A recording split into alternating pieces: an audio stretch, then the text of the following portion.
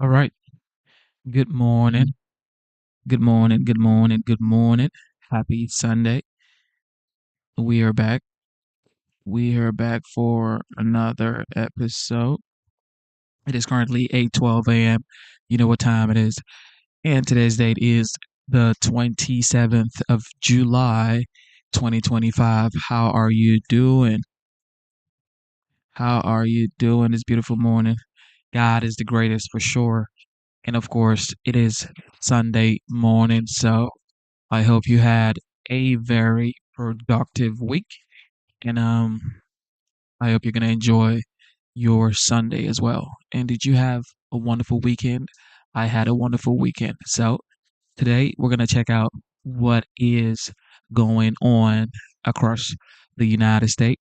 But of course, the commander in chief has taken a trip yesterday to Scotland, and we're going to check that out as well. But for the most part, we're going to check out what's going on here at home. And uh, DHS Secretary, Department of Homeland Security, Christy Noam, had a little kind of like a conversation with the press about 3 days ago. And HHS Secretary RFK Jr. also had a conversation yesterday with um, the press as well. So we're going to check both out and subsequently check out what's been going on across the United States. All right. With that being said, ladies and gentlemen, I do not care if you are Republican or Democrat. The most important thing for me is you love the country, okay? You love the United States. That's what I care about. All right. That is what I care about. So be nice in the chat. And if you're not nice, you're gonna go to your mom's basement. Okay. That's what is gonna happen real fast because it's Sunday. All right. Here we go. First, we're gonna check out HHS Secretary RFK Jr. and enjoy the show. You are currently tuned into the Genesis show, and here we go. This issue is fascinating to me. It's of great interest and it's increasingly been of interest, especially during COVID when questions came up like they'd never come before, that questioned institutions or questioned the way things have been done for a long, long time.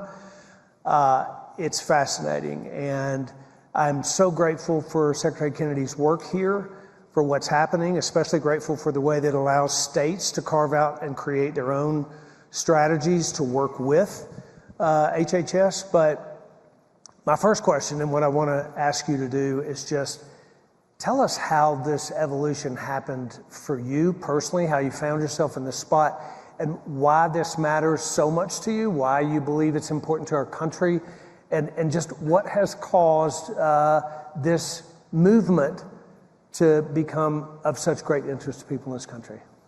You know, I think my own experience was reflected that of a lot of Americans who are in my generation. We know what a healthy child is supposed to look like. I had 11 siblings. I had about 70 first cousins. And I didn't know anybody in my school. In the schools I went to, I didn't know anybody who was related to me who had a peanut allergy or a food allergy. And, you know, I have 7 kids and 5 of them have allergies. And other issues that afflict their generation.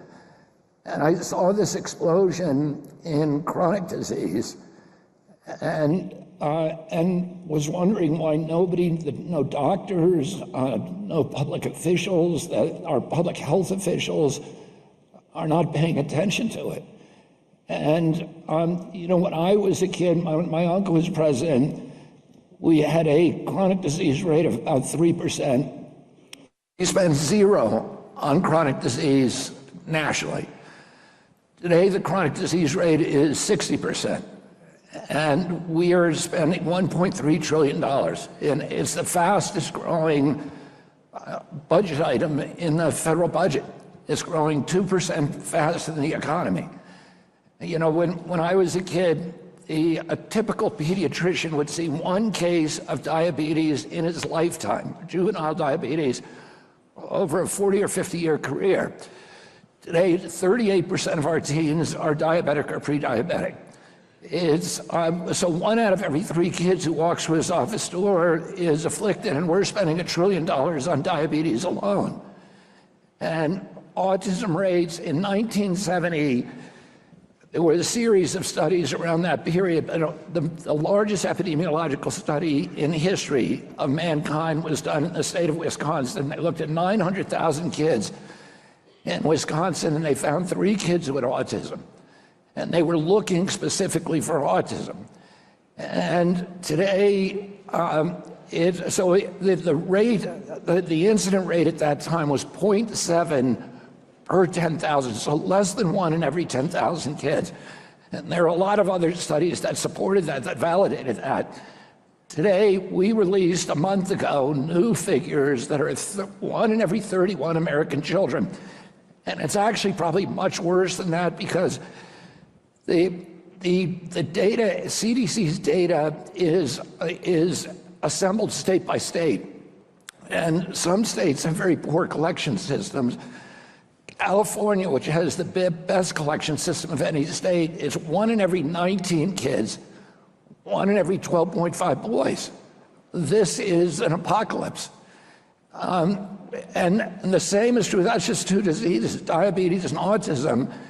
And then you look at there's hundreds and hundreds of autoimmune diseases that started around 1989. The EPA was asked by Congress to tell us what year did the autism epidemic begin. They said it's a red line, 1989. So something happened in that period that changed the way that Americans, that dramatically impacted our health.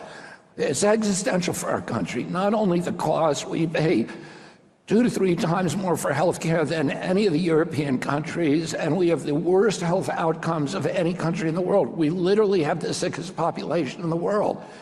Our 80%, 8 out of every 10 American kids cannot qualify for military service. The teenagers in America now have sperm counts that are 50% of what 65-year-old men have. They have testosterone levels that are half of what 65-year-old men have. And so this is existential for our country. And, you ask about kind of, what happened. When I started talking about these, I was talking about it for 20 years, and there was an army of mothers who came out of the woodwork because they had those concerns about their kids. And I kind of made it now, my life mission to figure out what's happening and then to eliminate those. A lot of it is because of our food. That's the primary. Genes don't cause epidemics. They may provide a vulnerability, but you need an environmental toxin. And we know what it is, and primarily it's sugar and ultra-processed foods. And in the countries, I was talking with some of the Democratic senators yesterday and talking about this. In Japan, in the United States, the obesity rate was 3%. When I was a kid, I was a 10-year-old boy when my uncle was president.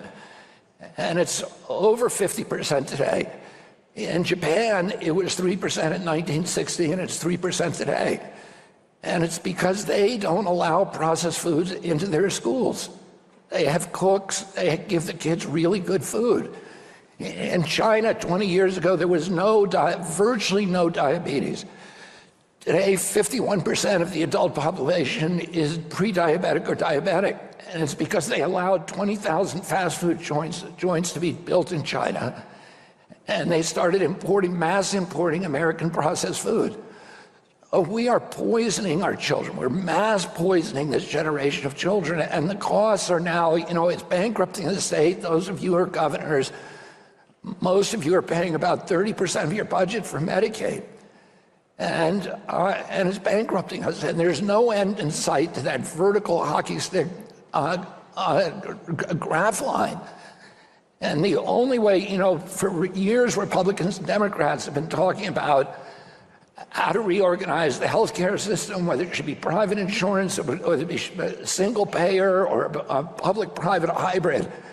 But all of those ideas are like moving deck chairs around on the Titanic.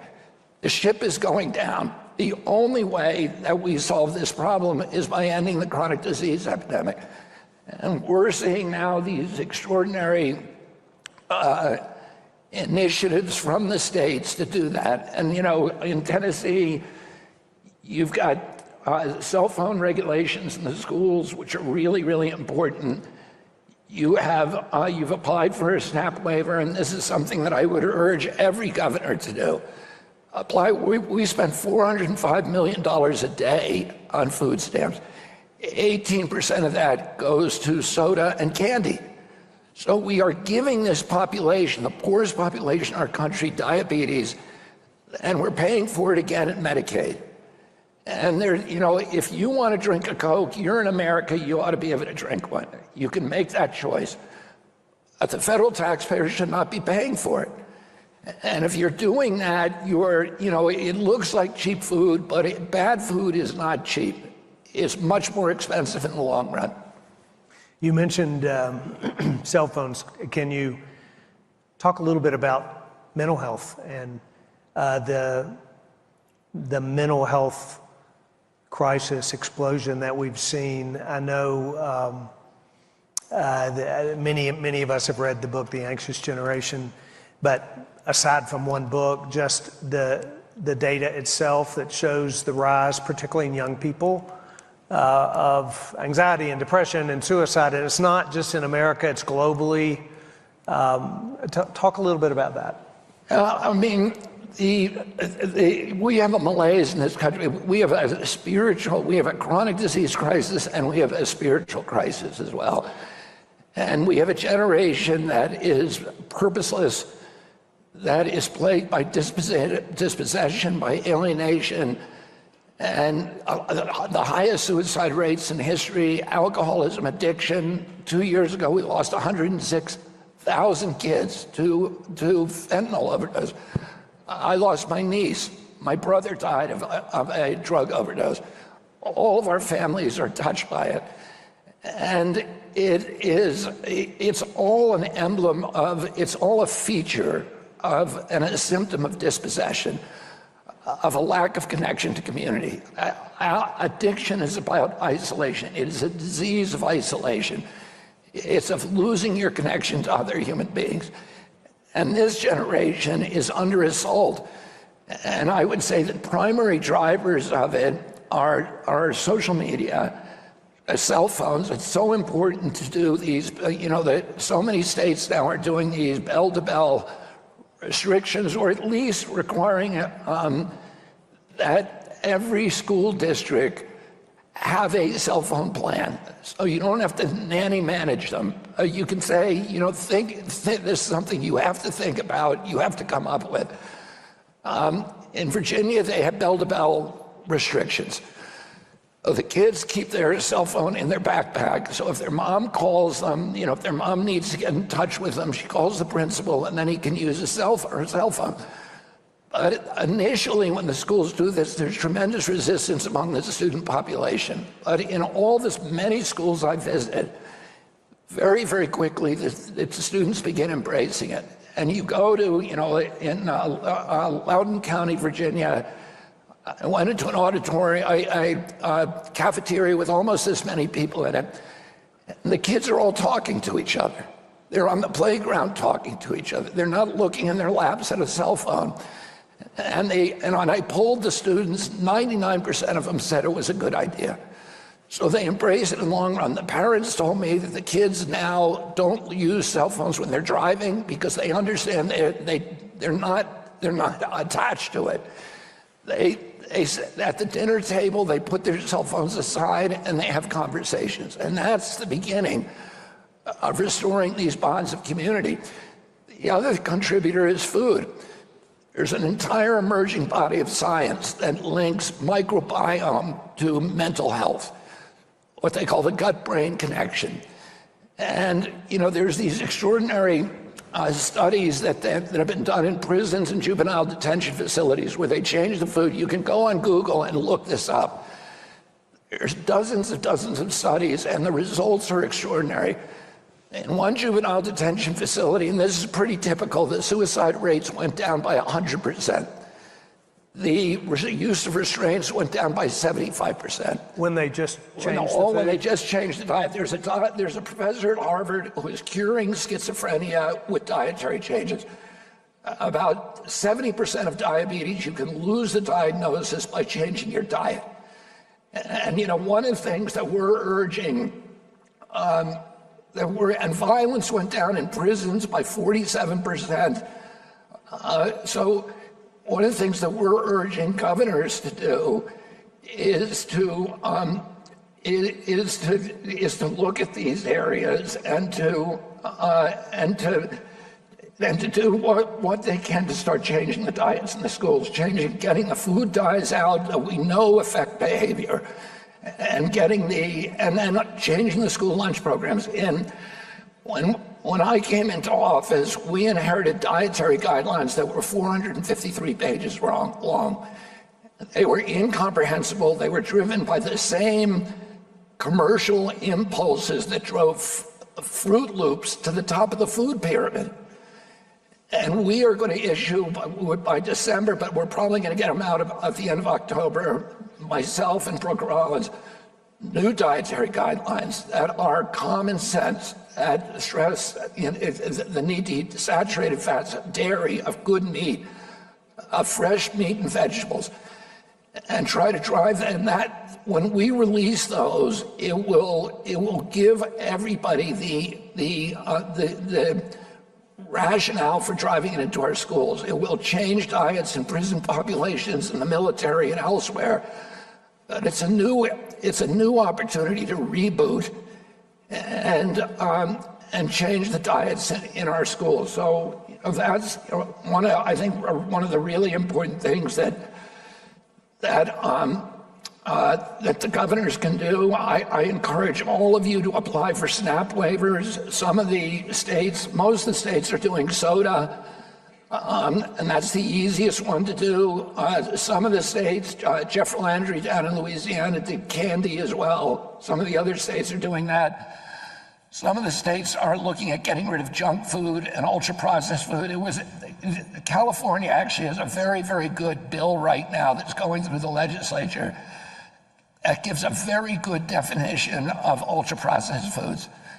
And so, there's opportunities now for all of us to change, to live up to our obligation to our children and really give them a chance in life and change not only their physical health, but also their mental health. Are there things we can do? I think about, you make a change, you've got to be able to measure it. We have health data. How are you expecting to, as you implement changes, to measure those, and how can states be helpful in that process? Data, information sharing. I mean, data's going to drive, and it's going to substantiate what we have done. It's going to prove or disprove an initiative that we might implement. Do you have thoughts or ideas about how states can work? I mean, one of the things that was really exposed, there's two questions there, is how do we do outcome-based medicine instead of fee-for-services medicine, which gives everybody the incentive to keep Americans sick. The sicker the population, the more. Shout out to Dr. Luke, the GOAT. God bless you for the super chat. Dr. Luke says, Genesis, I am glad you won't quit. Consistency rewards. God bless. God bless you, Dr. Luke. I truly appreciate this super chat. Thank you. Here we go. Tests that can be awarded, the more money is made by doctors, by hospitals, by pharmaceutical companies and insurers. And so we need to, right now, the biggest issue is this misalignment between incentives and outcomes. And those incentives so that people can make money, doctors, hospitals, etc., by making people healthy, rather than and charging for services. And that we're trying to do that at every level of government.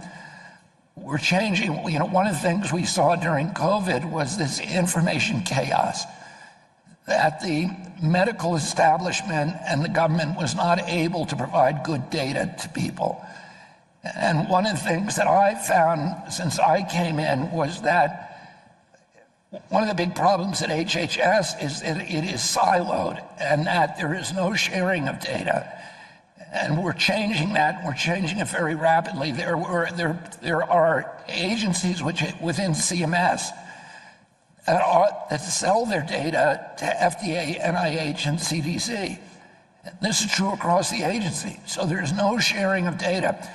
One of the other things that I've learned is that a lot of the data you can't really do longitudinal studies on because most of it is through insurance, and the insurance, none of the insurance companies has long enrollment periods. Oh, the average enrollment period may be 2 years, and you're not able to look at the potential environmental injury and then follow that patient for a long period of time. The only system that really has that is Medicaid. Medicaid follows people for 10 years, from 0 to 18. So it is the highest quality data that we have, but we don't control it at HHS. It's controlled by the states. And we're now making agreements with the states. I talked with Governor Stitt about this last week, and he's very generously offered to give us his data. Jeff Landry's giving us his data. Indiana, Mike is giving his data to us, Mike Bruins, and what we're going to do is depersonalize that data, put it on a public database, and allow independent scientists to actually study it and research it. And that is going to enable you to do more targeted treatment in your state. So there's a huge advantage in the state doing this. And then we can also have the advantages of these giant data systems that will really allow us to look across the landscape and say, do statins really work? Do SSRIs really work? Is metformin better than GLPs? And what are the advantages? If there's 5 different GLP drugs or 5 different diabetes drugs, let's look at the long-term health outcomes of those and see which one of them has the lowest all-cause mortality and the highest efficacy. And we can't do that right now. We should be able to. We are driving AI into our agency, I think, faster and more efficiently than any agency in government. And we really want to make HHS the template for the utilization of AI. And there's so many. Shout out to Donna Basham. Thank you for the super chat. Great things that we can do with it, with diagnostics, with prescriptions, with treatment, with telemedicine, et cetera, but we also can use it to really find out why people are getting sick and what makes people healthy. We are pursuing that data sharing as well, because I do think if we could target our own individual populations with an understanding of that data. So why don't we open it up? We have a little bit of time left, and I know there are governors that want to ask questions. Kevin, you had a question earlier that you mentioned to me outside. You want to ask it here? Sure, absolutely. First off, thank you so much for being here, Secretary Kennedy, and thanks for coming to Oklahoma. We had a great time. Oklahomans love you, and we also did the SNAP benefit waiver, and so we're excited about making Oklahoma healthy again. My question, you mentioned that there's about a $1 trillion cost in chronic disease. Do you have any stats when you get people healthy again, what it does to the economy? We had an economic update earlier about GDP rising at 1% this year in 25. But if you get them healthy again, not only the cost, but also what does that do with the workforce and getting people back healthy to engage in our workforce?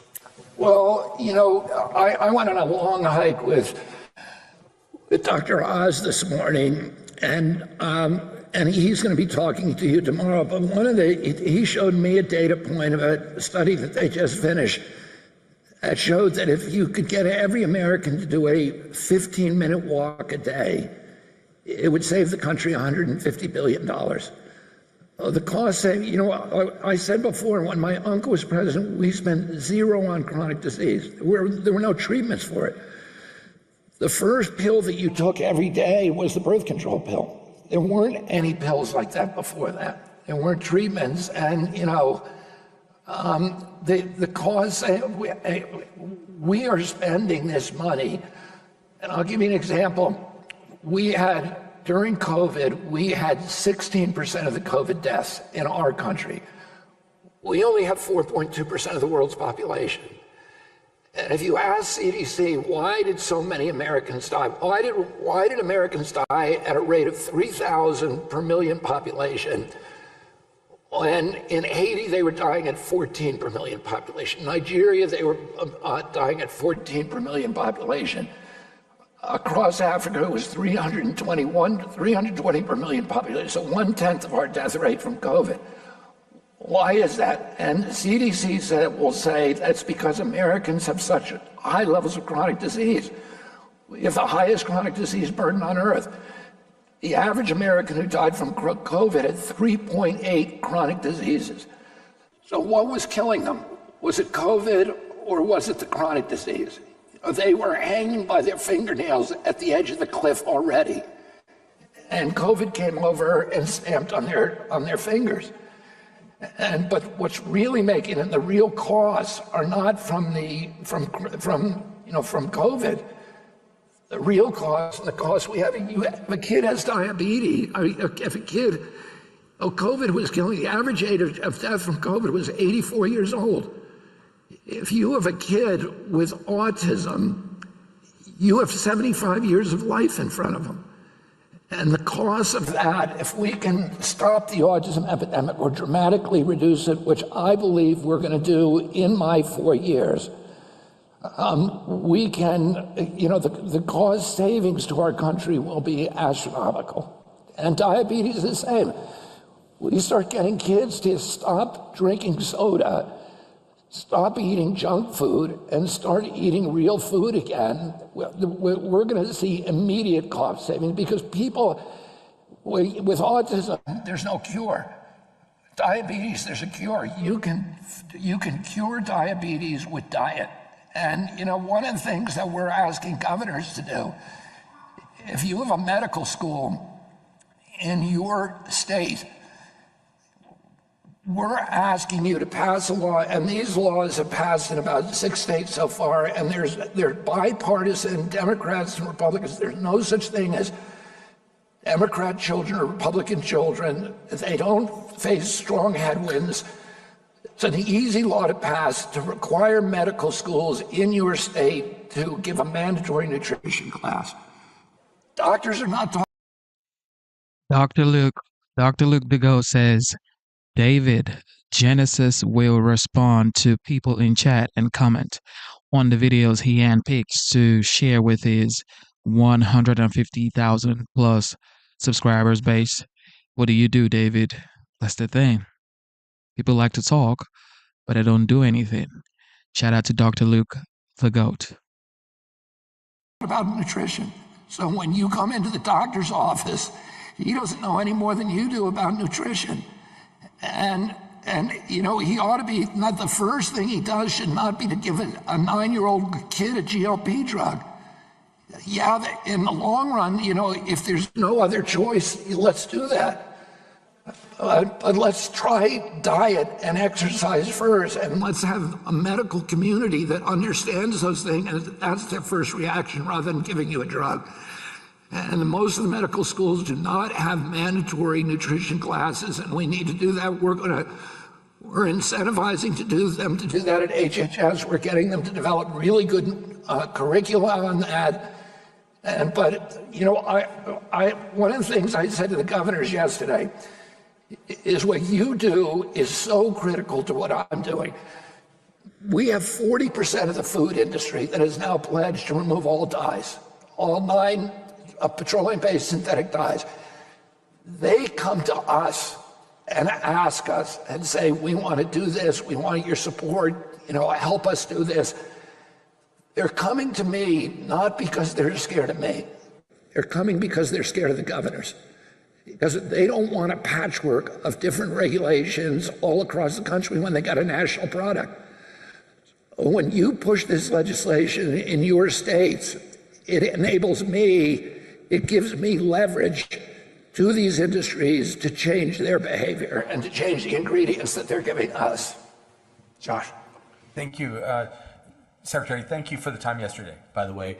And if I may, to the surprise of probably everyone here, I want to really, really commend you on pesticide work. The sugar work is absolutely right on the mark. The processed food work will save lives, for sure, and save costs. And so to those points, thank you very much.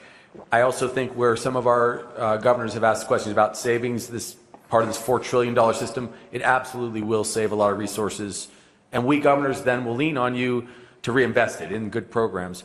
My question for you humbly is, so right now, a lot of the core public health infrastructure is in peril. I mean, there's pretty deep cuts, and I know that that's not all you. I get it. You have the president's ear, Oz does with you. So we're seeing these big cuts, and we are worried about health disparities in our states. You know, that is a very real problem for all of us. What I'm worried about is the cuts could threaten, rural health care. And it's very real for all of our states, particularly middle America. And so I want to know what your feeling is. Like, how are we going to be able to change diets if we lose our capacity to have nutritionists? How are we going to be able to change the trajectory of processed foods if we are cutting SNAP and not given the flexibility to make those changes? And again, I commend the work on sugar. We will do that in our state too. How are we going to do these things if in healthcare, and I'm a healthcare provider, as you know, if the lowest hanging fruit falls away, like mental health care, because those are the disciplines that will get cut if there's less resource available to us in our states. So just humbly, if we're going to do these things, which are very well thought out, how are we, if we have fewer pediatricians, going to give that advice which you correctly say is essential? So how can you support us with all of your plans if we're going to suffer these cuts? And thank you very much. I really enjoyed our conversation yesterday. I'd start by saying this, that, and I told you this yesterday, I'm the Secretary of HHS. If it were up to me, I wouldn't cut anything in my department. There's no cabinet secretary, with the exception of maybe one, is Linda McMahon. There's nobody else, I think, in the cabinet who wants to see any of their budgets cut. We also support the president because, I understand, and I ran for 2.5 years for president, and Americans are concerned about the budget deficit. We have a $34 trillion debt now. Within 5 years, 50% out of every dollar we collect in taxes is going to go to servicing the debt. In 10 years, that's 100%. And we're leaving this debt to our children, which is going to diminish their capacity to get health care and good food and all these other services. National debt is a social determinant of health. And I admire the president because it's not popular for any politician to stop spending money that's not his. And he is doing things that are very, very difficult and very controversial and looking down the road and doing something that all of us know has to be done, but none of us knows how to do it. But having said that, he is particularly concerned about rural health, and I ran on that issue, and it's probably the issue that I talked to more senators about, Democrat and Republican, when I was going through my confirmation process. And one of the answers to that, I think it's a really good one, is this provision for rural health transformation provision in the big, beautiful bill. And Dr. Oz is going to be here, I think, today, talking about that. And it's a $50 billion payment now, and it's going to improve rural health. This is a lot of money. It's $10 billion a year for 5 years. Put that in perspective, we spend about 6 to 7% of our Medicaid budget on rural hospitals. So that's about $20 billion a year. So this is $10 billion a year.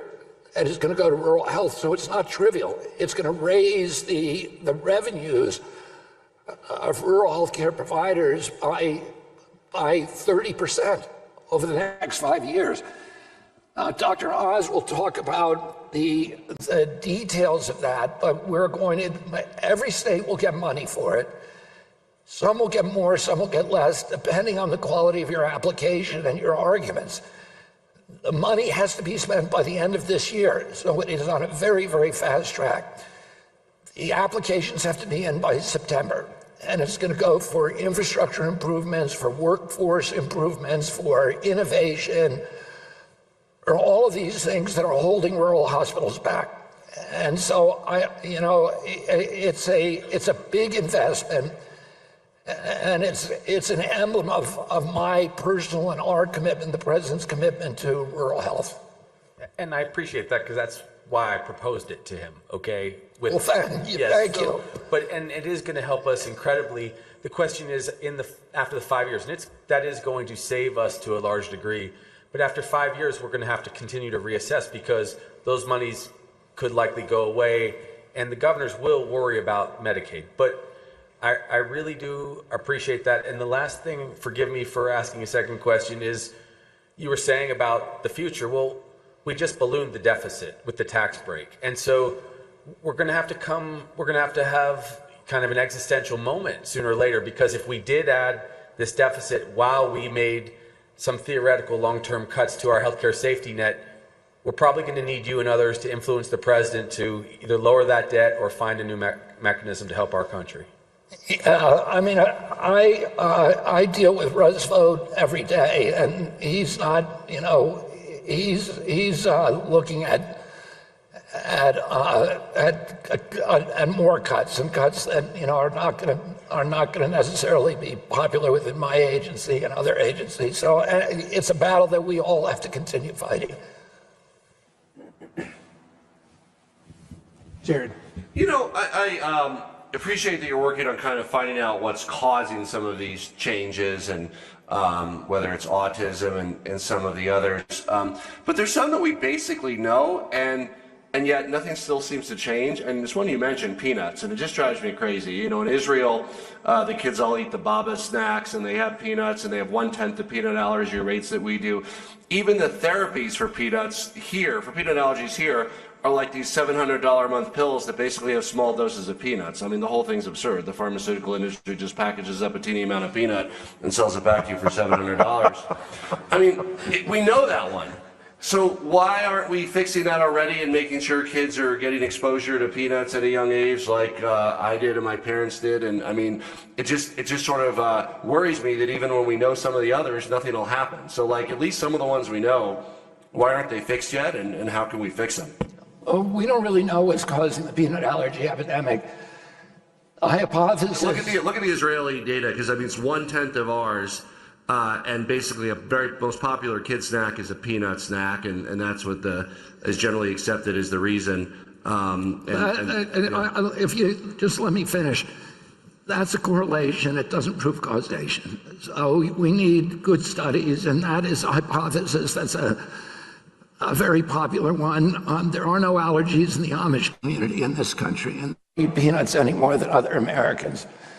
And I'll just tell you my own anecdote, and this doesn't prove causation. But I have a son who had severe, deadly anaphylactic peanut allergies. He made 22 emergency room visits before he was 2 years old, because he'd go to a birthday party and eat a cake, and there was nuts in the cake, or there had been nuts cooked in the pan that made the cake before. And so I paired up with a guy, with David Koch, who I was in litigation with at the time, and who had a son who was born exactly the same time as my son and had the same level of peanut allergies. We started a group called the Food Allergy Initiative. We raised $100 million, and we poached the best allergy scientists from all over the world. We brought them to Mount Sinai in New York, and they had a laboratory that I visited where they would induce food allergies and other allergies in rats. and feed them different things to try to find out what treated it. And I asked the scientist there, how do you induce an allergy in a rat? And he said it's formulaic. You take an aluminum adjuvant and inject it into that rat with a protein. If it's a peanut protein, that rat will have a lifetime allergy to peanuts. If it's a dairy protein, he'll have a lifetime allergy to dairy. If it's a latex protein, he'll have a lifetime allergy to latex. That's the same aluminum adjuvant that's in the hepatitis B vaccine.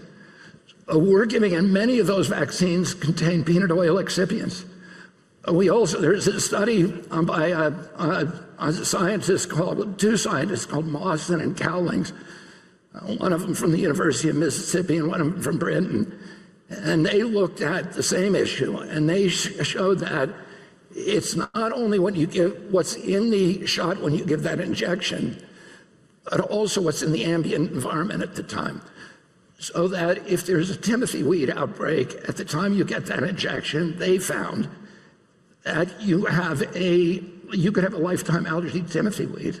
And vaccinated children, according to their study, are 30 times more likely to have allergic rhinitis than unvaccinated children. So we need to look at the aluminum in the vaccines and see if we need to look much closer, and we're doing that today at NIH, to see if that has anything to do with this explosion of allergies that began in 1989, which was the year they expanded the vaccine schedule. I just had, we obviously wherever the data leads us, but in Israel they do use the same Hep B vaccines and vaccines as. They don't use anywhere nearly as much as, and they don't give them early in life. We give that hepatitis B vaccine during the first 24 hours of life. No other country in the world does that. We'll take one more, Wes. We are out of time, but go ahead. You go ahead.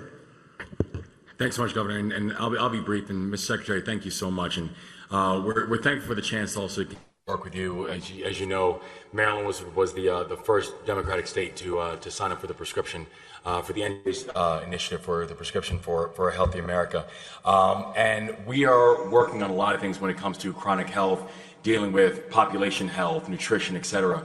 I do know one important component to that as well, though, is the future of the AHEAD model, which we're working on standing up. And I know if you think about cohort 2, I believe Vermont and also Hawaii are in cohort 2. So the question is just, how are you thinking about the future for the implementation and the standing up of the AHEAD model, and what can we as governors do to be helpful with that? You know, those are evaluated case by case, and you're gonna have Oz up here in a little while, and he's the one who's gonna make that judgment call on the Maryland system. But you know, we support waivers that are helping people. We're encouraging states to become laboratories for innovation and for figuring out ways to deal with these big issues state by state. And but he'll be able to answer more particularly exactly what's going on in Maryland. Thank you, Mr. Secretary. I was just thinking, the people sitting around this table got into this job that we've gotten into because we care deeply about the people in our states, and we have decided to use our lives to impact their life for good. We all share that same passion for our people. It's the reason that we are serving to a person. And what I appreciate about you and your work is, I believe, and we see it in your passion and in your heart for the work that you're doing. It's because you care about this issue, and you care about America, and you want to lean into this in ways to challenge the status quo in ways that may change the trajectory of the health of this country forever. And for that, we are very grateful and honored that you came to join us today. So let us thank the Secretary. Thank you very much. Thank you very much. Really good. Shout out to HHS Secretary RFK Jr. This is the guy who is changing the trajectory of food in the United States. We need healthier food. All right, here we go. Jesse Waters.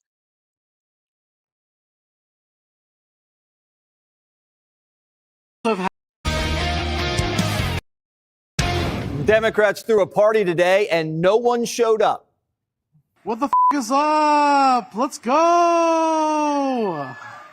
So some ground rules. I don't think that this will be super necessary because you all seem really cool, smart, and hot. Who the are we? And why are we here in a panda head? I also have had a long-term feud with former presidential candidate Marianne Williamson because she sucks. Memes change people's minds. So what's a meme, huh? Come on, people. Look alive. After the panda, there was a really special guest.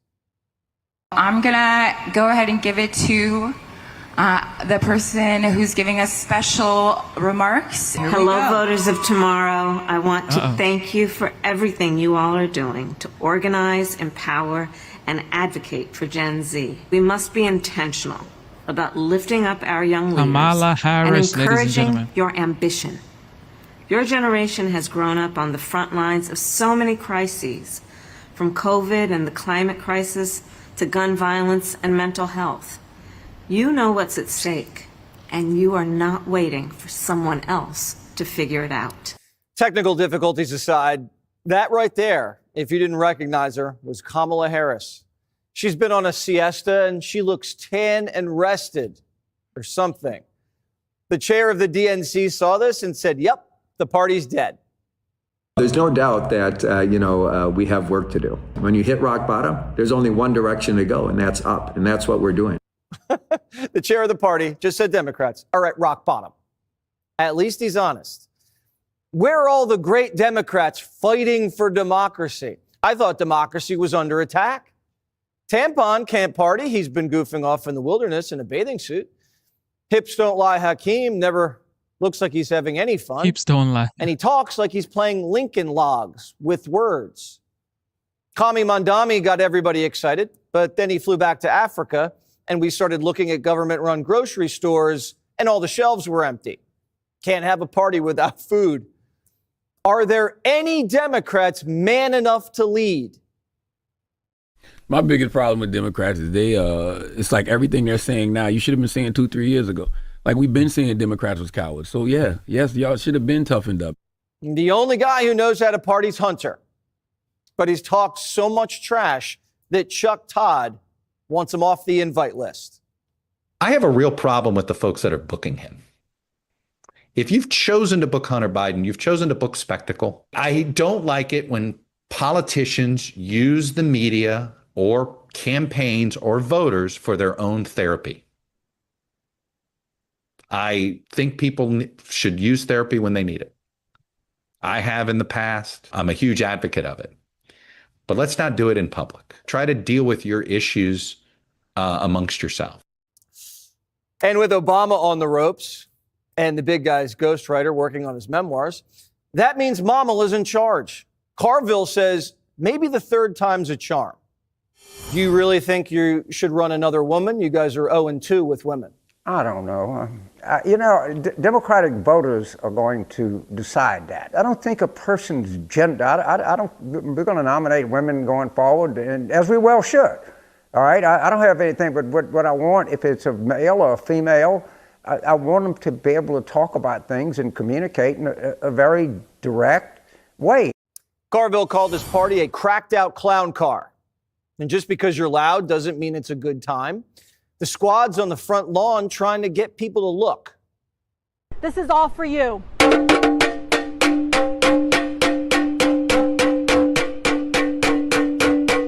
Let the food in. The DNC chair was wrong. Now they've hit rock bottom. Wait, there's more.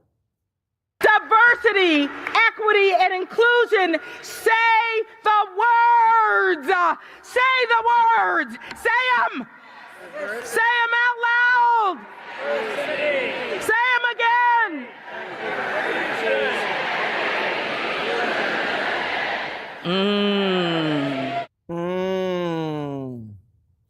Grown women are screaming DEI and banging on pots and pans. And grown men are dressed up as furries and photoshopping their hips. The media is now asking Democrats, if you could go back in time, is there anything you'd do differently?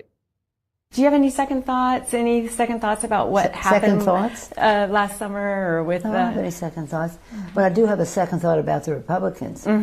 If they want to measure mental acuity or sanity, they ought to look to their own president, because the president of the United States, who was asked one question and answers by saying President Obama is guilty of treason, he is not of sane mind.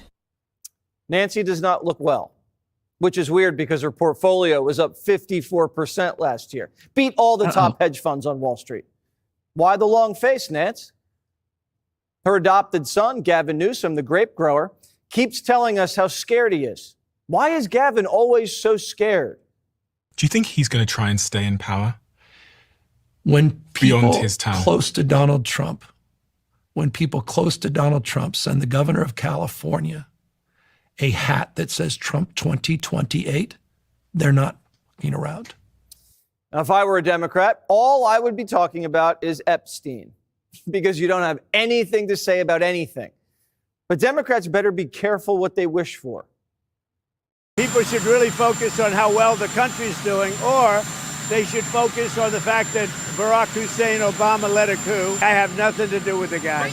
You ought to be speaking about Bill Clinton, who went to the island 28 times. I never went to the island. Democrats predicted Trump would jack up inflation, cause a recession, a civil war, and World War III. But inflation's tame. The stock market just hit a record high, and we're signing peace and trade deals. We had the best 6 months ever. We're now heading to Scotland. I'm meeting with the Prime Minister of UK. We have great economic numbers. The deal with Japan is amazing. Those numbers are great. I mean, the kids actually just said, very, very cute, actually. I walked up, they said, sir, there's too much winning. Our country was a dead country. It was a dead country 1 year ago. Now we have the hottest country anywhere in the world. And don't you feel it? This isn't just the best party in town. With Trump, we might be leaving with a goodie bag. We have so much money coming in. We're thinking about a little rebate, but the big thing we want to do is pay down debt. But we're thinking about a rebate. That's a very good question. You just made a lot of news. We're thinking about a rebate because we have so much money coming in from tariffs that a little rebate for people of a certain income level might be very nice. Tariff stimmies. Now, when he signs his name on those checks and mails them out, even Democrats are going to be begging for a third term. That would be out of this world if he actually sends, tariff stimulus checks. That would be wild. Of course, we know what happened in, 2020. Everybody got a check. However, maybe not everybody, but most Americans got a check for what happened in 2020. But I don't know. Do you guys want a stimulus check again? I don't know, man. All right, here we go. And welcome to this special edition of Hannity, The Anatomy of a Hoax. Tonight, the floodgates are open and the evidence continues to pour in.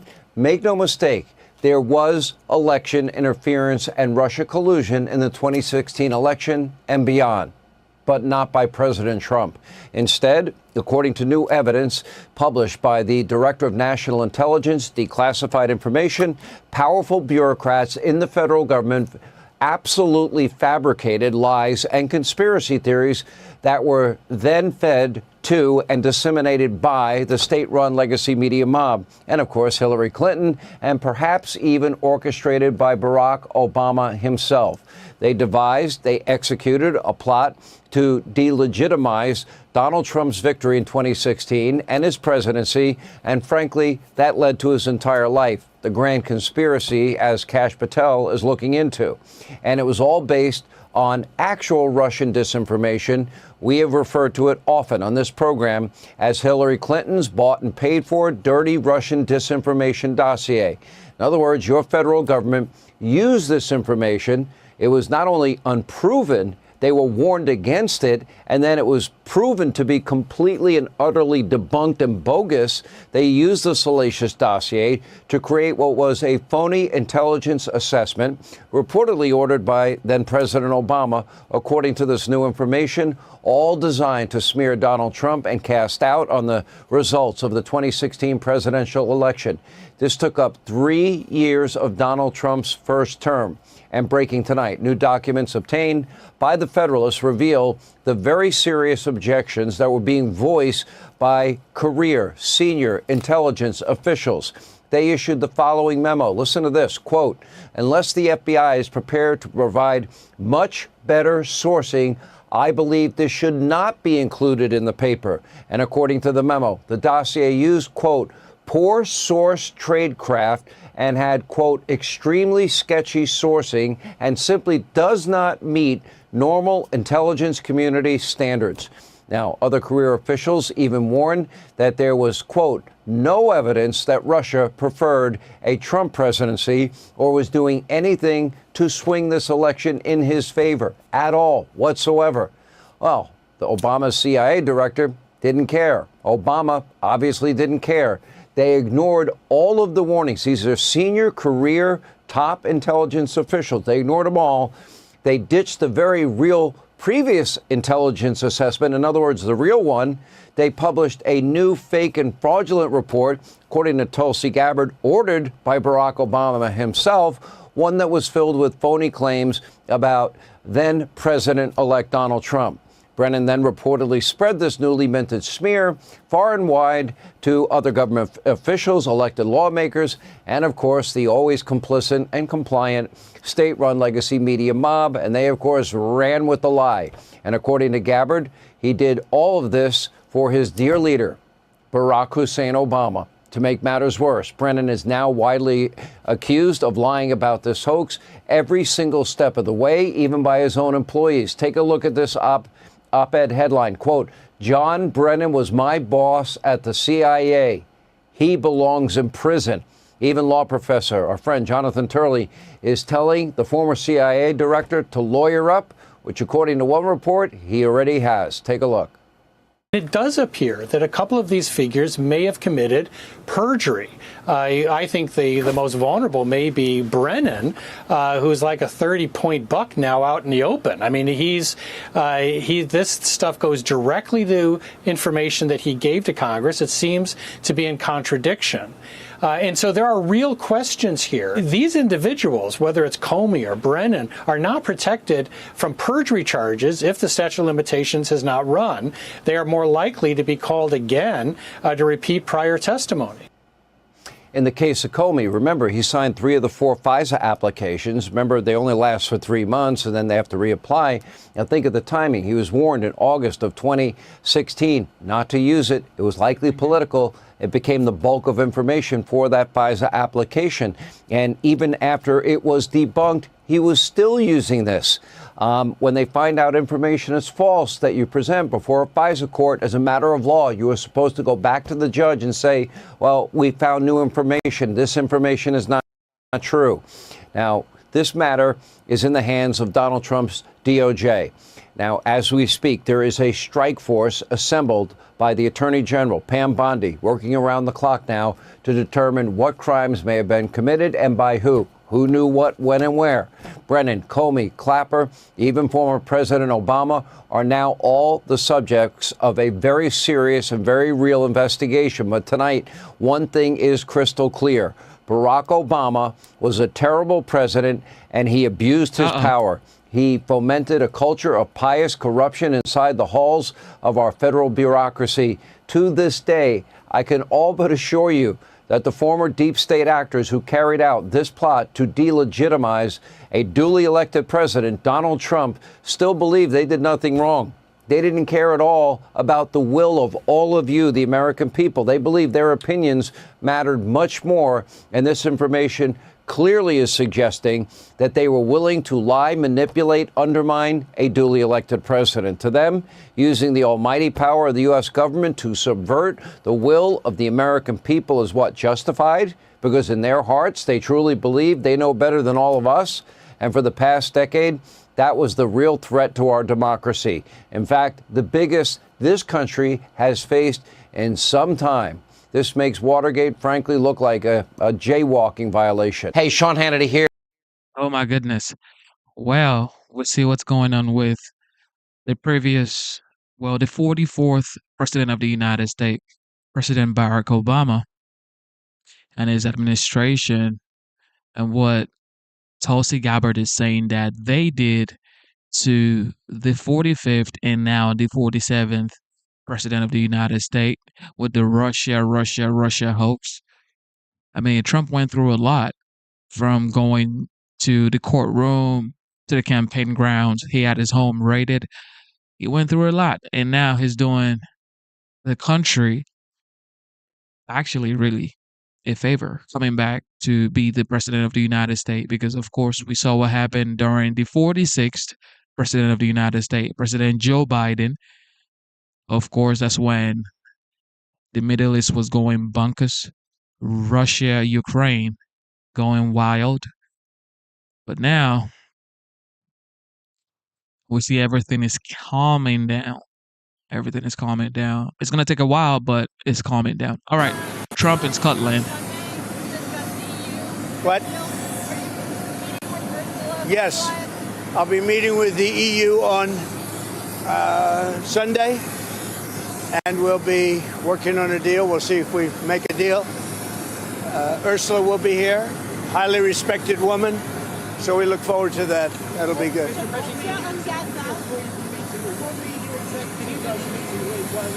We'll have numerous executives that we're meeting with. We're going to be meeting with a lot of people.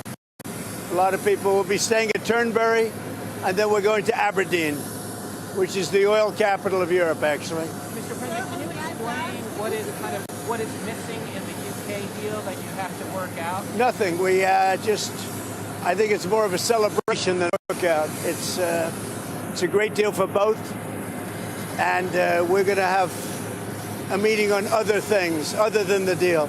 The deal is concluded.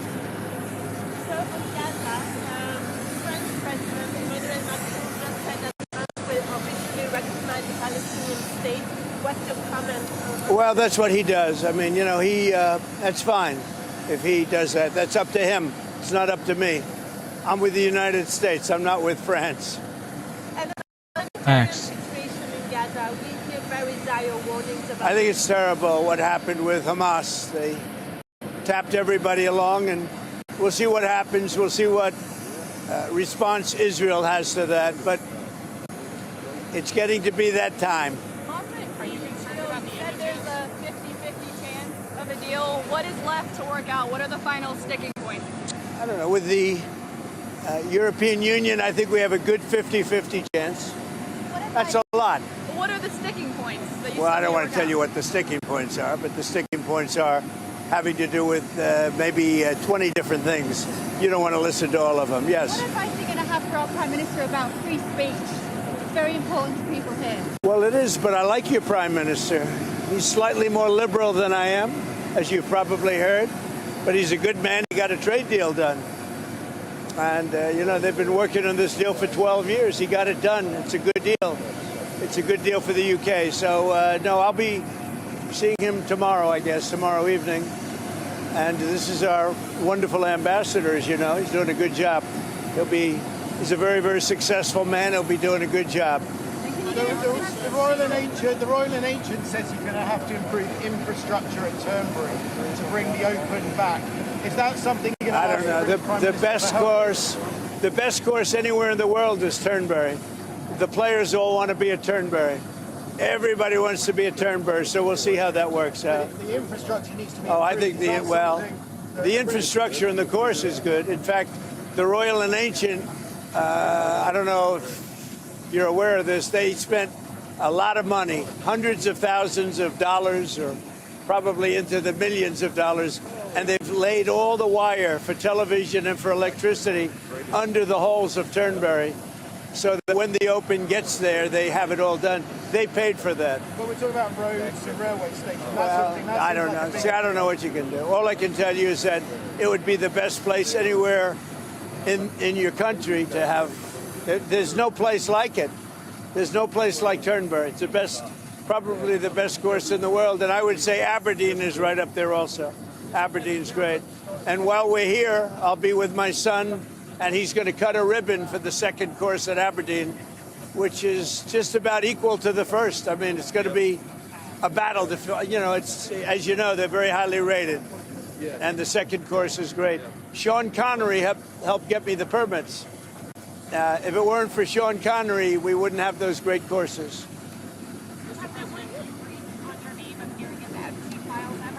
No, I was never briefed. No. Did you ask how? What are you hoping Todd Blanche interviewing Ghislaine Maxwell? What are you hoping that they get out of that? I really have really nothing to say about it. She is being talked to by a very smart man, by a very good man, Todd Blanche. And I don't know anything about the conversation. I haven't really been following it. A lot of people are asking me about pardons. Obviously, this is no time to be talking about pardons. But a lot of people have asked about pardon. This is just not a time to be talking about pardons. Todd will come back with whatever he's got. You make it a very big thing over something that's not a big thing. You should be talking about, if you're going to talk about that, talk about Clinton, talk about the former president of Harvard, talk about all of his friends, talk about the hedge fund guys that were with him all the time. Don't talk about Trump. What you should be talking about is the fact that we have the greatest 6 months in the history of a presidency, according to a lot of people. And we had an amazing 6 months. And this is sort of an example of it. Now we're meeting with the European Union, we're also meeting with, as you know, the head of UK, Prime Minister, and I look forward to that. But we're meeting, in terms of a deal, we're meeting with the European Union, and that would be actually the biggest deal of them all if we make it. Did you ask House Republican leaders to not vote on the resolution about releasing the files? I was never involved in that. I'm focused on making deals. I'm not focused on conspiracy theories that you are. I mean, I watch you people. It's so sad. You ought to talk about the success of our country instead of this nonsense that you talk about over and over again. You've done an amazing job on illegal migration in America. I have. People here are very worried about the situation. Record numbers. Well, I say two things to Europe. Stop the windmills. You're ruining your countries. I really mean it. It's so sad. You fly over and you see these windmills all over the place, ruining your beautiful fields and valleys and killing your birds. And if they're stuck in the ocean, ruining your oceans. Stop the windmills. And there's a couple of things I could say, but on immigration, you better get your act together. You're not going to have Europe anymore. You got to get your act together. And we, as you know, last month we had nobody entering our country. Nobody. Shut it down. And we took out a lot of bad people that got there with Biden. Biden was a total stiff. And what he allowed to happen, but you're allowing it to happen to your countries. And you got to stop this horrible invasion that's happening to Europe. Many countries in Europe. Some people, some leaders have not let it happen. And they're not getting the proper credit they should. I could name them to you right now, but I'm not going to embarrass the other ones. But stop. This immigration is killing Europe. And the other thing, stop the windmills, killing the beauty of your countries. Thank you very much, everybody. Hey, it's Will. There you have it. The Commander-in-Chief definitely doing his thing. To Lucas Tomlinson, who's been following the president's trip to Scotland, who's live at the White House right now. Hi, Lucas. Good evening, Lisa. And more reaction is pouring in. Here's Senator Tom Cotton, of course, the chairman of the Intelligence Committee. He's written a letter to the FBI director saying James Comey's bias against President Trump calls into question everything he did as FBI director. I'm working with Kash Patel on a full review of every FBI action Comey carried out during his tenure as director. And here was Cotton last night with our colleague Sean Hannity. For years, the Democrats screamed collusion falsely about Donald Trump and Russia. And as you say, there was collusion. Collusion between Obama and Biden and Clinton, Brennan, Comey, Clapper, to brush under the rug the judgments of these career intelligence officials that there's no evidence of collusion whatsoever. And here's the Director of National Intelligence, Tulsi Gabbard, here at the White House Wednesday. The House Intelligence Committee oversight report that we released today reveals that, quote, unlike routine intelligence community analysis, the intelligence community assessment was a high-profile product ordered by the President Obama. Production of this intelligence community assessment was subject to unusual directives directly from the President and senior political appointees, especially the former director of the CIA, John Brennan. And then there was this X post by Trump's Deputy FBI Director, Dan Bongino, which some found a little cryptic. He says, I cannot predict where it will land, but I can promise you an honest and dignified effort at truth, not my truth or your truth, but the truth. Bongino later tweeted a link to an article talking about this 2016 intelligence assessment that said the Russians favored Donald Trump over Hillary Clinton. Lisa. Lucas, thank you. Hey, Sean Hannity here. Hey. Don Bongino is fighting for. So another day, another campaign promise kept. President Trump's sanctuary cities crackdown, showing historic results here in New York City. Since January, ICE detainers are up 400% from Biden's entire term. But Democrats, they just don't see it that way. Watch. I think a sanctuary city is a city that allows our mom to take someone's mom to take that children to school without the fear that the principal is going to call ICE on her, or a senior citizen to go to the emergency room without fear that the nurse is going to call the authorities on her. It provides some level of help to the neediest. It's not a city that harbors or provides custody and protection to hardened criminals. Just crazy talk. Former federal prosecutor Jonathan Fahey served as the acting ICE director in President Trump's first term, and he joins us now. Jonathan, I mean, what are they talking about? Yeah, I cannot believe that. That's a complete mischaracterization of what sanctuary cities are. Sanctuary cities shield the criminals. That's the whole point of what they're doing, is shielding criminals in jail from being detained by ICE. That's all they do. They don't do any of this other stuff. It's total nonsense, but it's completely designed to mislead the American people as to what ICE does, because they want to imply that ICE is running up into hospitals and nursery schools or whatever, when they're in fact trying to get the criminals off the street. So complete mischaracterization.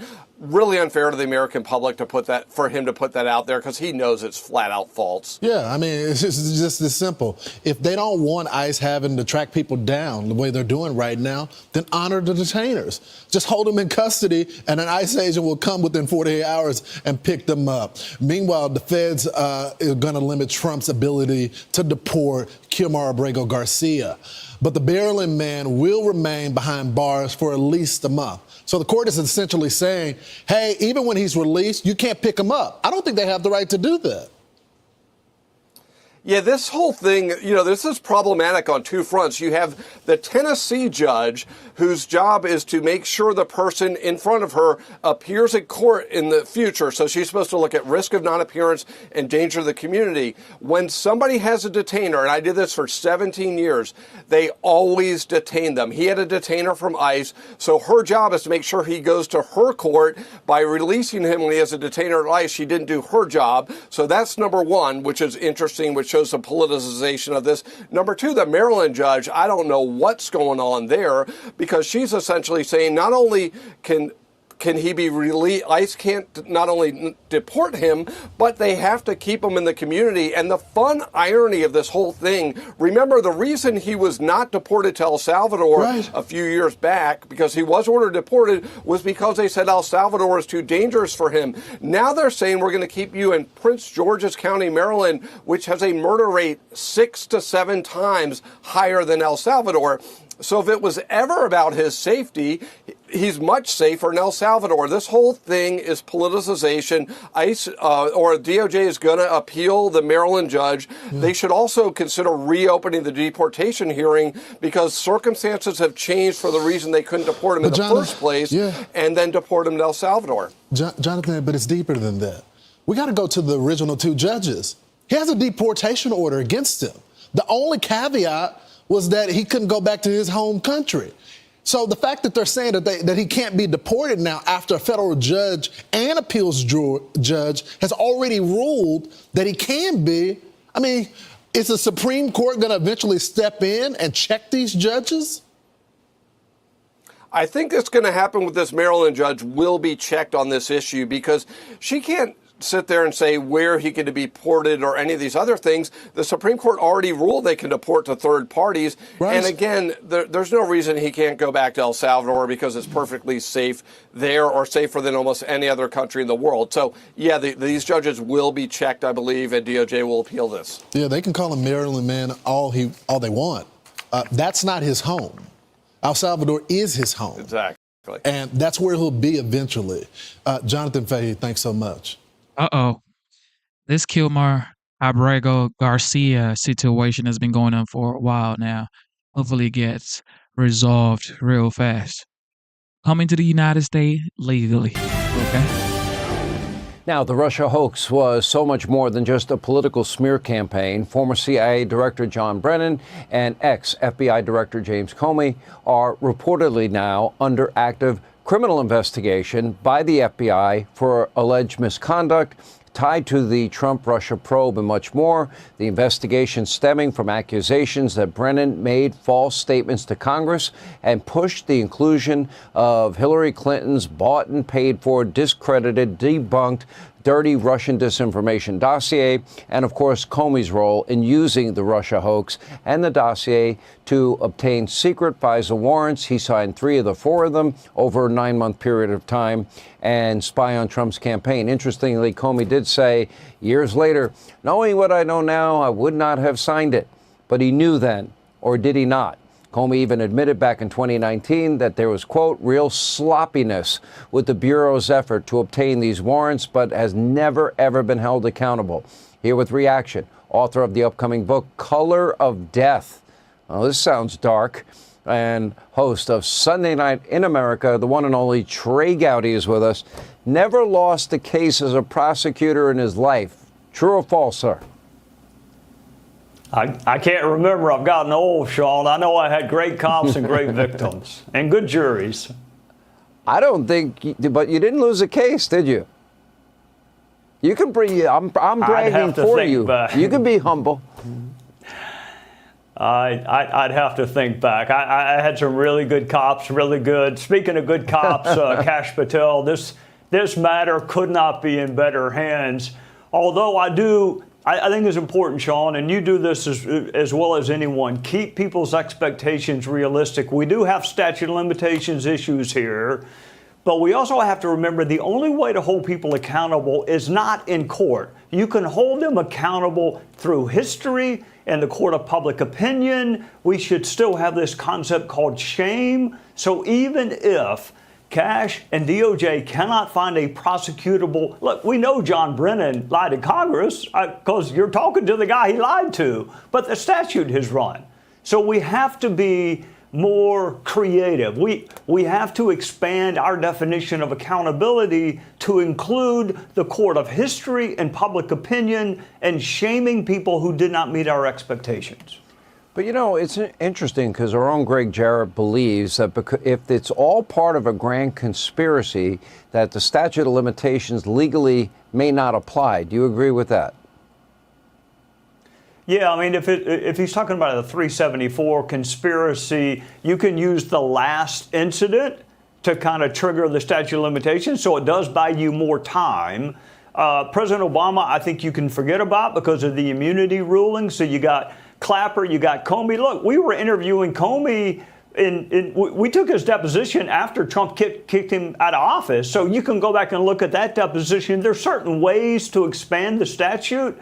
But I don't want your listeners, your viewers, you got millions of them, Sean, and you know that. You have for 2 decades. I want them to not feel let down if Kash and DOJ cannot get a prosecution. I agree with John that. Durham did not get one. you don't want to overpromise and underdeliver. And I'm not even talking necessarily. I want the American people to know the truth, but I do want people held accountable. Otherwise, I think it can happen again. You referenced, and Jim Jordan earlier in the week referenced your interview, for example, with Brennan. Did you also interview Comey? And what did you find out in the interview? That they were covering for themselves and that they had a preference on who won a presidential election. Pretty much the antithesis of what you would want in intelligence or law enforcement. And so, as you know, Sean, one of my closest friends in the world is the current CIA director. I can promise you, John Lee Ratcliffe would never, ever put his finger on a scale and try to tip an intelligence report to a president the way that Brennan did. I can promise you that Kash Patel is not going to be signing FISA applications that include the work product of the DNC or the RNC. So we got to have better people. You use the term deep state. What I'm happy about now, Sean, is it's not that deep anymore. We know exactly who they are. Yeah. I hope you're right. I hope we get to the bottom of it. I hope the American people understand. If you want to talk about a threat to democracy, this is it. Or a threat to our democratic republic, or, we're looking at it right now. This is putting cinder blocks on the scales of election and trying to undermine a duly elected president. Trey Gowdy will be watching this weekend. It is more anti-democratic than any, yes, sir, more anti-democratic than anything they've ever accused Republicans of doing. And a tip of the hat to you, Sean, you were covering it the right way back in real time when it was happening. Facts. 3 years of my life covering this. And Facts. Hannity has been saying the same thing for years now concerning the Russia The left hoax. had their own youth event, and it involved pandas, and it felt really sad. Watch. My name is Jess. I go by she, her, they, them pronouns, y'all. Right now we're in 2025, and obviously we know we're on the brink of climate catastrophe. Our diversity is our strength. What the fuck is up? Let's go! I can't see anything out of this mask. I'm gonna be real with y'all. So do you own a panda suit, Charlie? Well, I was thinking this morning I should have wore the panda hat. Yeah. And it would have. That actually would have been funny. I think we should have come out with kind of the, All of the us. panda suit. At the next Turning Point USA event, I'm just going to come out with the panda hat. What's happening? Why is this like this? I mean, this is the college campus culture on full display. Pronouns, can't be offended. I don't really quite understand the panda hat. I want to know who that guy is. Yeah. It might have been. So, hanging around your events and one of the things that you quickly realize is that young people have like these amazingly attuned antenna for authenticity. Yes. Yes. And you look at this and there's nothing authentic about it.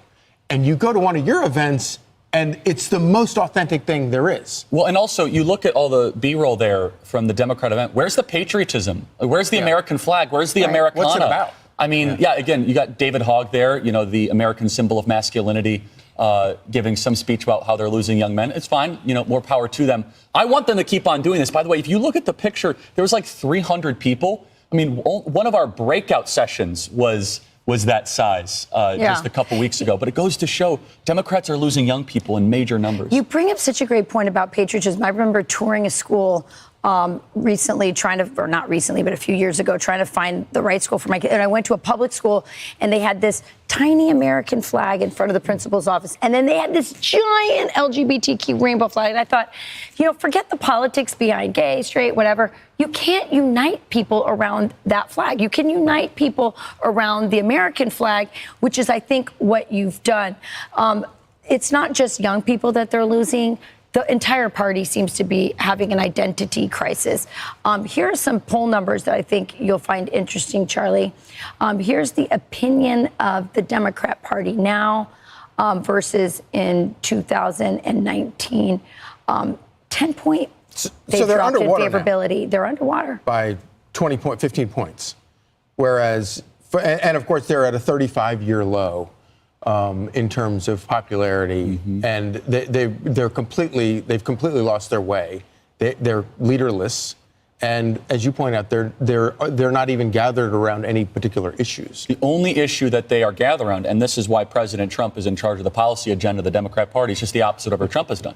So, I mean, their entire policy agendas is we're going to be against everything that this administration is doing, regardless of how popular it is. I mean, no tax on tips, which I know that we're going to be discussing and covering, no tax on overtime. Not only that, but the largest middle-class tax cut in history, border funding. And so the Democrat Party is at a record unfavorable rating, largely because they have become a party of liberal abstractions and coastal elite ideologies where President Donald Trump is communicating to the muscular class and the everyday American. So let's talk about men in particular. You saw David Hogg there, which, you know, love him or hate him, he has been trying to raise the flag here for the Democrat Party, saying, hey, we're losing men. It's a bad deal for us. So here is a brand new poll that's revealing that Gen Z men, of course, have been trending right. We've been seeing this for a while. They're also trending towards religion and more traditionalism, all kinds of stuff.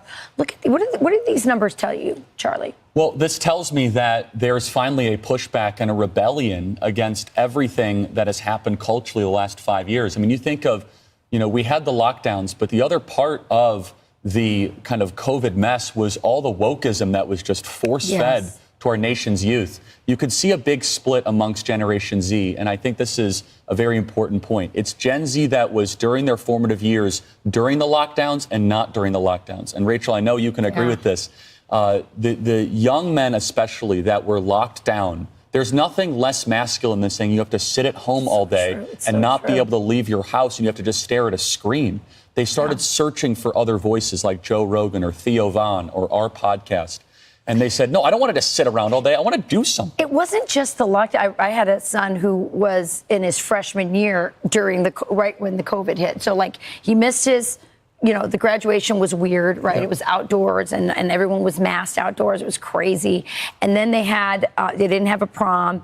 And then he gets to school and it's at UW-Madison and they're like, you know, being narked on by all these people. She wasn't wearing a mask and he was getting reported on for, you know, standing too close to people. And like, it was just like so, it was just so authoritarian. It wasn't just like the feds. It was like they sort of also got, it was very communist. Like everyone's telling on each other and reporting each other. And I actually just wrote about this for FoxNews.com. It's out actually just a couple minutes ago. It says Republicans must seize the Gen Z moment or risk losing an entire generation. This really is a moment where Gen Z is moving so dramatically in this direction that has not yet been made permanent yet. And I want to make sure that this is clear, is that this movement is so far a temporary one. But if we can make this permanent, the Democrat Party will be deprived of now their decades-old base. How do you make it permanent? Well, we have to deliver for them economically. You know, I've been talking about this a lot over the last year and a half, which is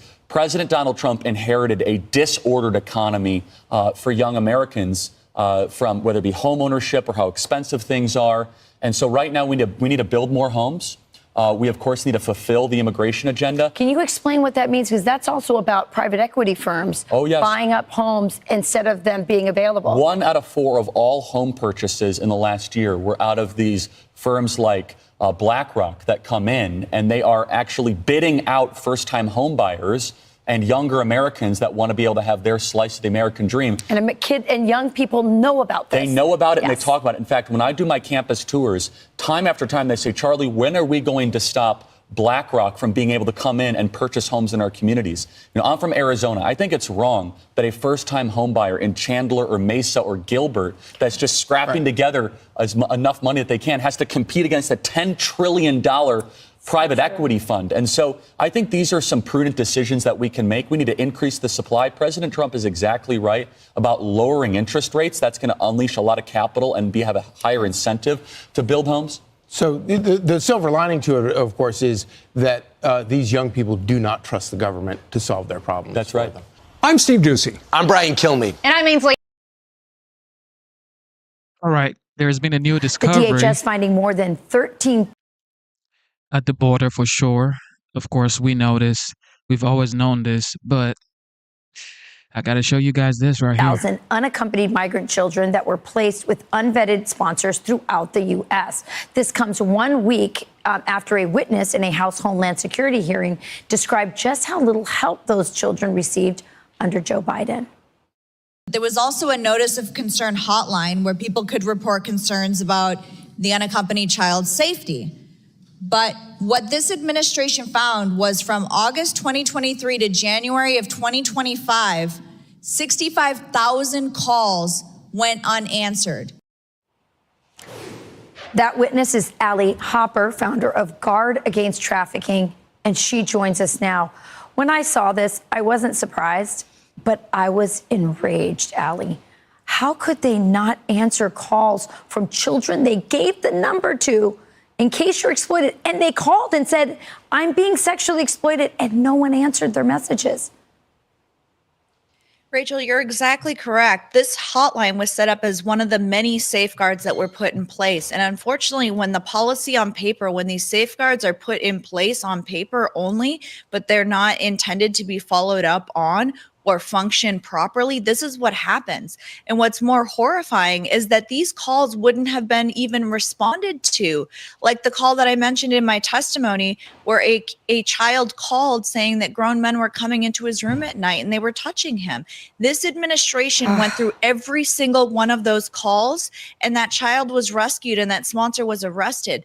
But if we hadn't had this administration take over and try to undo what the past administration did, those calls would have remained unanswered. Well, God bless everyone who's going through that list of calls, those unanswered calls, and trying to do something about it. It seems like it was easier to adopt an animal from a shelter than it was to become a sponsor. Yeah, yep, that's what we heard. And, you know, it's not a smile, it's a wince at the process, the entire process. When you have to adopt a dog, there are identity verification requirements, there's income verification requirements, and there were no meaningful background checks when you have to take in and apply for a sponsored child. There were no facial matches to the identifications that were sent into our agencies to sponsor a child. Right. So when you have agents saying that they've seen better jobs on Photoshop than the database of identities for sponsorship applications, that's horrifying. Yeah, well, Allie, the Democrats fought DNA testing, which would have been an absolutely great way of finding out whether the sponsors were related or not. We know that they left children with MS-13 members. That one child was murdered by the MS-13 with tattoos, sponsors. It goes on and on. Thank you for being a whistleblower. God bless you. And thank you to everyone out there in our government and in your group who are trying to rescue those who remain really in slavery and in captivity. When it involves kids, it's just really very, very unjust and emotional for a lot of people, because children are supposed to be the innocent ones amongst us. But then there's people who try to do stupid stuff. All right, Tulsi Gabbard. How do you think that the Supreme Court's ruling that benefited you on presidential immunity would apply to former President Barack Obama and what you're accusing him of doing? It probably helps him a lot. He's done criminal acts, there's no question about it. But he has immunity, and it probably helped him a lot. Any trade agreement you're looking to sign too. He owes me big. President Trump saying former President Obama could benefit from Trump's own fight for presidential immunity. Now that Obama is tied to that explosive DNI report that details his administration's involvement in the Russia election hoax. Here now is the report's author, Director of National Security, Tulsi Gabbard. Welcome to the show, Director. Good morning. Good morning. So let's talk about the reactions that you have had to this report coming out. And also you've mentioned obstacles that you've had in actually putting and compiling this report. Yeah, thanks, Rachel. Thanks for continuing to bring this story to the forefront because of the magnitude of the implications of it. It's been interesting to see how the mainstream media has either refused to cover this story at all. The headlines or the lack thereof of newspapers, Washington Post, New York Times, and others in the days following this release have actually been quite deafening in their lack of coverage. And it's interesting to see how when they do cover this, they don't actually cover the revelations that these intelligence reports and the evidence of it, but none of them actually dealing with the truth that has been revealed. And to me, there's two reasons for that. Number one is they don't want the American people to know the truth, but also they recognize the mainstream media's complicity in this, that they were fed early lines from this manufactured false intelligence assessment that President Obama ordered, that John Brennan and James Clapper created without any vetting, without any actual journalistic integrity of looking at what they were being fed. They received it and they printed it almost immediately. And then they went on to double down and triple down on this over the next several years. I look back at, the Iraq WMD, manufactured false intelligence to support an action to go to war in another country. And I went back and looked at the mainstream media's complicity in that, and how many did they ever admit that they were wrong, that they failed as journalists? Really, they didn't. They gave, a couple of them gave some lame excuses, but there's a lot of parallels here for us to take a step back and look at, again, the magnitude of what has been revealed and why it's important to every American, not just Democrats or Republicans, but it really has to do with the foundational principles of our democratic republic and the integrity of that. That is the thing that I think a lot of the mainstream media folks, again, have refused to cover at all, or are failing to focus on. It's such an important point. Also, former President Obama's office responded to the documents that you've released, calling them bizarre allegations or ridiculous and a weak attempt at distraction. What is your response to the former president? They're doing the exact same thing that people like Senator Warner are doing. He was the head of the Intelligence Committee at the time. They would have to admit and actually address the details of their complicity in this, or their absolute failure in conducting the most basic responsibilities of, again, asking, where is this intelligence coming from? What are the sources? What proof do you have of these of this high confidence assessment? Remember, John Brennan and James Clapper at the time assessed, and James Comey, with high confidence that Russia aspired to help Donald Trump win the election in 2016, when there was no credible intelligence that actually reported that. So President Obama's very carefully worded response that came from his office, again, deflects away from addressing any of the truth that was revealed. Senator Warner refuses to speak the truth about how one of our whistleblowers came forward and approached his office numerous times about what had actually occurred, how he wouldn't go along with this fake intelligence manufactured report, was sidelined because of it. And guess what? Senator Warner's office wouldn't even give the whistleblower an email address to send his evidence of this, the treasonous conspiracy that we have now released to the American people. So the complicity, the deflection, and the silence of politicians, of the mainstream media, and of those directly implicated into this speaks volumes. Director Gabbard, thank you for your clarity, your moral clarity on this, and for your courage to come out with this super quick. Can you comment also on the other parts of the intel networks that they might have been abusing against President Trump? Because I believe this is just the start, not the end, of how they abused the intel agencies against the American people. Where else are you looking? And we're only 6 months into this term. I can't imagine what else you might discover. When you look, Charlie, at everything that happened in the months leading up to the November 2016 election, what occurred in the years after with multiple investigations from Mueller and others, there are a lot of questions that remain unanswered. We are continuing in our core mission, our pursuit of the truth and bringing transparency and accountability. So we're looking forward to continuing down this path. DNI Gabbard, thank you so much for joining us, and thank you. Tulsi Gabbard definitely saved the day, in my opinion, with her declassification of the information that she gave and really saved Pam Bundy.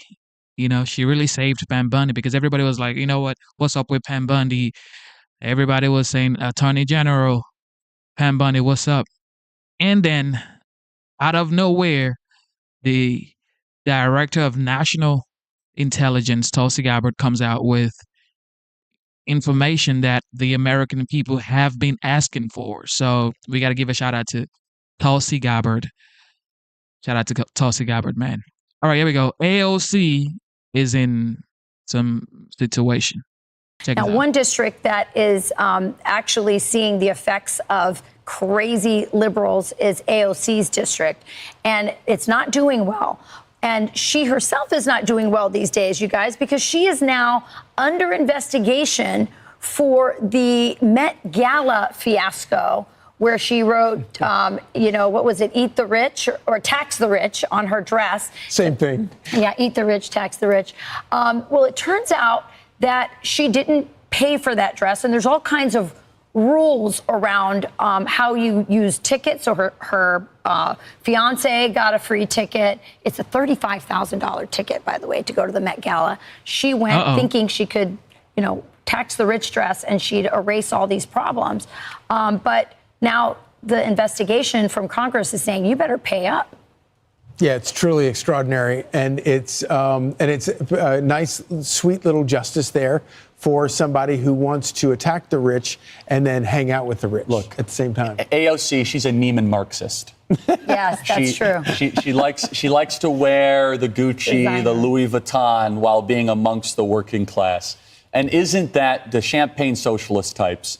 It's exactly what the Democrat Party is made out of. And honestly, that is one of the reasons why their coalition has fallen apart. They see inherent contradiction between the stated principles and the life that they live. That's why Donald Trump was so awesome. He never apologized for coming in on his plane. No. He wore the red tie all the time. It's like, who wants a ride on my helicopter at the Iowa State Fair? It was unapologetic Americanism versus the inauthenticity of the Democrat Here's the Party. other part. Donald Trump is known for tipping out people. Huge. AOC didn't just break the congressional rules. She stiffed the makeup artist. No good. So over $400 for the makeup artist, and the makeup artist had to basically threaten to sue her and take her to, small claims courts before she paid it back. Imagine this champion of the people not paying a makeup artist who traveled out to do her hair and makeup for this, deluxe event. We talked about this in the makeup room. The makeup artists and the hairstylists were outraged. This is really, really egregious stuff. We think of socialism, rightly so, as being dark, drab, lifeless, and it is.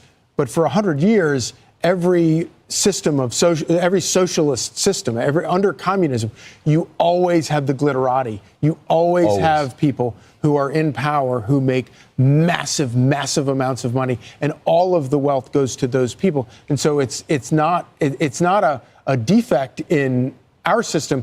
It is actually a part of communism or socialism. It's a feature of Marxism. That's right. It's a feature of it. Yeah. She's the Eva Peron of the Bronx. Or where's she actually from? Westchester? I think it's Westchester. Sandy. Man, why would you pay $35,000 to get tickets to go to Met Gala, and then you can't pay your makeup artist? What is that? You can afford $35,000 to go to Met Gala, but then you cannot afford to pay a working person, a makeup artist, to make you look glamorous. Come on, y'all. Priorities, okay? Priorities. All right, here we go. Alcatraz. The governor of Florida telling illegal immigrants to fasten their seatbelts for takeoff. Ron DeSantis saying deportation flights from Alligator Alcatraz have officially kicked off, and he's warning traffic on that tarmac about to get a whole lot busier. Welcome to another hour of Fox News Live. I'm Bill Malugin. We thank you for joining us. We begin with Madison Scarpino on how Florida officials say Alligator Alcatraz has already taken a bite out of illegal immigration. Madison, good morning to you. Good morning, Bill. The goal of Alligator Alcatraz has always been to ramp up deportations, and that's exactly what it's doing. Governor DeSantis says 100 illegal immigrants there have already been flown off to other countries, and hundreds more have left the facility, flown to other U.S. immigration detention hubs, and will soon be deported as well. The illegal immigration detention center is on a 30-mile property in the marshy Florida Everglades. It's on a former training base and already has an airstrip, making deportations very convenient. One of the reasons why this was a sensible spot is because you have this runway that's right here. You don't have to drive them an hour to an airport. You go a couple thousand feet and they can be on a plane and out of here. Yesterday, Governor DeSantis says Alligator Alcatraz can hold up to 2,000 detainees, but they plan to eventually double the capacity. DeSantis is also pushing back on claims of inhumane conditions at the facility. Earlier this month, a group of Democrat Florida lawmakers took a tour of Alligator Alcatraz.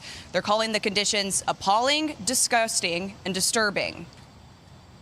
Clean cage is still a cage. That's right. And they couldn't even keep this clean. This place needs to be shut the hell down. Yep. It needs to be shut down. But DeSantis says this outrage from Democrat lawmakers is just a political stunt. I'm just thinking to myself, I've never seen one of you show up to comfort an angel mom who's lost a child because of illegal alien crime. I've never seen you raise any concern about the victims of illegal immigration. The facility is going to cost about $450 million a year, and it's FEMA who is going to reimburse Florida for those funds. Bill? Yep, and the Trump administration has said they're looking at other states who might want to do something just like Alligator Alcatraz, so we'll see where that goes. Madison Scarpino, appreciate that report. Good to see you. So a big sanctuary city showdown is brewing in the Big Apple. The Justice Department is suing the city of New York over its sanctuary policies, claiming they obstruct federal immigration law and allow dangerous criminals to roam the streets and commit crimes like we saw last Saturday when an off-duty CBP officer was shot. 2 illegal migrants have been charged in that violent attack. For more now on the potential impact of this lawsuit across the country, we're going to bring in former acting deputy chief of staff at DHS, Laura Reese. Laura, good morning to you. Thanks for joining us today. Good morning. Thanks, Bill. So both of the suspects who are charged in the shooting and attempted robbery of that CBP officer have been arrested multiple times in New York City, and both of them had multiple ICE detainers ignored due to sanctuary policy. We continue to see this happen over and over and over again. I assume you're happy to see this lawsuit. Definitely, and we need to see more of it with other sanctuary jurisdictions. This was yet another preventable crime because there were so many opportunities to keep these aliens out of the U.S., to deport them, and at the very least to keep them off the streets. We have been suffering since the Biden administration from the perfect storm of open borders under the Biden administration, sanctuary policies, but also rogue prosecutors and judges that just keep releasing criminals back onto the street. And the Trump administration not just suing New York City, they also sued the city of Los Angeles out here for its sanctuary status. And kind of the basis behind these lawsuits is the Trump administration is citing the supremacy clause of the U.S. Constitution, saying these sanctuary policies are violating the supremacy clause, which essentially says federal government supersedes everything the state does, federal law supersedes state law, and that these sanctuary jurisdictions are treating federal law enforcement different than they do state and local law enforcement with these sanctuary policies refusing to cooperate. Do you think going down that road legally is the right way to play this? It is a good angle because immigration law is federal and it does preempt state and local law, particularly where state and local laws contradict federal law. State and locals can have their own laws, but they need to be consistent with federal laws. And so often these sanctuary leaders say, well, we're not going to have our law enforcement do immigration. That's a federal job. And yet when the feds tried to do their job and enforce the law, then these same leaders turn around and obstruct and don't cooperate and interfere with the enforcement of those federal laws. So I believe this is a winning legal argument. Yeah, and those court hearings are going to be months away, so we'll keep an eye on those. As the Trump administration is suing New York, New York's also one of 20 Democratic-run states suing the Trump administration to restore taxpayer-funded benefits for illegal aliens. D.C. is now joining that lawsuit. Laura, we were told that illegal immigrants don't get any taxpayer benefits, I thought. Yeah, this is another example of the multi-phases of Democrat denial. First, they say it's not happening. Then they say, well, it just happens, but it's infrequent. Then they say, well, it's a good thing that it's happening. And then finally, they demand that you implement what they denied was happening. So these leaders who are suing the administration are ignoring their American constituents who voted against having their taxpayer dollars go to illegal aliens. Americans need to be prioritized. American tax dollars need to go to Americans. And so these lawsuits are egregious, and we really need to start putting Americans first. And for the viewers at home who may not be aware, what are some of the taxpayer-funded services that illegal immigrants get in some of these sanctuary jurisdictions? Well, they were receiving different types of welfare, whether that was Medicaid, SNAP. It goes to all sorts of daily activities, public education, healthcare, housing, you name it. We can't survive sustainably these economic costs when we have so many millions of people here living illegally. We need to keep American tax dollars going to Americans.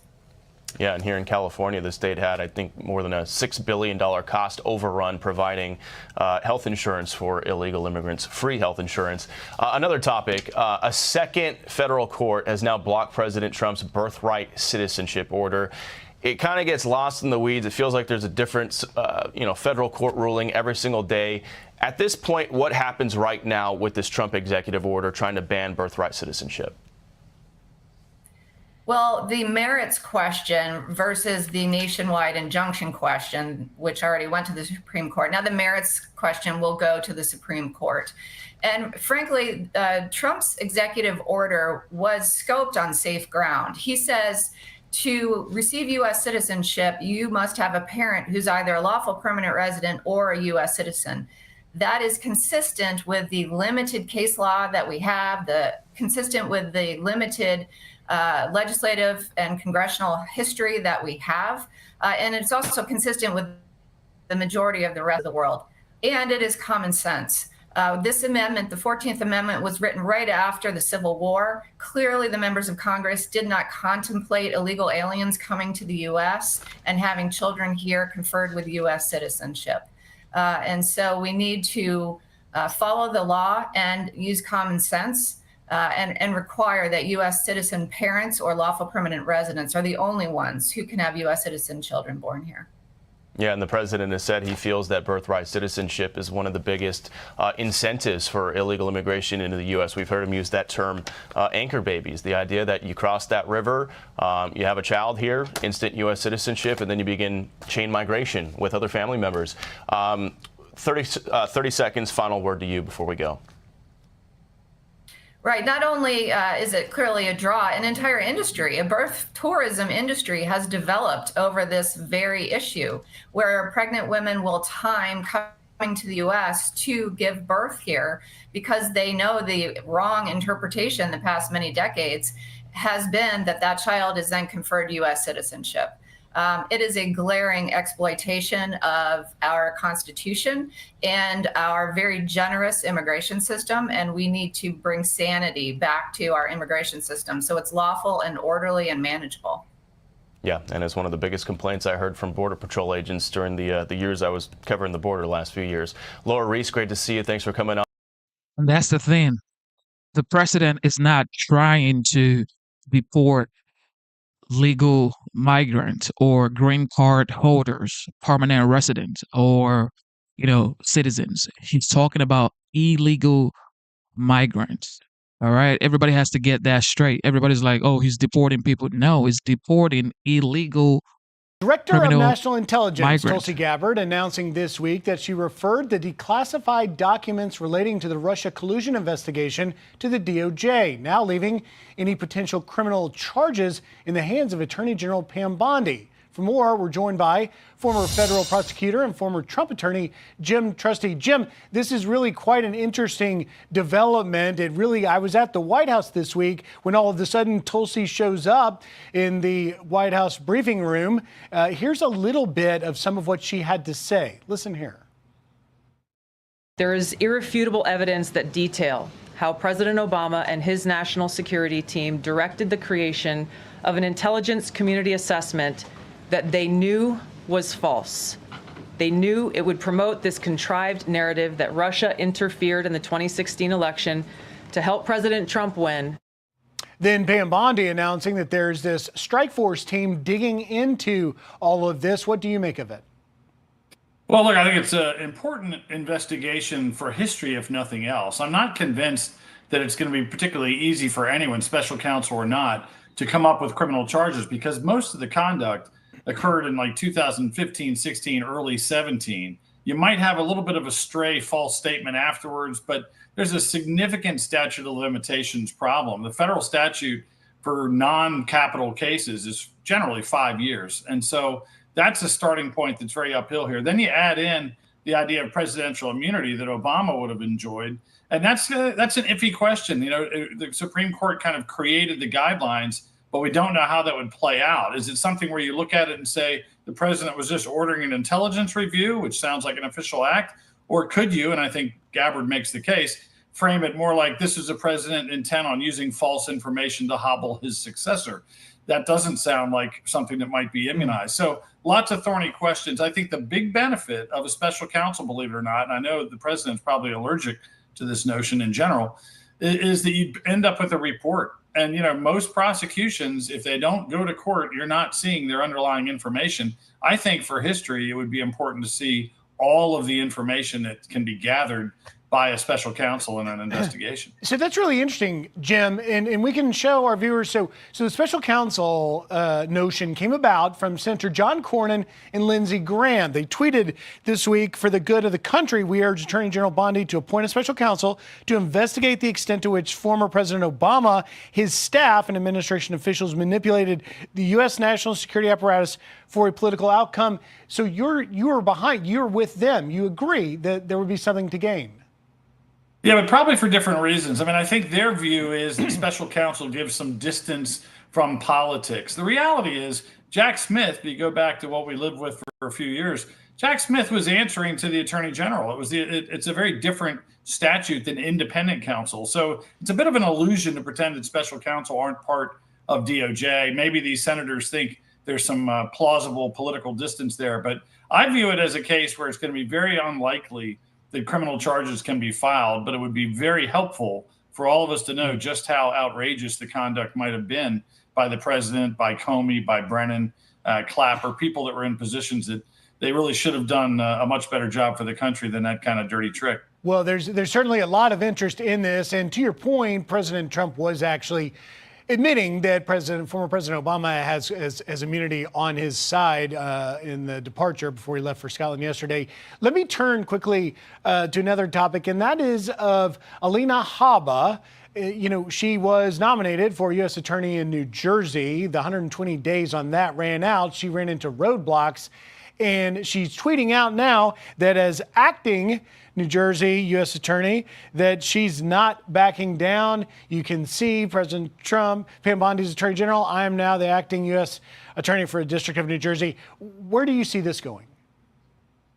Court, unfortunately. I mean, look, it's a crazy kind of three-dimensional chess battle where the president had her as an interim, appoints her for the full-term position, has to withdraw that to let her be the acting, which gives her about 210 days. So at the very least, in about 200 days, all hell's going to break loose. But the bottom line behind it that I think is troublesome is the New Jersey senators Booker and Kim are using their blue slip power, which is essentially a home state veto where they can tell the Judiciary Committee, let's not even have a hearing on the full-term position. And that's kind of the rub that's created this issue of how long she can be in there and what the title is. The problem I see is that the senators don't seem to be phrasing it in terms of some sort of issue of her skills or her competence or her level of prosecutorial aggression.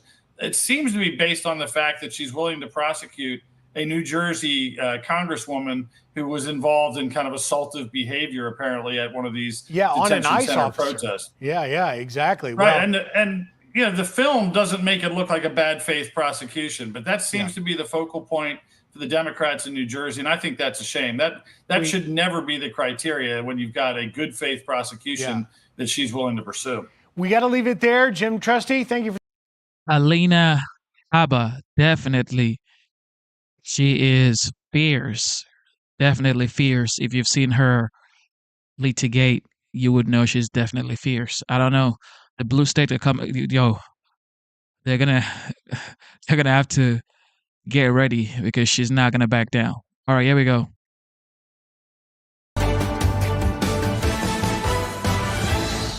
Welcome back. Republican Senators Lindsey Graham and John Cornyn are both calling on the Justice Department to name a special counsel to look into those newly declassified documents on former President Obama's 2016 Russia briefings. This all coming as the DOJ forms a so-called strike force to review the latest intelligence. So the question now, where is this investigation heading? Former Justice Department official Hans von Spakovsky joins me now to talk all about it. Hans, great to see you. Thanks for coming on. Sure thing. In your opinion, would a special counsel be appropriate here? Well, I don't think it's really needed. You know, they're forming a strike force. What that means is they're going to pull in experienced lawyers from the different divisions that have experience in this. So I would assume that would include both the National Security Division, the Criminal Division, and agents from the FBI. And I don't think they need a separate special counsel to do that. That kind of a strike force can get to the bottom of what happened.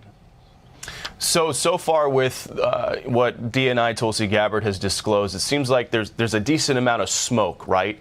Have you seen any fire yet, in your opinion? Well, the biggest problem for the former president and Comey, Brennan, Rice is there's evidence of falsification of intelligence reports. That's a potential violation of federal law. In fact, it's a potential violation of one of the laws that former Special Counsel Jack Smith tried to use against Donald Trump. The biggest problem the strike force is going to have, I don't think, is evidence of wrongdoing. The biggest problem they're going to have is the statute of limitations. That's usually 5 years for most federal criminal statutes. To stretch that out, they would have to show that the conspirators here hid what they did, therefore the statute didn't start running, or it was a continuous conspiracy that ran on for years after 2016 and 2017. Those are tough standards to meet. So if I'm hearing you correctly, you're confident that this strike force is going to be able to gather evidence, get documents, find out what really happened here, but it's going to be a pretty uphill climb in order to have any potential prosecutions here? Yeah, that's it exactly. And President Trump was correct about the possibility of actually prosecuting Barack Obama is pretty slim because, as you know, last year the Supreme Court in U.S. v. Trump said that presidents are immune from criminal prosecution if they were acting within the scope of their constitutional authority. Again, if you wanted to prosecute Obama, you'd have to convince a judge that he was acting outside the scope of his presidential duties. And I think you have a hard time finding a judge who wants to second guess a president. Yeah, and President Trump says President Obama actually owes him because of that Supreme Court ruling. Take a listen to this. We'll get your thoughts on the other side. How do you think that the Supreme Court's ruling that benefited you on presidential immunity would apply to former President Barack Obama and what you're accusing him of doing? It probably helps him a lot. Probably helps him a lot, the immunity ruling. But it doesn't help the people around him at all. But it probably helps him a lot. He's done criminal acts, there's no question about it. But he has immunity. Obama owes me big. Your thoughts? Yeah, the president's exactly right about that. Presidential immunity probably applies to President Obama, but again, Trump was also correct. It does not apply to the other folks who were involved in this, James Clapper, Susan Rice, Comey, the head of the FBI. All of them are potentially liable for under criminal prosecution and under criminal statutes governing, frankly, the misbehavior that they engaged in. All right, got to leave it there. We will see where this investigation goes. Hans, great to see you. Thanks for coming on today. Sure, thanks for having me. Hi, everyone. I'm Brian Kilmeade. I want you to do me a favor. I want you to click to subscribe to the Fox News YouTube page. This is the only way that I know for sure that you're not going to miss any great commentary, any great news bites, any great interviews coming your way on Fox. You can get it all here. All right. Thank you for tuning in to the live show. Here we go. Anti-ICE protest keeps on going on across the nation. Of course, when it comes to the Commander-in-Chief Donald Trump, they always have issues on with immigration officers. 2 illegal immigrants were charged this week with shooting a border agent in New York City. Another was charged for allegedly attacking officers with scissors. And one man in California was arrested for throwing rocks at agents. Now, ICE is expanding its use of GPS-enabled ankle monitors to track those facing deportations. For more on all of this, we're going to bring in CBP Senior Advisor Ron Vitello. Ron, great to see you. Thanks for coming on. Thanks for inviting me. So it's kind of hard to keep up with all the headlines with everything going on these days, but it seems like every week we have some politician referring to ICE as Nazi or Gestapo, terrorists, kidnappers.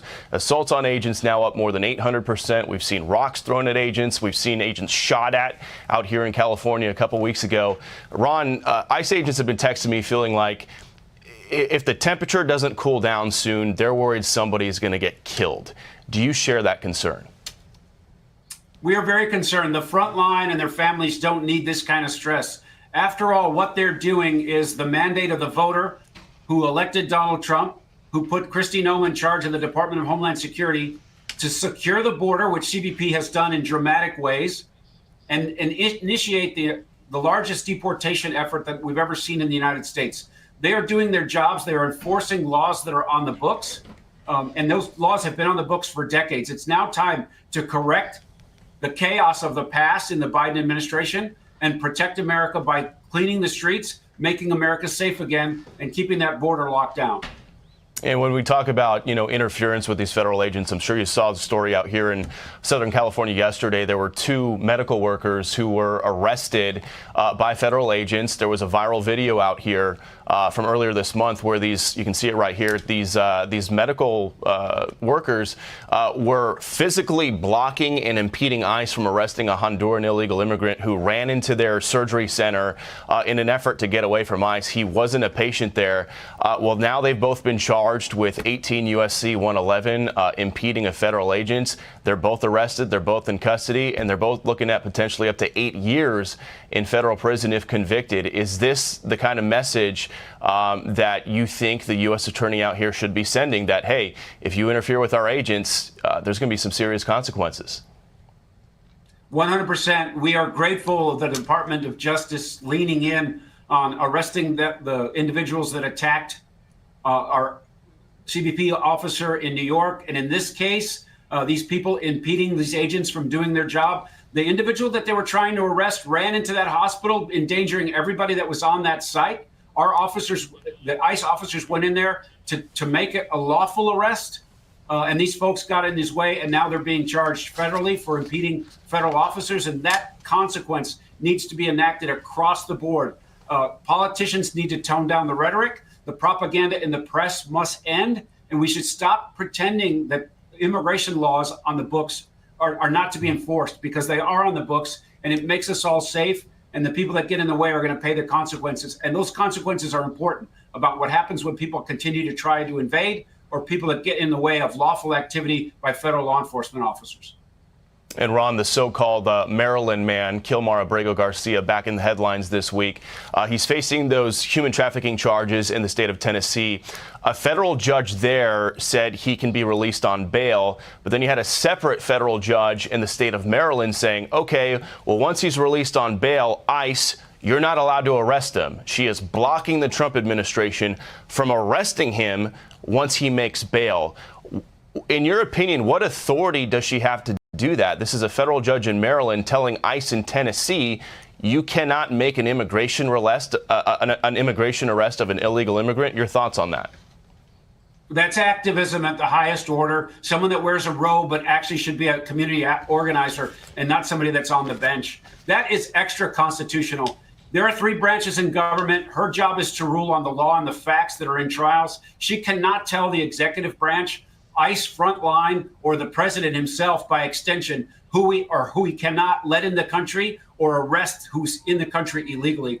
There's thousands of officers who do criminal alien arrests all over the country. I did it when I was young in my career. The judge has no bearing on this. If they want to bail somebody out who's in the country illegally, we took those folks into custody. That's what should happen in this case. And I hope quickly this gets reviewed by a higher court, including the Supreme Court, because this judge is way off the rails.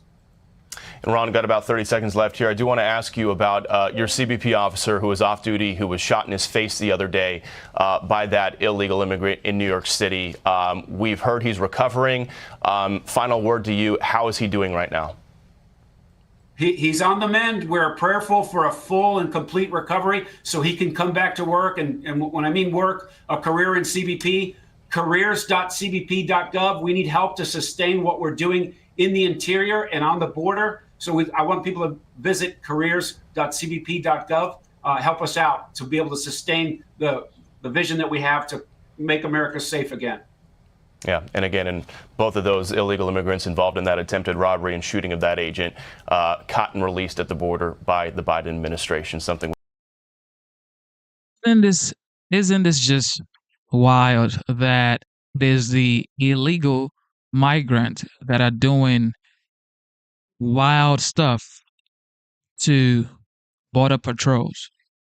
Why? And you see Democrats, or not every Democrat, but most Democrats, is like, let them be, we need immigrants. Yes, the United States needs immigrants, but we want legal immigrants, okay? And I'll tell you this, legal immigrants do not want illegal immigrants. It's just how it is. All right, Don Bongino, ready President for work. Trump is in Scotland today as he celebrates the opening of his new golf course. He is also expected to meet with UK Prime Minister Keir Starmer on this trip to talk trade and possibly weigh in further on the war in Gaza after telling Israel yesterday to, quote, finish the job. Former U.S. Ambassador to NATO Kurt Volker is here to discuss. But first, we go to Lucas Tomlinson at the White House with the latest. Lucas.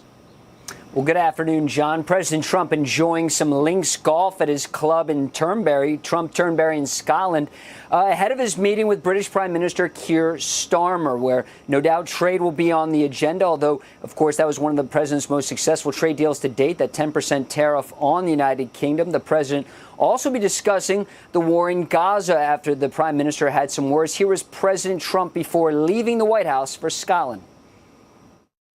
It was too bad. Hamas didn't really want to make a deal. I think they want to die, and it's very, very bad. And it got to be to a point where you're going to have to finish the job. And then earlier today, Britain's prime minister saying on X, quote, Israel must allow aid in overland to end the starvation unfolding in Gaza. The situation is desperate. We are working with Jordan to get aid into Gaza. We are urgently accelerating efforts to evacuate children who need critical medical assistance to the UK for treatment. I am determined to find a pathway to peace. Now, former Trump Secretary of State and CIA Director Mike Pompeo had a different take. Here's his response to the Britain's prime minister. Prime Minister Starmer's statement is just fundamentally fraudulent. The Israelis, who are fighting an enemy that's trying to kill them, is providing food to the Gazan people in wartime. As a matter of historical fact, right, to feed your adversary and their civilians while you're still at war with them, that's really quite something. Now, earlier today, President Trump's deputy FBI director, Dan Bongino, posted something cryptic on X saying, I'll never be the same after learning what I've learned. We are going to conduct these righteous and proper investigations by the book and in accordance with the law. We are going to get the answers we all deserve with any investigation. I cannot predict where it will land, but I can promise you an honest and dignified effort at truth, not my truth or your truth, but the truth. Perhaps he's talking about some investigations there into the Epstein case, or perhaps Tulsi Gabbard's investigation, John. And also, this comes ahead of President Trump's meeting with the EU president tomorrow. No doubt trade on the discussions ahead of that August 1 deadline. The 27-nation European Union wants to make a deal ahead of that August 1 deadline, try to reduce those tariffs, and probably likely on the schedule, more golf for President Trump. Of course, a little too early to shoot grouse and pheasant there in Scotland. Yeah, but you can always hit birdies with a golf club. Look, Trump always plays his golf, man. I don't care what's going on. He will play. And, I guess that's his form of exercising. All right, here we go. Kamala Harris back on track. All right, welcome back. So you might have seen this yesterday. Kamala Harris back in the spotlight, at least for a little bit, delivering a 2-minute pre-recorded message at a youth voter summit. Madeline Rivera is joining us live with more on this. Hi, Madeline. Hey, Bill. Former Vice President Kamala Harris encouraged young voters to stay in the fight without giving too much indication about her own future plans in politics. Here's part of her speech at the Voters of Tomorrow Summit. So keep building your political power. Keep building community. Keep building coalitions. Keep challenging the status quo. And born out of our love for our country, keep fighting to build a country and a nation that works for everyone. And I look forward to continuing in the fight alongside you. So there are many questions over whether Harris will run for a California governor or whether she'll run for president again in 2028. She's reportedly expected to make a decision by the end of the summer. A lot of Democrats are excited to see her back in the spotlight, but the party overall is facing headwinds. A recent Fox News poll shows by a 10-point margin, more voters think Republicans have a clear plan to deal with the country's problems than Democrats. This does not even get to the cash crunch that the Democratic National Committee is facing. New fundraising data shows the DNC has $15 million cash on hand compared to the RNC's $80 million. But former House Speaker Nancy Pelosi, who also spoke at yesterday's event, believes they have time to rebuild before the midterms. When we won in 06, we won in 05. We had our preparation ready a year in advance.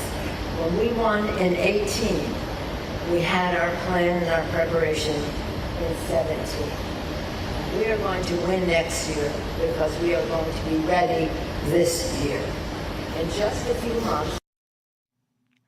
Meantime, former DNC Vice Chair David Hogg, who also spoke yesterday, is repeating his calls to primary Democratic incumbents, and that's rubbed some party leaders the wrong way. Bill. Madeline Rivera live in D.C. for us this morning. Madeline, thank you. So the question now, are Democrats in for an uphill battle to try and bring those young voters back into the fold? Here with the read on all of this is Blue Stack Strategies founder Maura Gillespie and Democratic strategist and former chief counsel for House Judiciary Committee Democrats Julian Epstein. Thank you both for coming on this morning. Julian, I'll go ahead and start with you. Democrats have said they're kind of in a rebuilding year right now. They're trying to find their identity, their party leader. In your opinion, is a couple of minutes of Kamala Harris on video pre-recorded, is that the sort of thing that's going to get Democrats fired up right now? No, I think Kamala Harris is part of the problem. I think she was viewed by most voters as being incompetent and being way too far left. Young voters are moving Republican. The Democratic Party has three problems right now. One is voters don't like the product that they're selling. They don't like the cultural revolution, otherwise known as woke. They don't like the economic revolution, otherwise known as socialism. That's the first problem. The second problem they have is voters don't like the sound of the Democrats. It's the forever grievance party, the forever obstructionist party. And third, the Democrats have the problem of integrity, which we've been trying to Paul Revere. Some of us, a few of us, have been trying to Paul Revere the last few years. And the cover-up of Biden's incompetence, the cover-up of a scandal in plain sight, has also damaged the party. So you talk about their rebuilding bill. They don't really have a plan to rebuild because they're so internally divided. They're in the middle of a Cold War right now, so there's no clear plan. You go out on the street outside of the studio, I guarantee you 9 out of 10, if not 10 out of 10 voters will have no idea what Democrats stand for. Yeah, Maura, to that point, when you look at this video of Kamala Harris speaking, they made sure to put her gender pronouns on there, saying she, her. How do you think Republicans viewed this speech, if that's what you want to call it, yesterday?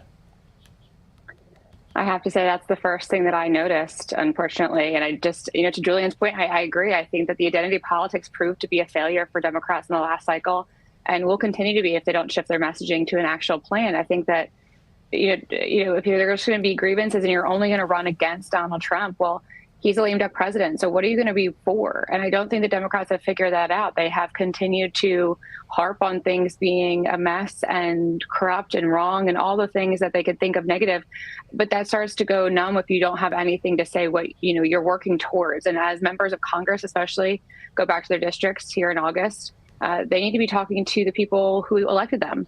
What are you doing to lead? What are you doing to make lives better and bring down the cost of living? And I don't know that what Kamala Harris is serving is really what they're looking to pick up, because it's not a plan. It's just more of the same that they voted against in 24. Yeah, and in the meantime, ex-Biden Chief of Staff Ron Klain, he's been answering questions on the former president's mental fitness this week. He kind of took a different approach than other Biden aides who have been pleading the fifth. Klain is actually answering questions. He told House investigators he thinks Biden was mentally sharp, but he did admit that President Biden was often forgetful and that Hillary Clinton even shared some concerns over his viability in the election. Julian, as a Democrat, are you satisfied with the answers that you've been getting from the former Biden team, even though it really only seems to be coming from Ron Klain? No, and Ron is a friend of mine. He's a good guy. But what Ron is trying to do, and it's better than what the other staff did, is he's saying that Biden couldn't remember small things like names, but he was competent on big things. Well, that's not really true. Biden didn't know what his general's position was on Afghanistan. He didn't know that the liquid natural gas pause was an actual pause rather than a study. He thought it was a study. He thought Congress had passed student loan relief. He messed up on. He didn't seem to have a grasp on big things. So while Ron, I think, is good to answer questions, he's parsing in a way that is incredible. And again, there's a very few of us, who were warning the Democrats about this for 2 years, and people didn't listen. They got into a groupthink and they deluded themselves. They thought they were gaslighting the public, but they didn't. Nobody believed them. And this is part of the problem of the party's brand right now. And Maura, we got about a minute left here. With Ron Klain essentially being the only one answering questions, how far do you see Republicans being able to dig into this? It seems like almost everybody's pleading the fifth. Final word to you. I felt that Ron Klain spoke up because of the Hunter Biden podcast interview earlier this week that, led us to believe that the president was on Ambien and all these different things that Hunter Biden said. It's a real problem for Democrats at large that the Biden family continues to stick their necks out into the spotlight like Hunter Biden did this week. I think it creates more problems, but Ron Klain, I believe he spoke up because to try and counter that, to say, yes, of course, we saw some issues there. But, I look forward to when Anita Dunn comes in next month, because she's the one that wanted him to go, the president, to do the debate in June of last year. And I think that's really what I'm curious to learn about, who decided, who's making decisions. Yeah, and what a catastrophic decision that ended up being, to have that debate. Mm-hmm. Yep. That debate really solidified for all Americans that there was no way Joe Biden was capable of, becoming the next president of the United States, or was he even capable of being the president at the time? Because he was the president while the debate happened against Trump last summer. And people were like, wait, is this the president of the United States? Cannot even make a sentence right. You can't talk. So how are you actually making conversations with other leaders around the world? How are you making deals? What do you even know about the wars around the United States or the wars around the world? So, yeah, that really messed Joe Biden up, and also the Democrat Party. All right, Mark Levin. March 3, 2017, Breitbart News. Mark Levin to Congress, investigate Obama silent coup versus Trump. Now, ladies and gentlemen, over 8 years ago, when I was doing my radio show on that Thursday night, as I was preparing, I started to pull news articles together, website reports together, and I started to see a pattern. A pattern that there was an effort by the Obama regime during the Trump campaign in 2016 and subsequently during the Trump transition and during his early presidency to interfere with the campaign and then to destroy his presidency. I broke it first on radio, then with Pete Hegseth the following Sunday. I guess that's March 5th or 6th, 2017. And it was a big story. The media attacked me. The media denied it all, but I used all their reports. All their reports. And so I want to give you the context of this evening as we get into it and what Tulsi Gabbard has done, which is very, very important. And you're hearing people say, well, we already knew all this. We didn't know all of it. Or they're out there saying, what's the big deal? There's not a crime. We have immunity. They're not exactly right about that. So stick with us. It's a full program. We're going to take it from beginning to end.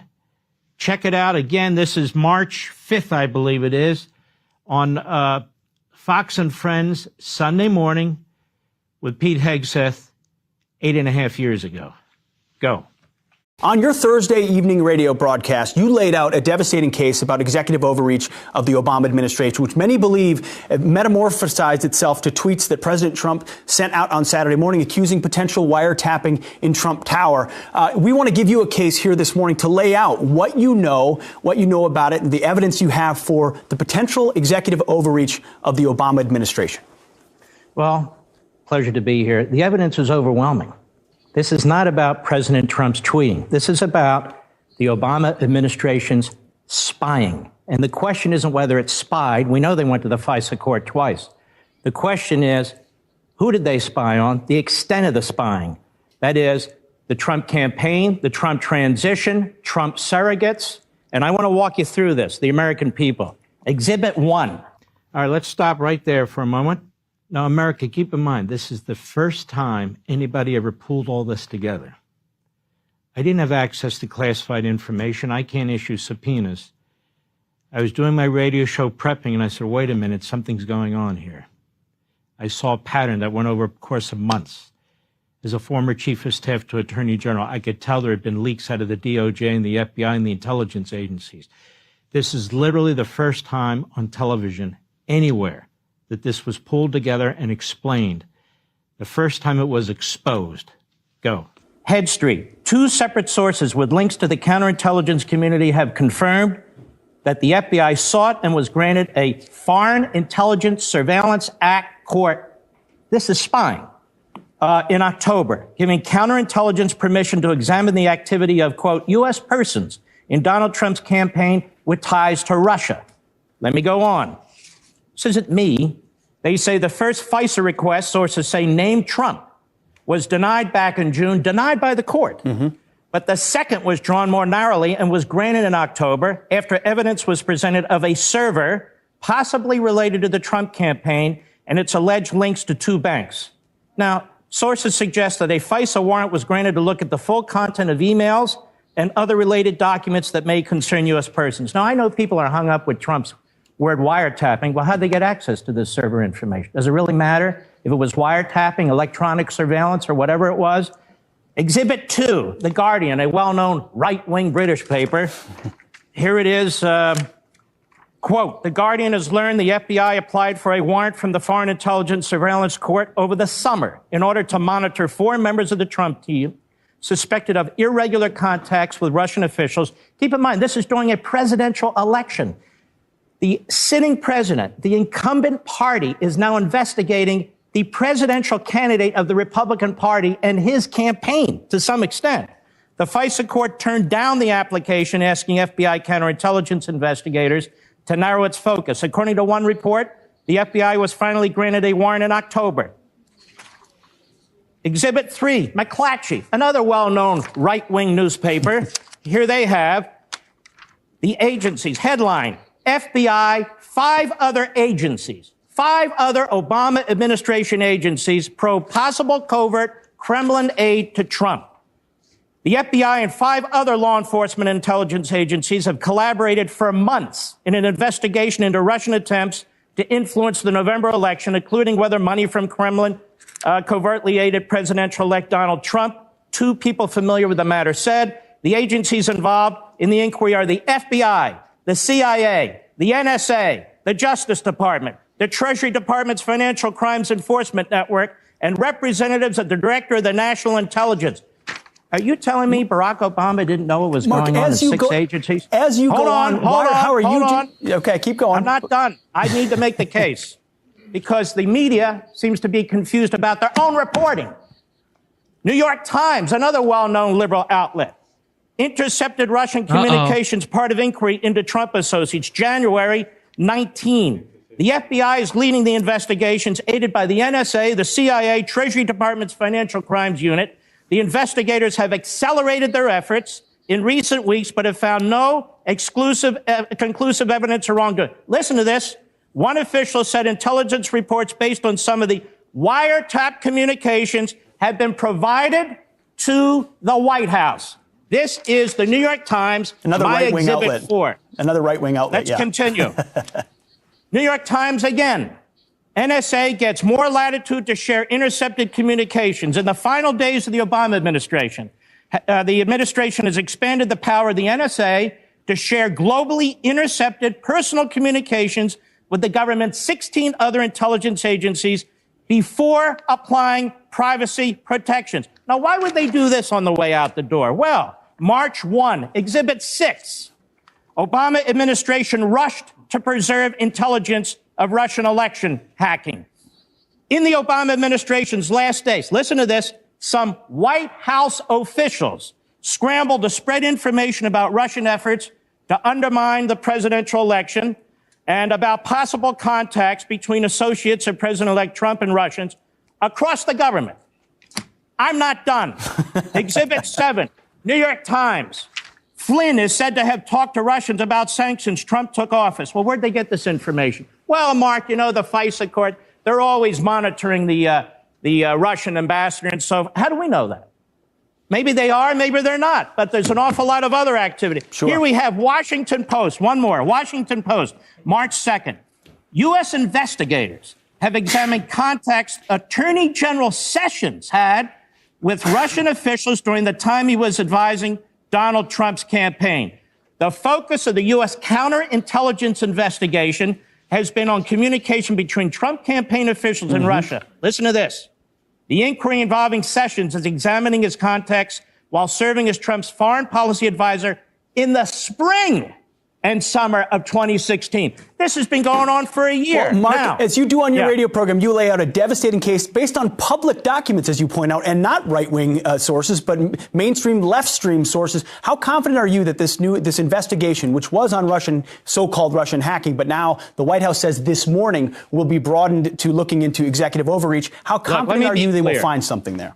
I don't know, but they already found something. The issue isn't whether the Obama administration spied on the Trump campaign or transition or certain of its surrogates. The issue is the extent of it. They went into court a second time. They were so aggressive. They waited 4 or 5 months. They go back in October, weeks before the general election. They narrow their request. All of a sudden, we have leaks coming out on Flynn. Then we have a horrible meeting that took place between Sessions and so forth. And I'm telling you, as a former chief of staff to an attorney general of the United States, in the Reagan administration, these are police state tactics. Now, what did Barack Obama know? He knew everything I just read you apart from 1 or 2 articles. You know how I know?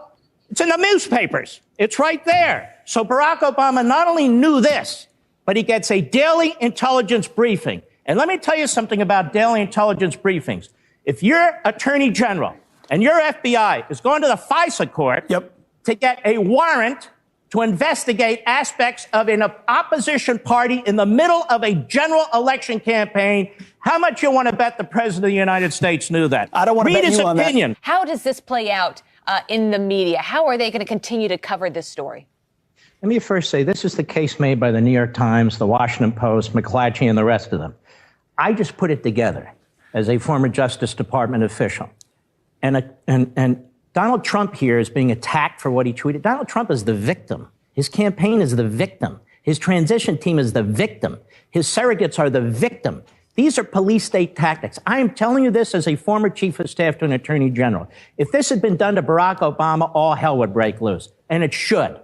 And Barack Obama's statement is pathetic. Mark. Let me just say this. Where does it go from here?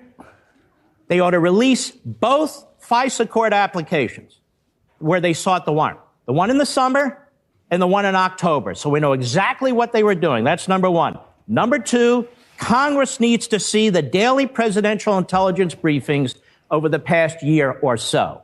Those are the beginnings of a serious investigation. Number three, for the Republicans in Congress, you control the majority.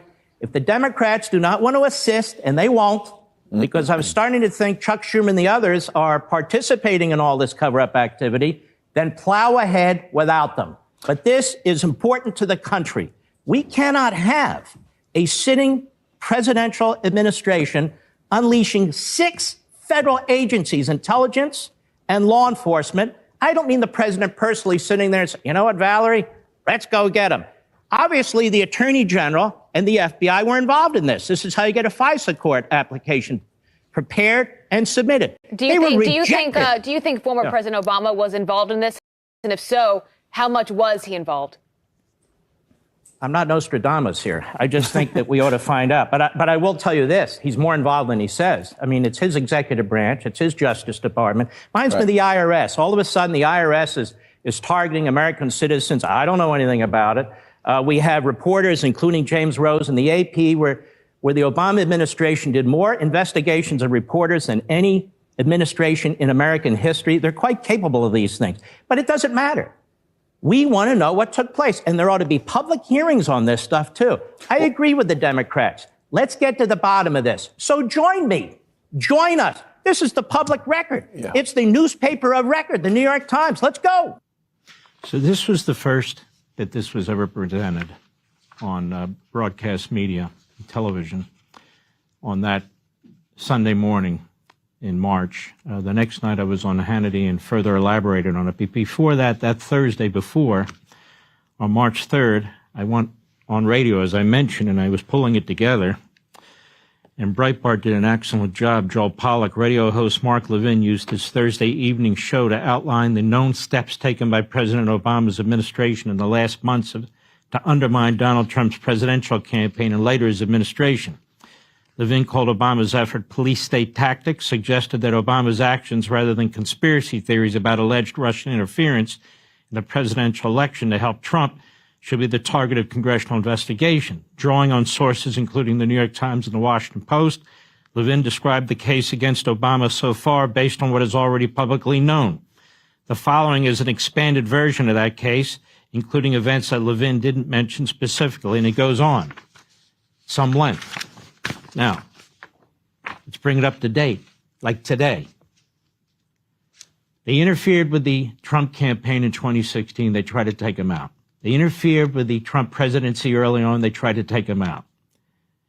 There was never any evidence of any kind from anywhere of collusion between Russia and Trump or Russia and the Trump campaign. July 2016, CIA Director Brennan briefs Obama and Biden that the CIA uncovered evidence that Hillary Clinton approved in her campaign to try and tie Trump to Putin and to the Russians to distract from her email scandal.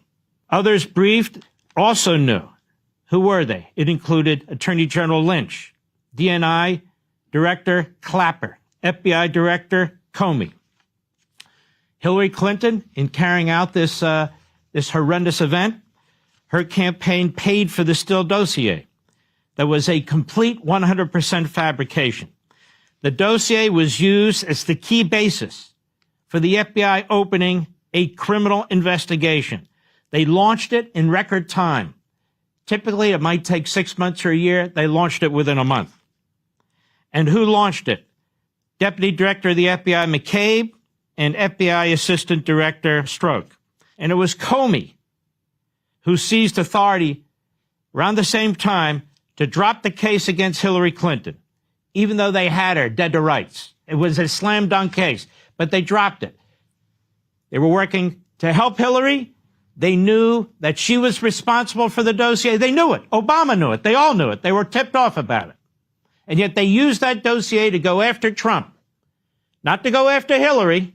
Trump. The FBI chose not to get a FISA warrant when it came to Hillary Clinton and her campaign. But as it turns out, the media had leaked that there were 2, as you could hear earlier. But there were 4 FISA warrants, all based on the Steele dossier, most of it. The FBI lied to the court, to the FISA court, for its FISA warrants, using primarily the Steele dossier, which they knew was Hillary's concoction. She paid for it. December 9, 2016, Obama asked for an intelligence reassessment. Now, this is where Tulsi Gabbard has bombshell information. It's funny, I'm here. There's nothing new here, people say. When I first presented what I was gathering from the public record, I was told it was all lies, it was all false, even though the leaks obviously were coming out of the Obama regime. They're the ones who planted it. The FBI planted it. The CIA planted it. The Department of Justice planted it. The White House planted it. That was their goal. The media wanted it, ran with it without question. I pulled it together. I pointed it out, and they said I'm committing a conspiracy. Excuse me? But the point is, what we've learned now is that the mob boss, that the Svengali who was in charge was in fact Barack Obama. He was the maestro. He orchestrated much of this. Hey, Sean Hannity. Mark isn't holding back. Well, we know the former president, the 44th president of the United States, Barack Obama, has immunity. So I don't know how that's going to work out. out. The hallway of an active construction site that is the headquarters of the Federal Reserve this afternoon. While donning white hard hats, President Trump stood next to the object of his ire for the last several months. That is the chairman of the Federal Reserve, Jay Powell, who has resisted the president's repeated demands that he lower interest rates. Within minutes of the president arriving on the scene here, we saw them in the hallway where there was a remarkable moment between the two of them, where initially Powell had stepped out of the camera frame, just to note as you're about to see this, when Trump ushered him back in. Then, as the cameras were rolling, Powell pushed back on the president's assertions about the price tag of the central bank's renovations. So the 2.7 is now 3.1. I'm not aware of that. Yeah, it just came out. This was so funny. This was so funny. Our notes had it about 3.1 as well. 3.1. 3.2. This came from us? Yes. I don't know who does that. You're including the Martin renovation. You just added. Our entire capital plan. Yeah, you just added in a third building is what that is. That's a third building, Well, including no, the but Martin building. it's a building that's being built. No, it was built 5 years ago. We finished Martin 5 years ago. It's part of the overall work. But it's So not new. The tour continued, and back at the White House afterward, I asked the president's deputy chief of staff and his budget chief about that exchange right there. Who is responsible for giving the president accurate information about what the cost is? Because Fed Chair Jay Powell was correcting him on live television. No, he wasn't. What the president pulled out of his pocket. They had two different numbers, is my point. No, the president pulled out of his pocket a page from the FOIA request of the Fed's own internal documents that is available on their website. So when It's he's saying available there's for- a third building, you're saying he's wrong? No, what the president is saying is the entire construction project that's going on, which is a build and renovation project over the last number of years, is currently at $3.1 billion. And what the Fed chair was saying was, no, you have to take one of the buildings out of it. Well, no, it's all one project on the whole complex. Why do you disagree with that? If the building was already done and it's not part of what your issues are right now? I don't know what you're saying. If you go back and look, and the president's looked at the forms, they're right there. You can see every single year they put out the FOIAs for every single year, and every single year the numbers have gone up for this project. What number? So you're saying that the number Jay Powell gave was wrong, and the one the president had is accurate in your assessment? I Is that think right? what the Fed chair is doing is splitting hairs in that moment to try to drive down the top line costs for what we're talking about. We can't be sure, but this appears to be the document that the president handed to Powell today. It shows the cost of several different projects and programs that we have here, I should note, that is on the Federal Reserve's website when you look at their budgets and their analysis for the next few years. Joining me now is CNN global economic analyst and associate editor for the Financial Times, Rana Foroohar. And it's great to have you here, Rana. You've obviously covered the Federal Reserve extensively. Just on that scene first that played out today, have you ever seen anything like that? Never in the history of central banking in America or possibly any other country have I seen anything like that. It was really, really unprecedented. And it was clearly good television for the president, but it does not make investors feel more confident about the monetary market or economic picture in America. I can tell you that. And when obviously you heard from the president afterward, he seemed to soften in his criticism of Jay Powell. I mean, who knows if it holds? Obviously, he's been quite frustrated with him. But he came out of it after and took some questions from reporters and seemed to say, you know, it's easy to Monday morning quarterback. He talked about the construction side and what has been the centerpiece of this criticism from his own aides about, you know, how much it's costing to renovate this. I wonder what you made of just the outcome of this visit overall. Yeah. So look, I mean, you know, is there a cost overrun in this building project? Sure. Is it larger than many other federal cost overruns? Yes. But that's not the key issue here, Caitlin. If you look at what the Fed is actually spending its money on, like hundreds of billions of dollars, it's on fighting inflation. Even this large, expensive project is a fraction of the money that the Fed has to spend every year. One of the reasons it's spending that much money fighting inflation, according to many economists, is political risk in America, which is why do you have to spend? Why do you have to spend billions of dollars to fight inflation in the first place? Just reduce the interest rate. Why are you spending money to fight inflation? Tenure and tariffs and the worries over tariffs. And so the president has been looking for a reason that to accuse Jay Powell of malfeasance, of fraud. There doesn't seem to be any evidence here that I can see that would point to Jay Powell not doing his job, which is to look at the data and to try to make the best call about managing inflation and keeping employment where it should be. And I think he's doing a very good job at that. Out front now, Dan Ives and Peter Tuchman. Einstein and Ives are with me. And you laugh, but they're still employed. Okay. So, Dan, you got the markets today watching this whole thing on the screen. You have Powell and Trump in their white hard hats arguing over the cost of a construction project. It's like a scene out of The Office, right? I mean, I think investors, the last thing they want to see is just a squabble. You don't want to see this for the markets, just given uncertainty between Trump and Powell. And look, this is essentially, it's theater. And the reality is that Powell being there and even trying to sort of argue with Trump on some of the costs, I think that was a moment where he's not backing down. He's putting a line in the sand. And look, this is a soap opera, but this is definitely a Saturday Night Live type scene. I mean, this was the guy that Trump put Powell in the job, Correct. Just to remind everybody. And he's done an incredible job. And, you know, I was thinking about it today. The last thing you really want to do is to change the captain of the ship midstream here. That would make no sense. He's been through this journey since COVID. I mean, I don't know how anybody could think he's done anything less than a spectacular job, right? And I think he held his line exactly. The line in the sand here, you know, he did have that smile at the end when he talked. But the fact that he went back at him okay. So Peter Tuchman, this trader at the New York Stock Exchange, he's always dressing funny, but I guess, you know, it's hip. But like, look at his blazer. Look at his suit. Jesus. I want to play it again because first he shakes his head, and maybe he went into it saying, "Okay, I am not going to engage. I am not going to engage." We've all been there. No, he's like, and he's shaking his head, and then all of a sudden it's like, "I've had it." All right, let me just. Why does he look like Jerome Powell? Why does he look like he looks like a wet dog right here? I mean, really, look at him. It's like, wait. Let me just play it here again. So great.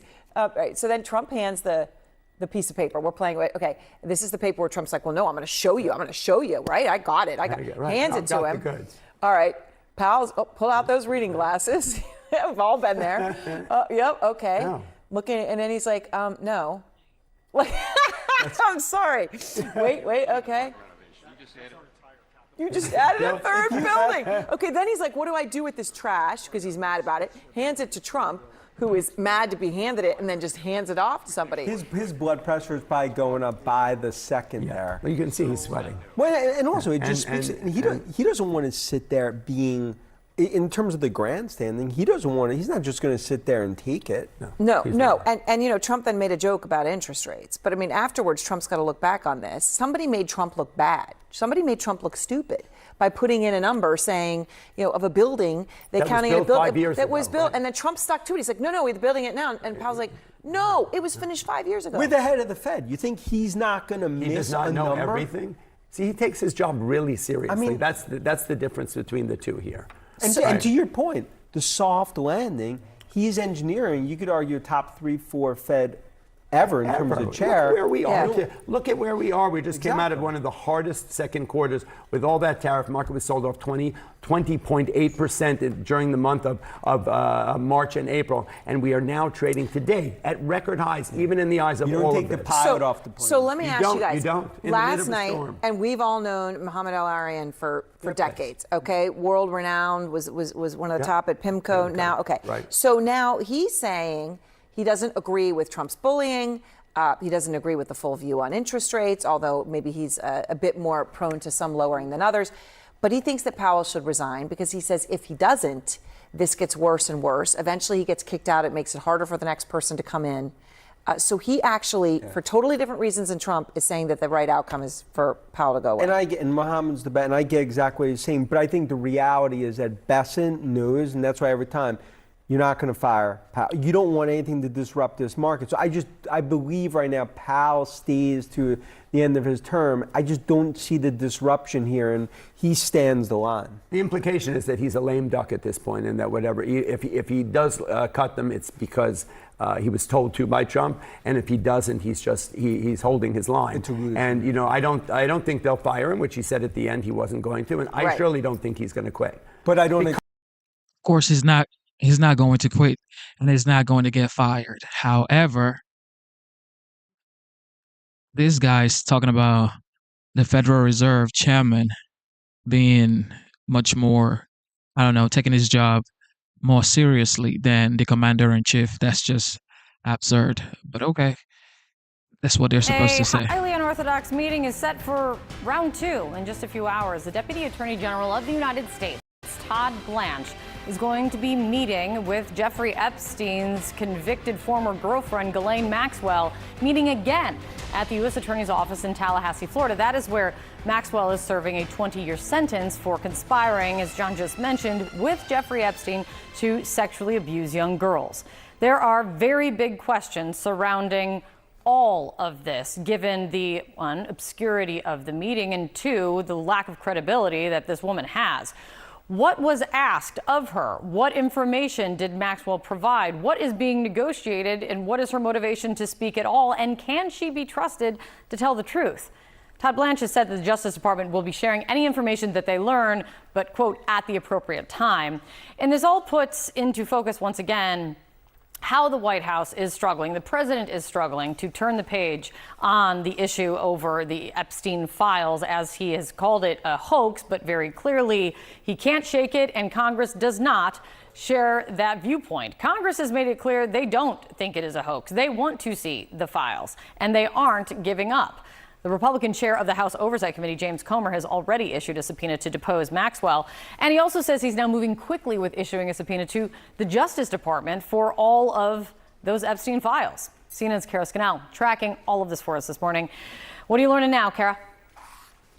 Hey, good morning, Kate. Those are all great questions, and questions that we are trying to get the answers to. But as you said, this is the second meeting, the second day in a row where Deputy Attorney General Todd Blanche is meeting with Ghislaine Maxwell. Maxwell is convicted and serving a 20-year sentence for sex trafficking of minors. Prosecutors had proven at a 4-week trial that Maxwell had abused underage girls, recruited them and groomed them for Epstein to also sexually abuse them. So the big questions here is, what are the terms of this meeting? What are the ground rules here? Is Maxwell being offered anything for her testimony? She is trying to appeal her conviction and also this 20-year sentence that she is only a few years into serving. So a lot of questions about what is left to talk about today. We did see yesterday that the lawyers met for the full day. They arrived at 9 a.m. They left at 4 p.m.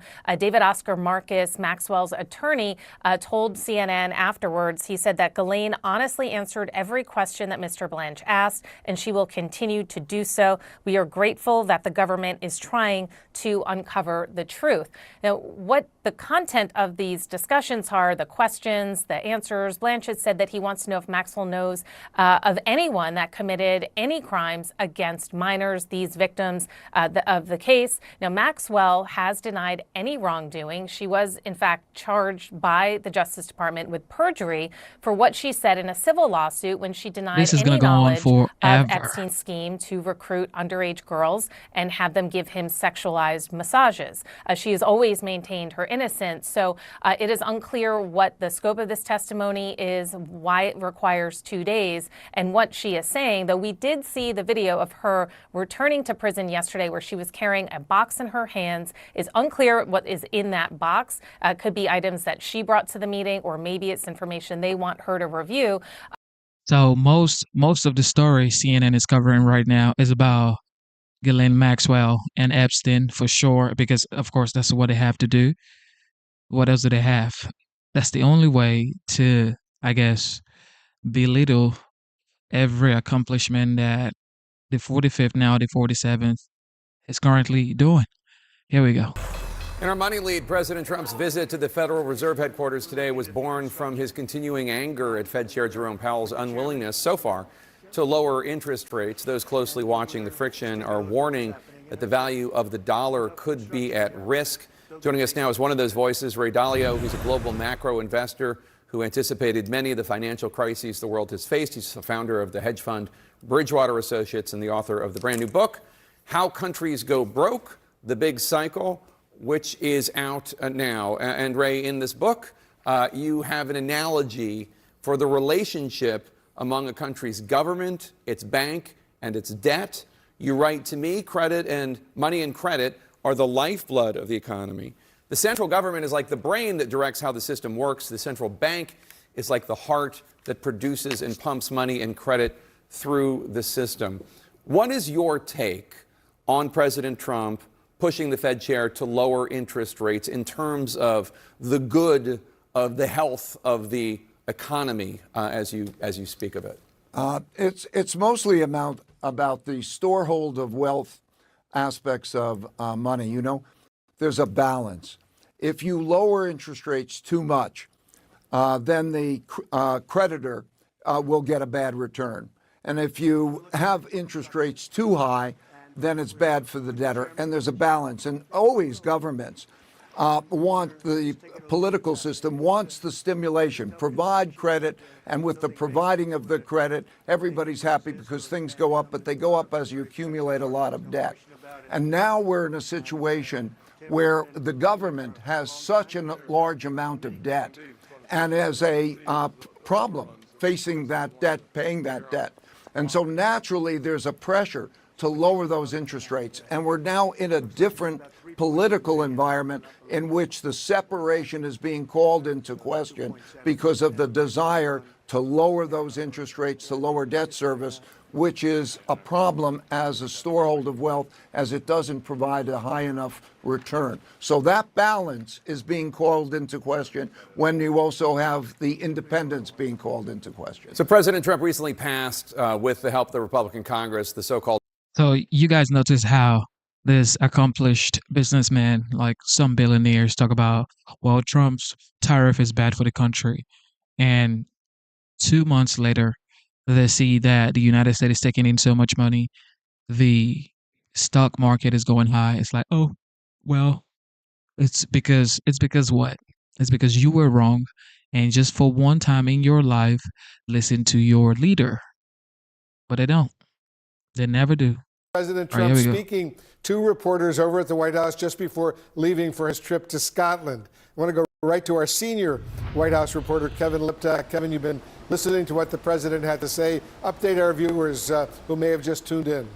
Yeah, and it was quite a lengthy session that we had with President Trump out on the South Lawn as he's heading now on his way to Scotland. And I think one of the most interesting things that he was asked and sort of answered was whether he was considering a pardon or commutation for Ghislaine Maxwell. Remember, she is the associate of Jeffrey Epstein, who is down in Tallahassee, Florida, yesterday and today, speaking with the Deputy Attorney General, Todd Blanche, who is potentially looking for more information about this Epstein case in a bid to kind of tamp down on the furor among some of the president's supporters who believe the administration has not been transparent enough. And the reason this question of a pardon or commutation has come up is because people are wondering what incentive Maxwell will have to kind of spill the beans, to talk to Blanche, to give him the information that he needs. You know, she's serving a 20-year prison sentence down there for sex trafficking, and she has appealed her case. She wants to get out of prison. Listen to what the president said when I asked him this.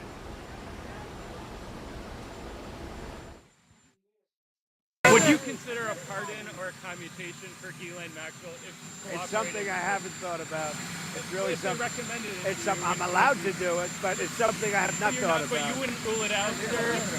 Why has Mr. President?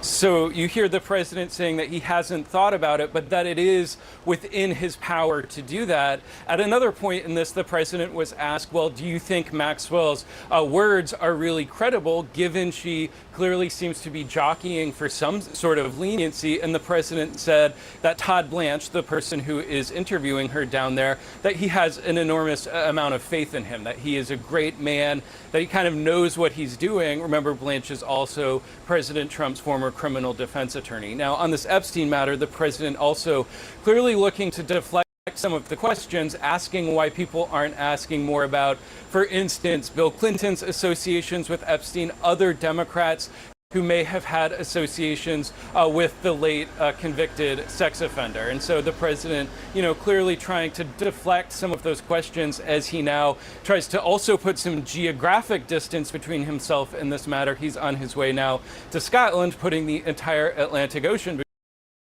between himself and Washington, where this fear has kind of built up. Wolf. What is this guy talking about? Putting a distance between him and the country, DC to Scotland. He's in Scotland for business. Like, what in the world is CNN talking about? All right, here we go. You're standing by for the president to depart the White House. One would think he will face questions about all the Jeffrey Epstein developments. They have cast a shadow a bit the last few weeks over the administration.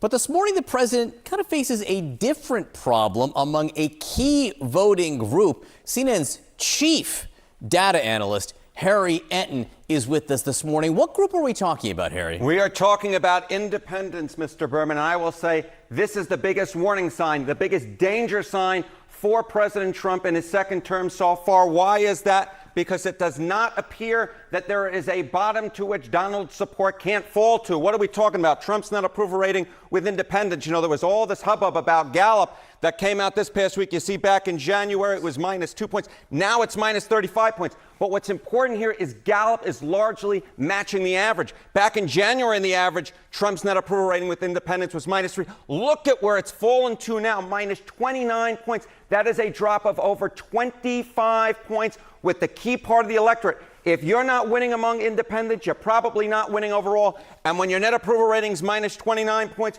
you are definitely not winning overall when you're that low with independents. It's just the size of the drop. It's staggering. It's huge. Okay, so how does this compare? Don't forget, this is the same polls that told you this guy was going to lose. Okay, the same polls. Historically. Yeah, you know, we were talking about Trump's overall approval rating, that it was the second worst overall. But we look among independents, it is the worst on record at this point. My goodness gracious, worst net approval ratings ever 6 months in among independents. Last time around, Trump broke the all-time record at minus 23 points. He is even lower than that now. At minus 29 points, he has broken his own record for the worst on record. As I said at the beginning, there appears to be no fall, and Trump is certainly falling through that floor. So during the Biden administration, I think there was a lot of thinking that maybe enough focus wasn't being paid to the effect that inflation had on people's thinking. And it may very well be that inflation's playing a bigger role in opinions than we recognize. Yeah, so inflation in my mind was what cost Joe Biden the presidency more than any other factor, and it brought him down. But guess what? Donald Trump at this point, his net approval rating on inflation among independents, it's actually worse than Biden's was a year ago. Biden was way, way underwater at minus 38 points. But look at Trump and the average of polls on inflation. Oh my goodness gracious, minus 45 points. I never thought I'd see the day, especially this early on in the Trump administration. The issue that in large part got him elected is at this point the issue more so than any other that is dragging him down. If this is what we have on midterm day come 2026, I can promise you this. The Republican majority in the House, you can wave adios amigos, goodbye to it, because Republicans, simply put, can't win with this number. Harriet, thank you very much. Thank you. Democrats are on a mission to keep the Jeffrey Epstein scandal in the spotlight throughout Congress's August recess. According to Axios, the DNC is buying ads like this in 11 vulnerable Republican districts. This is a serious issue. The highest volume of calls into my office have been about Epstein.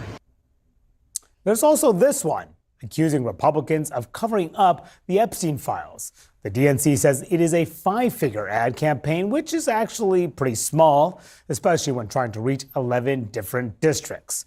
So, is this just performative or a sign of what's to come? My panel is back. So, is this an effective strategy for Democrats as they try to regain the House? Oh, yeah. I mean, just keep talking about Epstein. As a matter, like we reported yesterday and you guys were covering it, they were introducing amendments in a number of committees, House and Senate. Just talk about Epstein as much as you can talk about Epstein. There's very little. Can they stay on that message, though? Sure. Why not? I mean, Trump's helping them. You know, why not? Republicans are helping them. They, like you talked about, subpoenas. Subpoenas will be coming in, later this month and next month. That's going to take a while. They should talk about this as much as they can for as long as they can. And I think if this keeps Republicans on their back foot, why not? It's this remarkable moment, though, where Democrats have been struggling with messaging all year round. And who would have thunk that this was the issue that was going to sort of bring Democrats together? And can they stay on that? Because they want to be like, talk about health care or talk about this or whatever. Can they stay on this? I think as long as their polling shows that this is an effective messaging strategy, they will continue to stay on this. And why not? And why can't they talk about all this stuff? They can talk about Medicaid. They can talk about this. I mean, they should stay on this as much as they can. I think this is an effective, because Republicans have shown up to this point, and that's why they left town, no ability to get in control on this scandal at all. And look, I say the Democrats were very strategic this week in forcing these issues in the Capitol. That's what forced the House essentially to leave for recess early. They were successful in forcing through a subpoena for all the Epstein files. They caught Republicans flat-footed on that issue.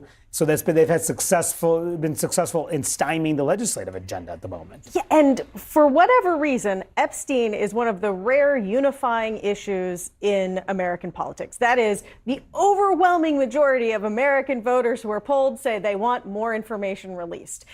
It's a rare winner for everyone. But Republicans are having trouble because they can't release enough to satisfy the base. And so this is something, but as you say, a 5-figure ad campaign is really enough of an ad campaign to get us to talk about it, and basically nothing more. That is not a lot of money in politics today. Is the Trump team worried about this? Well, I mean, I do think if you have talked to Democrats, and you guys have talked to more of the members of the Hill than I have, but Democratic sources, I mean, it's been a pretty demoralizing 6 or 8 months since the election, right? Watching Trump sort of come in and do what he's done, and in some ways not having much ability to resist his agenda, sort of struggling with what the message should be. I think this is really the first time I've seen in the Trump world a sense that they've lost a little bit of control of the narrative in the presidency. For like the last 2 weeks, I was talking to someone yesterday who was saying to me, Trump has this sort of supernatural ability to often change a topic. And this week it's been, talking about Tulsi Gabbard and what she's saying about the Russia investigation, talking about X, Y, Z, but none of it's really sticking, right? And so you saw him again today try and do that as well. It seems like this is the first time in the presidency that he's really tried to move the news cycle in a way and has not been able to do it. Now, whether that's 6 or not, I mean, you guys all know politics is pretty ephemeral. This could go away in 2 weeks. We could be talking about something extraordinarily different. That's like part of the presidency. But this is really the first time I've seen him not be able to move it the way he wants to. No question about it. So how do voters feel about all?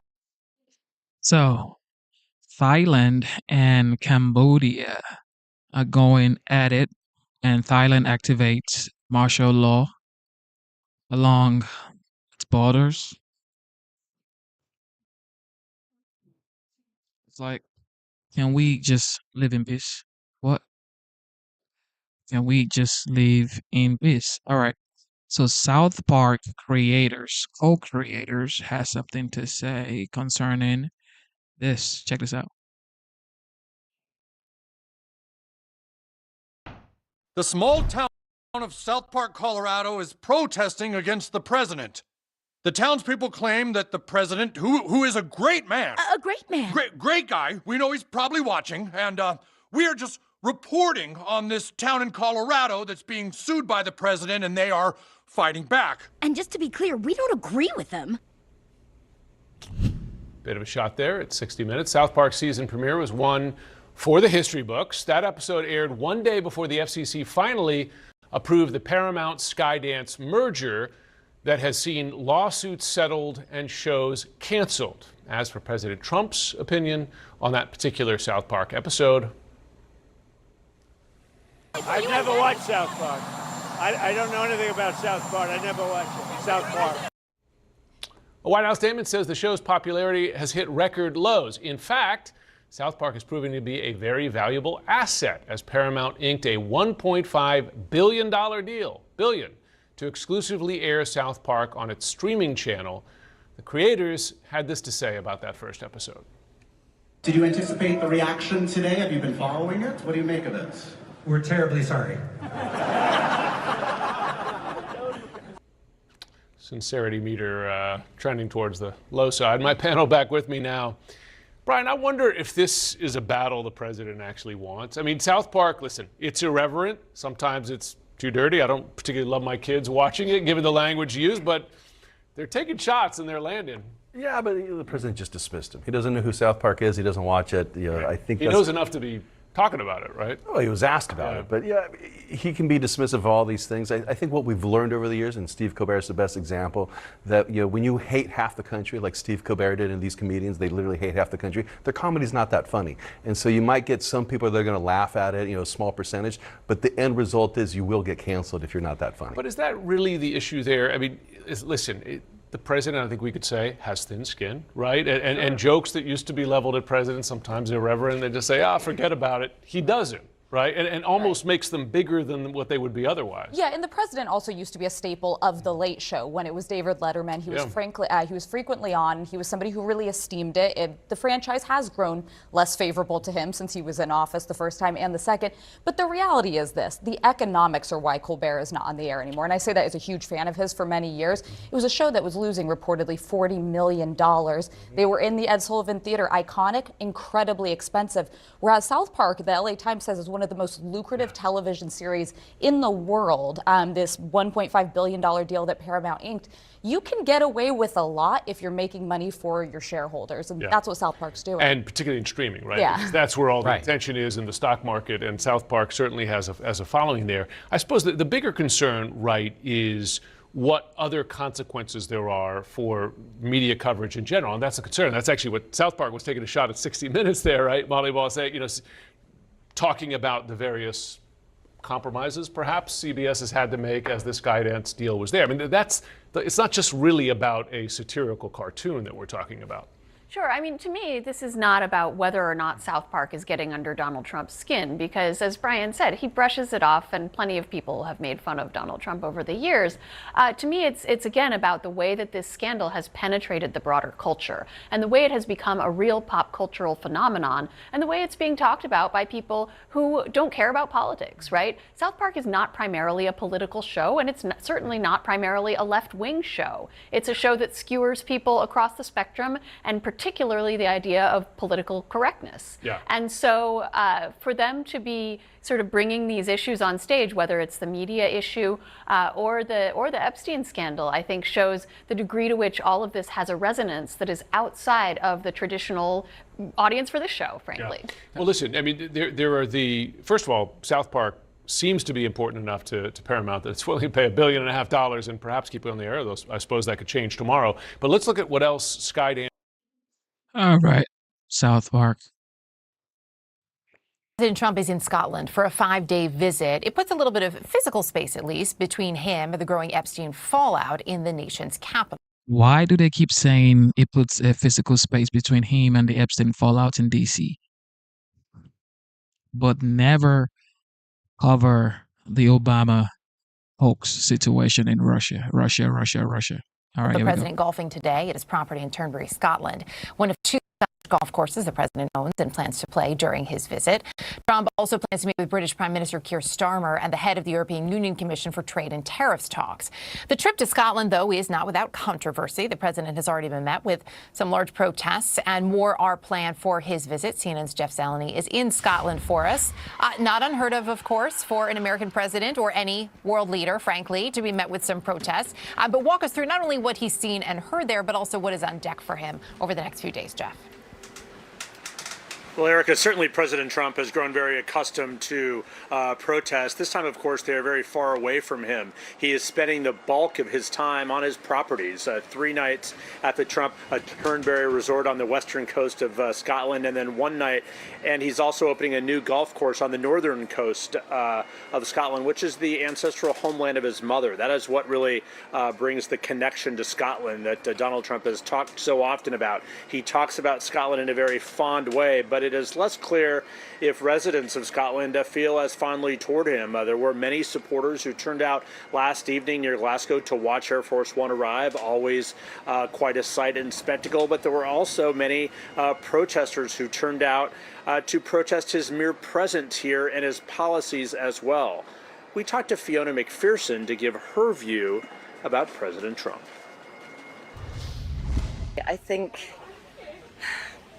we're probably going to have to play nice, but I don't want us to. But you know, America was our ally for so long. We relied on America so much. Now it's an embarrassment. I don't know. It's very, very tricky. I think politically, yes, we've got to play nice. But on the other hand, if we condone his behaviour, what message are we sending out to the world?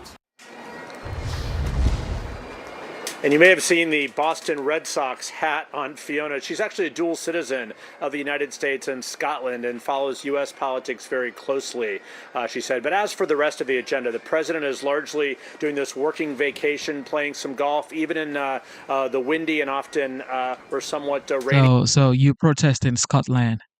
I mean, what are you protesting actually? What is your grief? What are you actually protesting?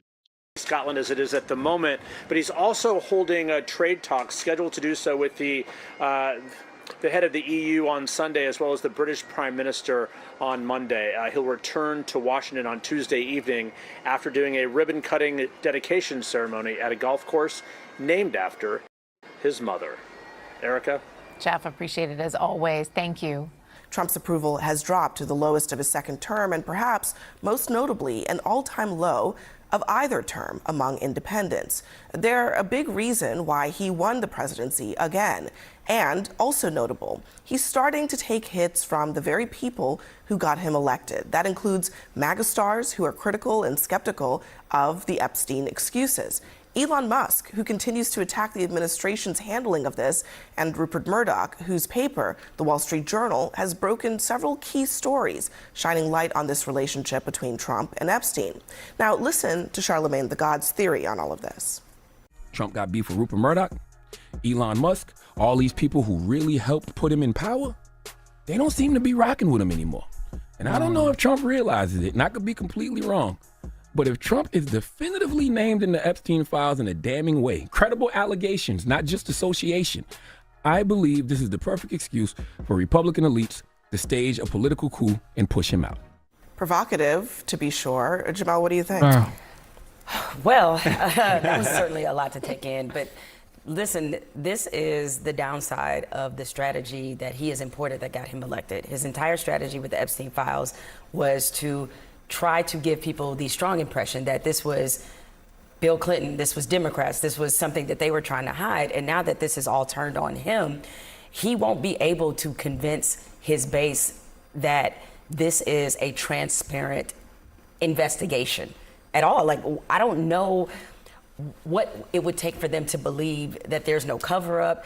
I mean, you've convinced a lot of these people. Part of your whole spiel is that the government isn't to be trusted. And then you're asking these same group of people to suddenly trust that this was all on the up and up. There is no list, that everything is as it appears, and they're just not gonna buy it.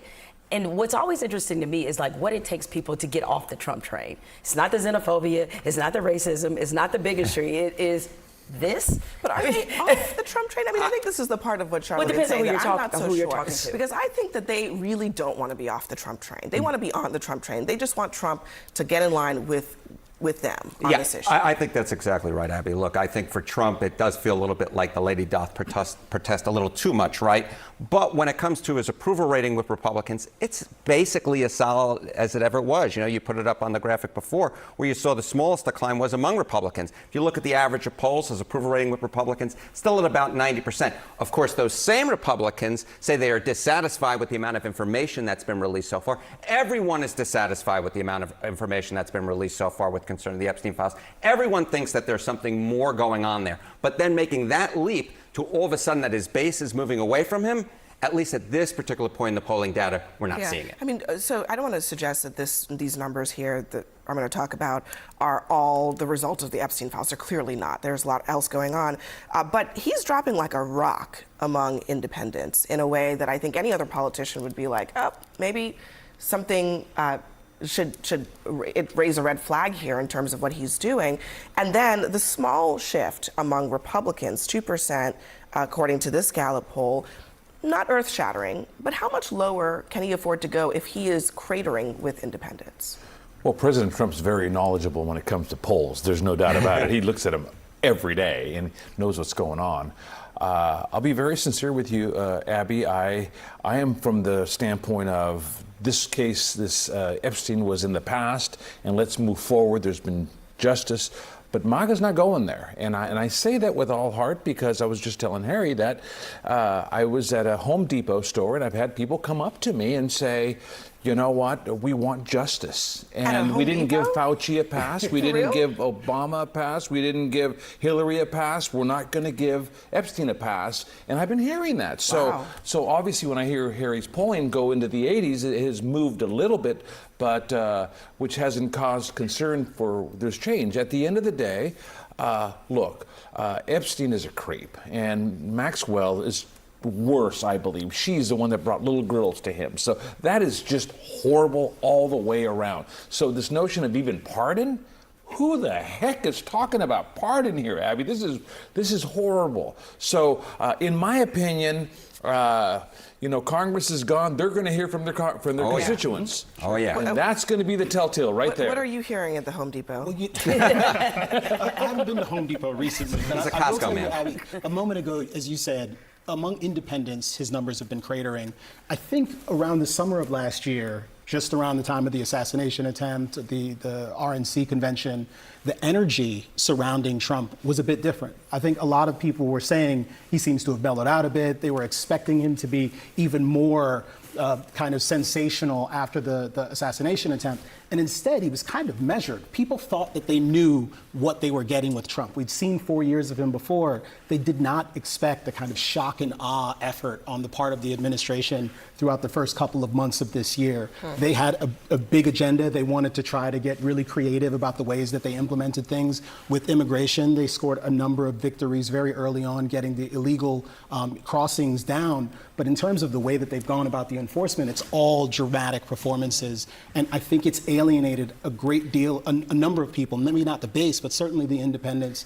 I mean, Democrats, they are certainly jumping on the political bandwagon on this, but the anger, I don't know that the anger is on the Democratic side, even in light of that. The anger is very clearly on the conservative side. It is absolutely on the conservative side. Look, this, in my mind, for Democrats, it seems to be largely a political play, right? But low-hanging fruit. Low-hanging fruit. It's just an easy thing. An easy thing. But they finally have an issue that seems to unite their party, which has been very much divided to historic levels since the election, and one that actually divides Republicans who have been historically united since the election. So, of course, as a political play, Democrats are going to make it. But whether or not their heart is truly in it, well, let's just say I'm a little suspicious. Well, some of that, I have to say, it could very well be. Again, the weird thing about the Epstein files is that I really think there are some very legitimate reasons not to release them. Very legitimate. It's just that I think it's very suspicious to a lot of people why all the people who wanted them released suddenly changed their tune once they've had a chance to look in them. Well, and that's the part that I think has raised the spidey sense of a lot of people who didn't previously care that much about this issue. And I think it's But how is she sure that they've actually looked into the files? All right? Because if the files were, I guess, available or there was anything incriminating on the commander-in-chief right now, don't you think the Democrat would have released it? Because they absolutely didn't want this guy to be the president of the United States right now. So now that he's here, CNN is spending all their time talking about the Epstein file that they never really showed interest in. All of a sudden, they are so interested in it. And it's like, okay, anything CNN, focuses on like this, I really never trust it. Trump's own responses is that he hasn't really done much to put out the fire and put out the suspicion around him, because as soon as it's brought up, he starts sort of railing against it. And I know he gets emotional about a lot of things. And then he goes to his very familiar buzzwords, Obama, Hillary. And it's like your material's getting old. Like at this point, like people don't want to hear that. They want to know, why is it that you appear to be hiding something if you're as innocent as you say it is? If it's just an association, he was just a friend, you didn't know about anything else, but you're not answering any real questions about it.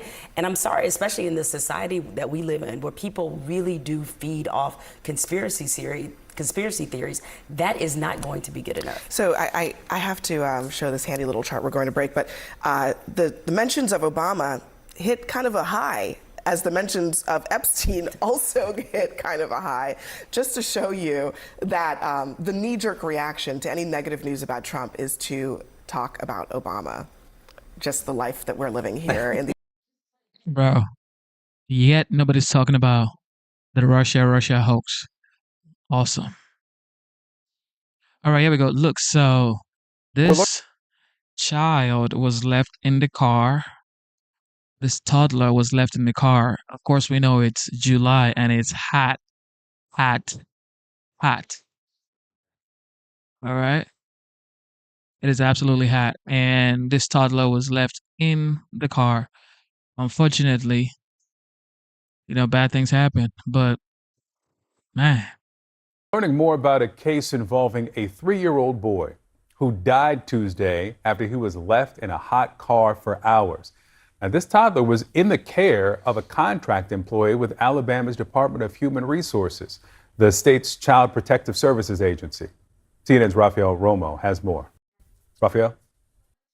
Victor, the day the 3-year-old boy identified as Katorius Starks was allegedly left strapped inside the car was humid, with temperatures ranging from 93 to 96 degrees during the 5 hours in the afternoon he was left alone. According to our own CNN meteorologists, those temperatures felt like 101 to 105 degrees with heat index values, not only considering the car the boy was in direct sunlight, as the family's attorney claims. According to officials and the family's attorney, a worker employed with a company contracted by the Alabama Department of Human Resources picked up the boy, who went by KJ, from daycare at 9 in the morning on Tuesday for a supervised visit with his father. The visit, they say, ended around 11. I'm sorry.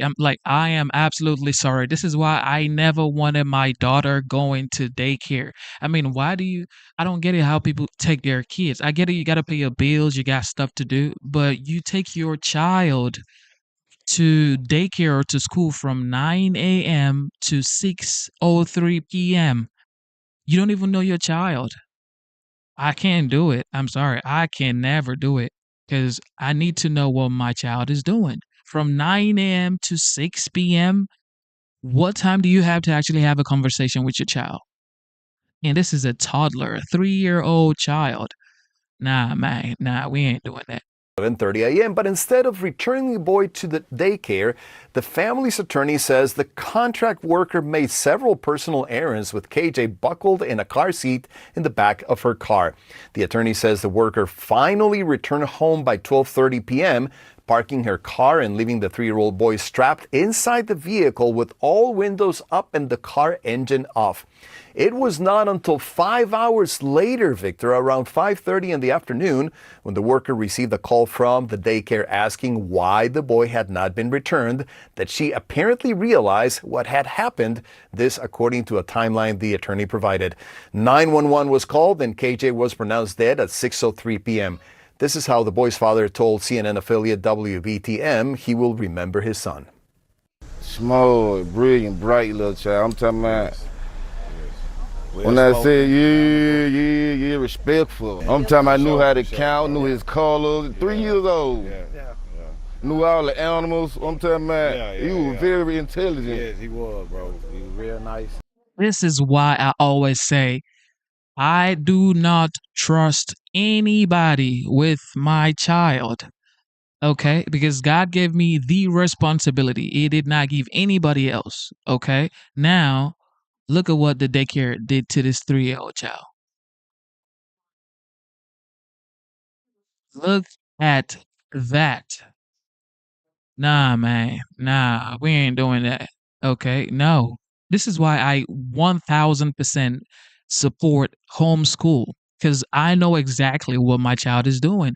They go to school, they pick up bad habits, they don't really learn, in my opinion, because what are you learning in school? Most of these kids cannot even read on or above their grade level. They have zero skills. And now all they're doing in school is social media. That's all they do in school. Okay? And that's the facts. All right. People can argue, but that is the facts. Most of these kids are on social media, on their iPad, watching TV, not learning, not reading, no skill, nothing. Nah. Like, he was just joyful. I had an opportunity to speak with Courtney French, the family's attorney. He told me he spoke with the family about what they're going through right now, and they're understandably having a hard time coping with the loss of their child. It's just hard to comprehend that you would leave a baby. You guys in the chat are saying it's the CPS that did it. Of course, I'm not. If I said the daycare did it, no. What I was trying to say was I do not support taking your 3-year-old to daycare. It's just too much. Taking your kid to a daycare center from 9 a.m. to 6 p.m. That's like you're running away from your responsibility. In a hot car and just have no recollection whatsoever that the baby's a 3-year-old child is trapped in your car. He died a brutal death.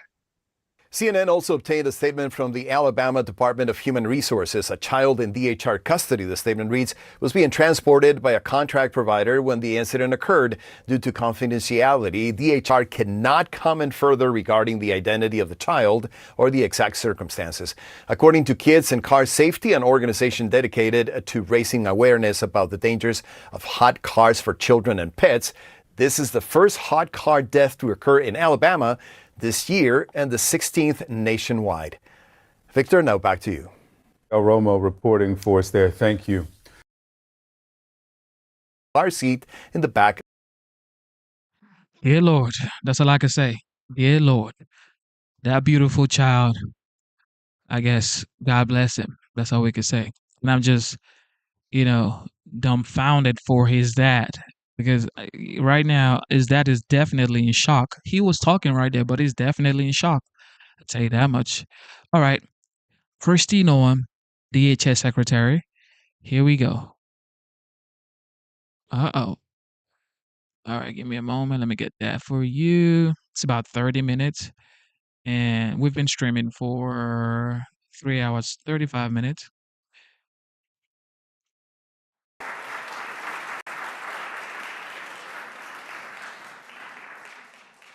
Well, good morning, everyone. Thank you so much for getting up and coming and being a part of this and being a part of the team. It means the world to me. I think most of you know who I am, but first of all, I want to thank Matt and Mercedes for inviting me to be here to speak with all of you a little bit this morning. I just want you to know that my heart is to share a little bit of our thoughts and work that we've done over human trafficking and what Homeland Security is responsible for, but then also, if we get time, I know this is going to surprise everybody here, but if you have a couple questions for me, I will certainly take those because I always think that's a little bit more engaging for all of you.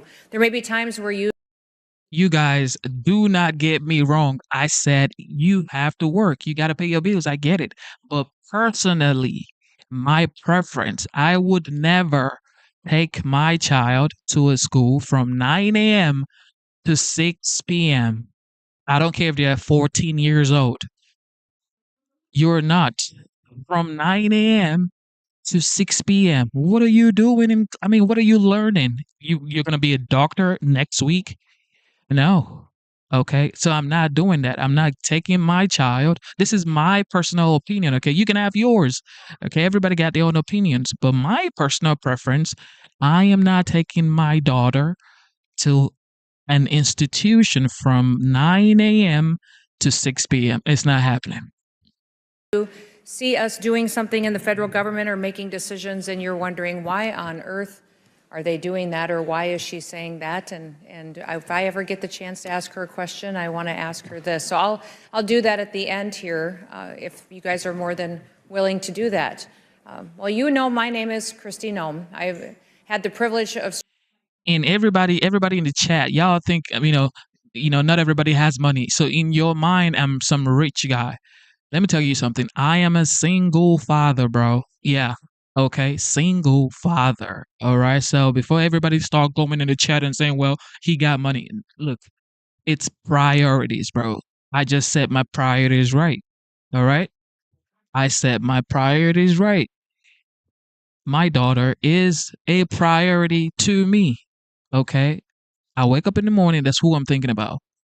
As soon as I lay my head on the floor, and thank God for greatness, for life, my daughter is next. Okay. So, look, everybody has their own preferences. I'm saying, from a single father to everybody in the chat, I will not take my child to any institution from 9 a.m. to 6 p.m. Except it's, I don't know, maybe a special day or something's going on. I don't know. But like every day, it's not happening. Serving as President Donald Trump's Homeland Security Secretary.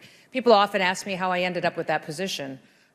President Trump had called me and asked me if I was interested in being a part of his cabinet after he won the election. And he said, I know people have mentioned you maybe for Interior or Ag, but Christy, what would you like to do if you were given the opportunity to be a part of the team? And I said, sir, I would like to be considered to be the Homeland Security Secretary. And he said, why would you want to do that? And I said, sir, because it's your number one priority.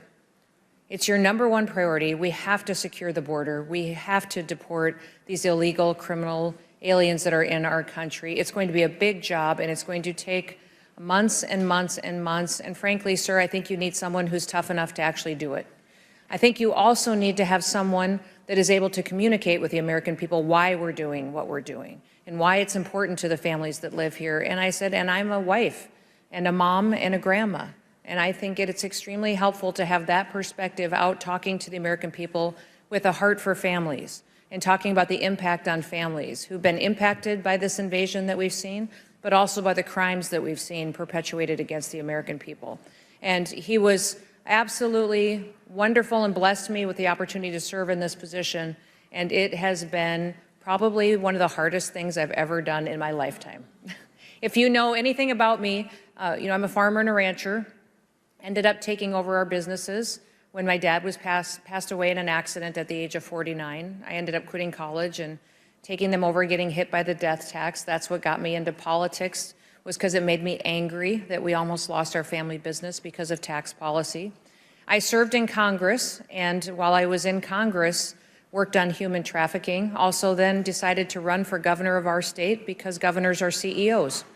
Governors make decisions every day, and I wanted to live a life of significance, do something that mattered and make decisions that were better for my people. Since then, now President Trump has asked me to be a member of his cabinet, and I am extremely passionate about the fact that every single day when we get up, we need to do something that matters. We need to be engaged in things that change people's lives and give them the opportunities that we had growing up. I can't imagine what it would be like for my kids or for my grandkids if we didn't fight for the America that we had the privilege to live in when we were growing up.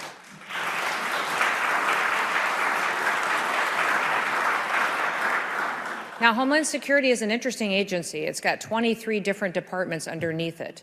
So it has Customs and Border Protection, it has ICE, HSI, it has CISA, which is our cybersecurity agency of the nation. It is securing and helping small and medium businesses and also protecting critical infrastructure like our electrical grid from cyber attacks and those who would wish to harm us. We also have Secret Service. Under Homeland Security, we have FEMA, which is not only responsible for disasters, but it also is responsible for the continuation of government. If the worst of the worst thing happened to our country, FEMA is the agency that would step up and help us run the continuation of government.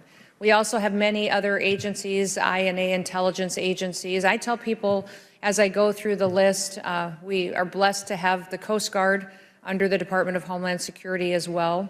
But I tell people what happens in the jurisdiction of Homeland Security is that anybody who lives in this country or comes into this country or leaves this country, we have jurisdiction over. Any product or good that is in this country, leaves this country or comes into this country, we have jurisdiction over. And anything that is on the internet that is sold, communicated, or transpires over the internet, we have jurisdiction over.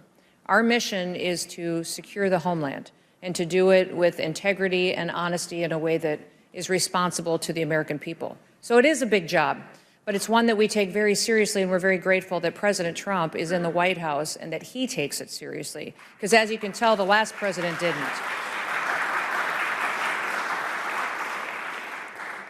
Now, when I served in Congress here, I was extremely passionate about human trafficking.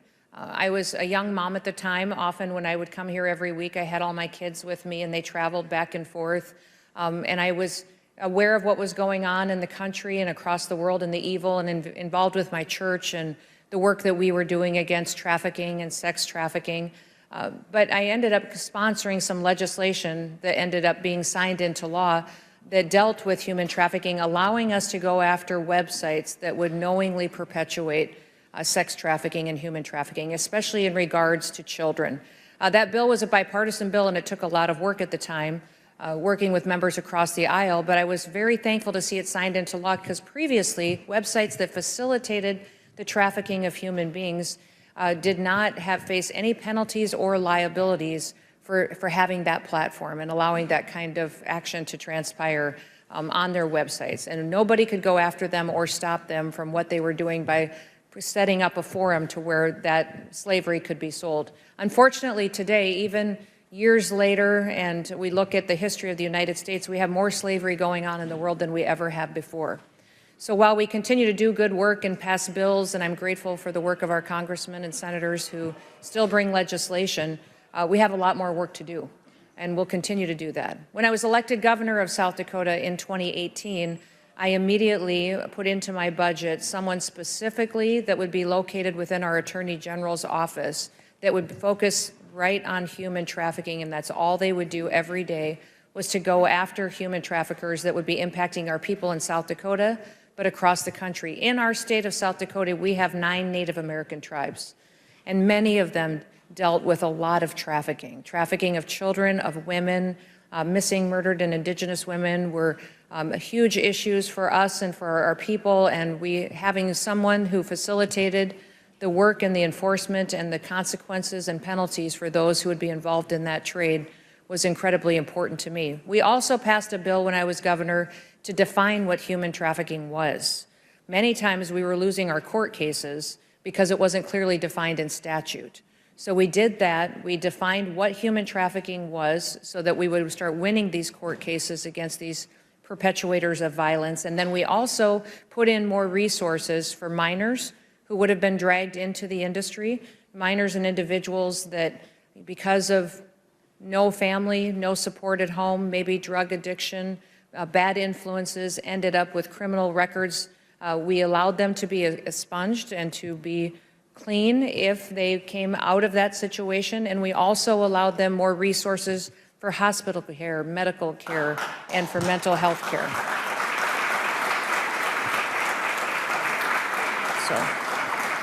So, we bring all of that experience then, and I end up in this role at Homeland Security, and we have the responsibility for training the vast majority of the federal law enforcement officers in the country. We do that, and they go out to different agencies across the country. Many of our state and local law enforcement officers get trained under the umbrella of the Department of Homeland Security as well. And we have several agencies that have become specifically skilled and trained to fight human trafficking. And in fact, I've met with so many different groups that work in the space that you are and that you're passionate about and your advocacy matters for, that talk to me about what our HSI officers do every day. And maybe some of you are familiar with them, but our Homeland Security investigators are an agency that is a partnership with ICE that do the investigative work and specifically are the best in the world at going after traffickers. They go after them every day, and it doesn't matter what organization that I talk to, they say your HSI guys and gals are the best. They always are able to track down those who are trafficking individuals, find the ringleaders, and be able to rip that evil off by its head. And they are an incredibly powerful asset to have. And so I'm so thankful I get the chance to lead individuals like that and agents who get up every day to help save our children and to save women and men from the kind of slavery that we've seen. But let's face it, for many years at the southern border, because it was open, we saw trafficking like we'd never seen it before. The invasion that came over the border perpetuated the Biden administration literally losing 300,000 children. These are children that they brought in over the border. In fact, many times Border Patrol agents would tell you they would see the same child cross with different groups of people in one day. Or in 1 week, they would see the same child be 3 or 4 times crossing the border with a different group of people. They were literally using these children to facilitate their invasion into our country, because then they would immediately be granted asylum and released into our country. The Biden administration quit doing DNA testing of anyone who came into our country to make sure they were a part of our family, their families.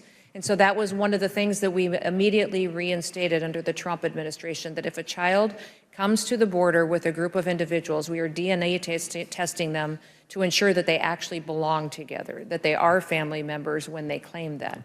When we're out doing enforcement operations as well, going after criminals on our streets that are murderers, rapists, traffickers, when we find children with them, we're immediately DNA testing them to see if they should be in that situation or with those individuals.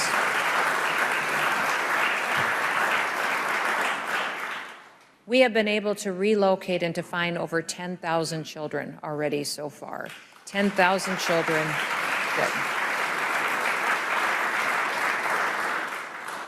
But we've got a long ways to go, and that's why your help matters, and that's why what you do every day is so important to our department and the work that we do.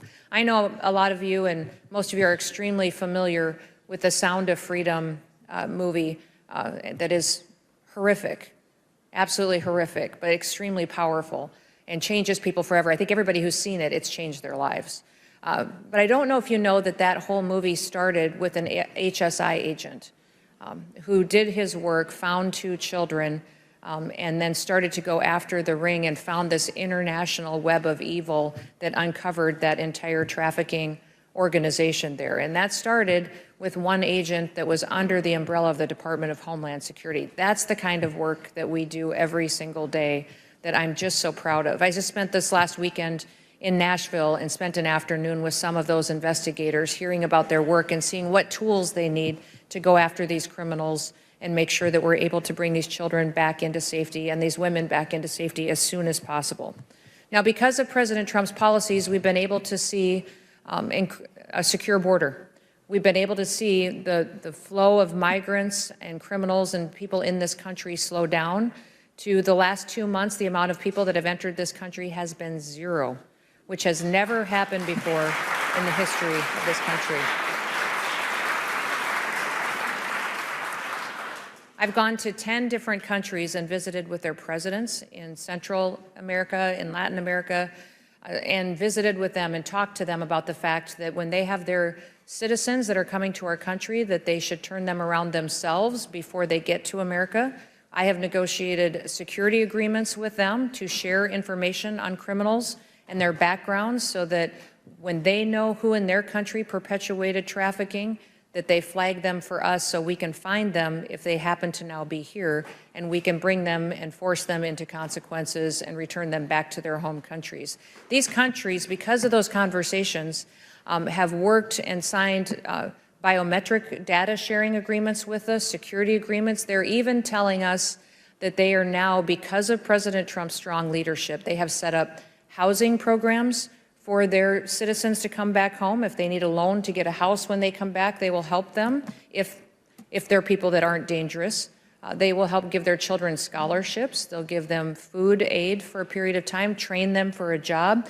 And we believe, after visiting in those 10 different countries with the leaders, that we have over 1.5 million people that have already gone home on their own and self-deported just because they recognize they shouldn't have been in the United States illegally. And if they want to come back someday, they need to do it the right way. And they needed to do it, come back on their own. So now, one of the things that President Trump's bill just passed, the big, beautiful bill that he talks about quite often, that is quite powerful, did have some policy changes in it. Obviously, it had a lot more resources for our border, for the border wall construction, but also enforcement with more ICE agents, more Border Patrol agents, more investigators will also be hired.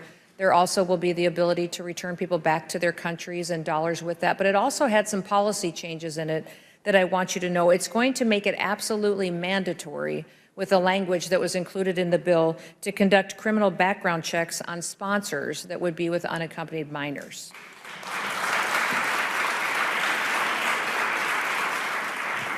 We have, because of our work, arrested over 400 sponsors that were sponsors of children brought into this country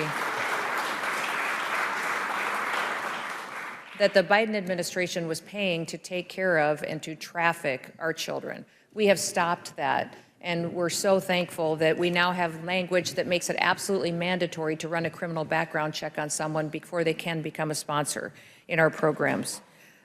We are tasked to be the chair of the Forced Labor Enforcement Task Force here for the federal government as well. And so we have individuals within Homeland Security that work every day on forced labor. And I know you all have heard the story of the California marijuana grow facility and what was unfolding there at that facility. That is happening in other places around this country, that we will continue to bust up those operations, do the investigative work necessary to make sure when we go in, we're able to bring those who perpetuated that type of violence and slavery, bring them to justice and incarcerate them and keep them in prison so they don't have the opportunity to be released and released over and over again like the Biden administration did. But also at that one facility, we found 14 children that were unaccompanied minors that were there. And we've often, I think 10 of them were under the age of 12 years old. And they were working alongside these individuals. And we had individuals that were working at this facility that were here illegally, but also were known child traffickers.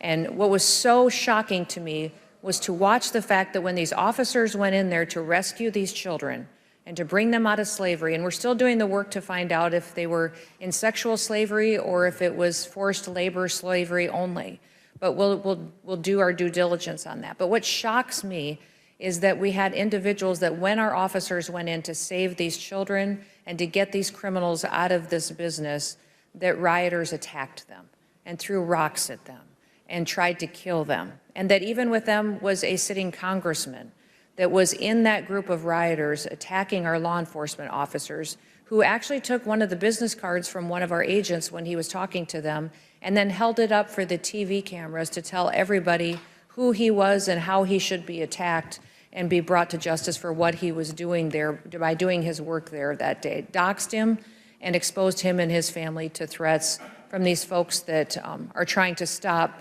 the enforcement efforts that our ICE and HSI officers are doing. This is the battle that we're up against. And one of the things I want to ask you before I close is to ask you to be vocal. I'm not asking you to do anything other than to tell why you're involved in this organization, why you are showing up for meetings, why you are advocating, and to be willing to speak out. I've found so often that these individuals that are out there protesting our law enforcement officers and attacking our law enforcement officers are loud, and that many times communities get intimidated and don't want to say anything or don't want to support them. But we should be doing the exact opposite. We should use every opportunity that we have to stand for the rule of law. I tell people all the time, if you don't like the law, go to Congress and change it. My job is to uphold the law. And we have a president, finally, that doesn't pick and choose which laws to enforce and which ones not to enforce. It's the law is the law, and if you break the law, you will pay the consequences of it. And I think it is so incredibly refreshing to have a president like that. President Abraham Lincoln once said that slavery is founded on the selfishness of man's nature. Opposition to it is his love of justice. And that's what I hope you're all embracing today, is a love of justice, and that we live in a country that is still an example to the world.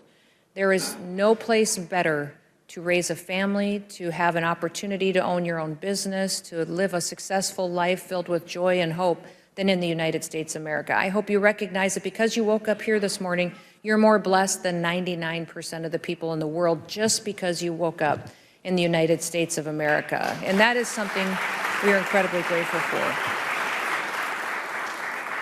So thank you for the work that you do. Thank you for your support of going after those who perpetuate human slavery, trafficking, sexual slavery, and forced labor.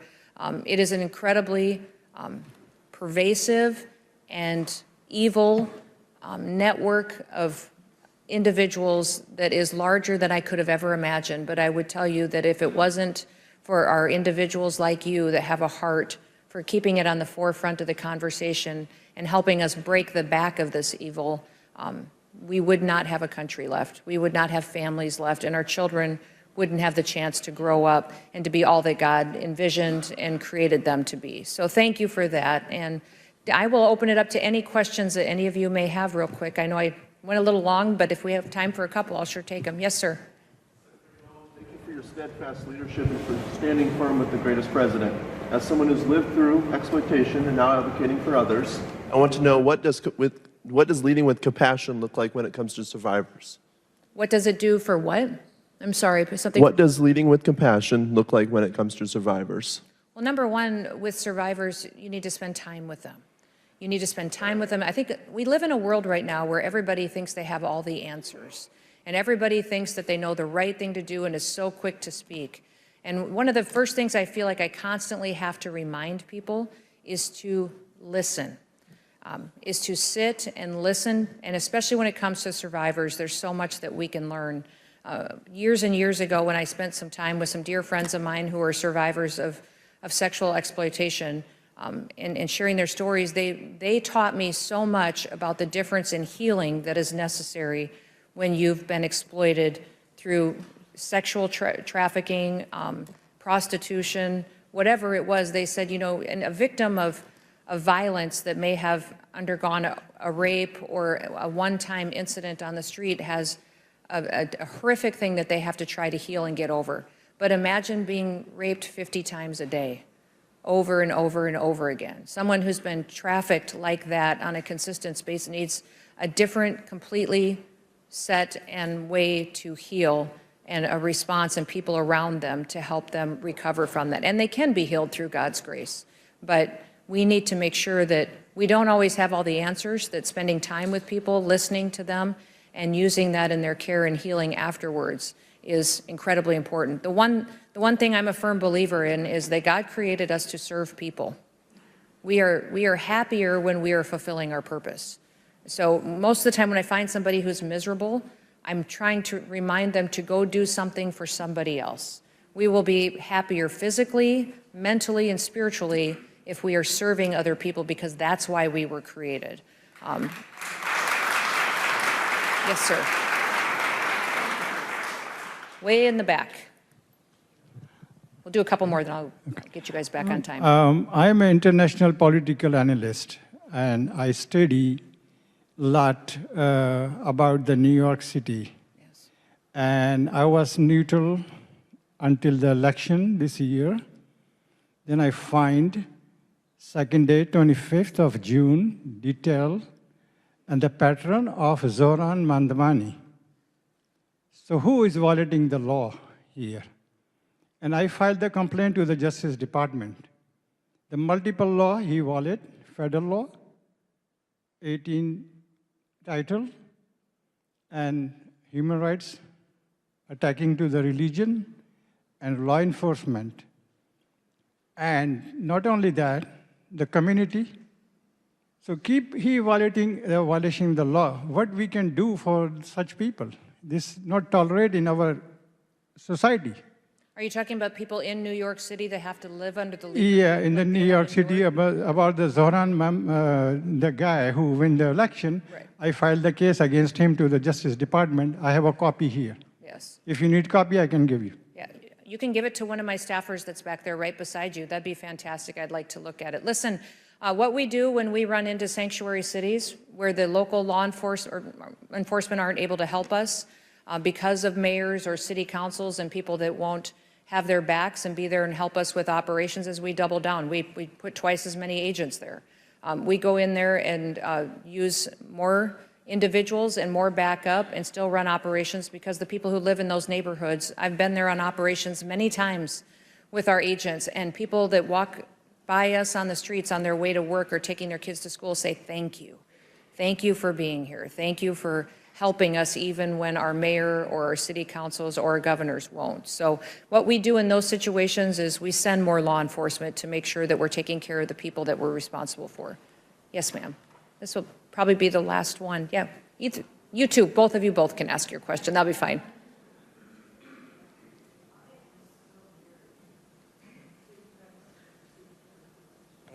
I never imagined that this morning I would actually get to talk to you about this problem. And I am particular with an organization, and we are trying to reduce sex trafficking from foster children. And currently, foster children are the #1 sex trafficking source of domestic sex trafficking in America. There has been 2 recent reports, one from the OIG, where they found in 2 years there were 75,000 missing episodes of foster children. And it is the federal and state law to report foster children, but almost 70% of the episodes were never reported. And there's no prosecution for that, is what we found out. When the state actors fail to report missing children, they continue to get the Title IV stream, okay? If they report the children, their funding stream goes away. And so there's no accountability. There's never been one state actor or foster parent ever held accountable about not reporting a foster child. And in the Connecticut audit, it did a study of 6 children who were not reported missing and were foster children and ended up in sex trafficking. So yeah, thank you for being passionate about foster children. That I grew up in a family that fostered a young man, came into our family when he was 12 years old. I was younger than that, but changed our lives forever. He had lived in a horrific situation through a lot of abuse, and our family learned a lot through that. So ever since then, I've been passionate about the foster care system, and when I was governor, it was one of my main priorities. In fact, I made a pledge when I first became governor, I would not give a speech without mentioning foster care. And the fact that we needed more foster parents, and the fact that many times those who are fostering may be family members that are not the best situation for individuals to be in, because that's where the abuse continues to be perpetuated at times, or some of the trafficking that happens to foster children occurs. So thank you so much for being involved in that. I will read that OIG report, and we'll focus on that as well. One of the statistics that you all should know that I find that breaks my heart every day is that if we had every church in this country take in one foster child and adopt them, we wouldn't have any foster children. Every one of them would have a home and a family.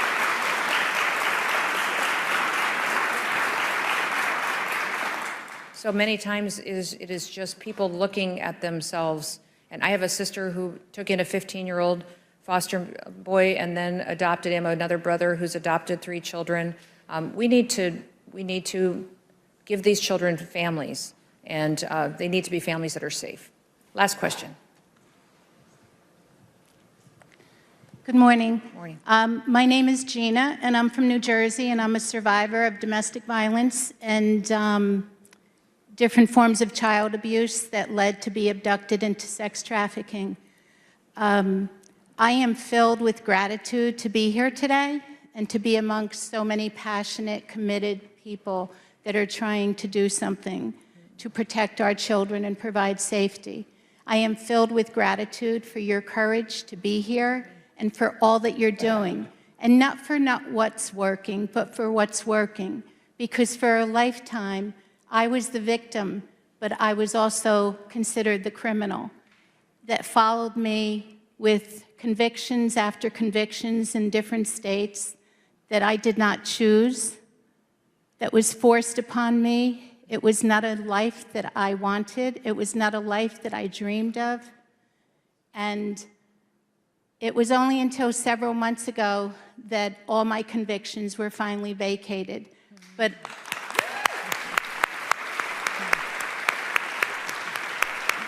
so I served a lifetime. We end up with the life sentence. But I was either able to continue to be the victim and feel sorry for myself or take advantage of the resources that so many of you, individuals and organizations, provide for survivors.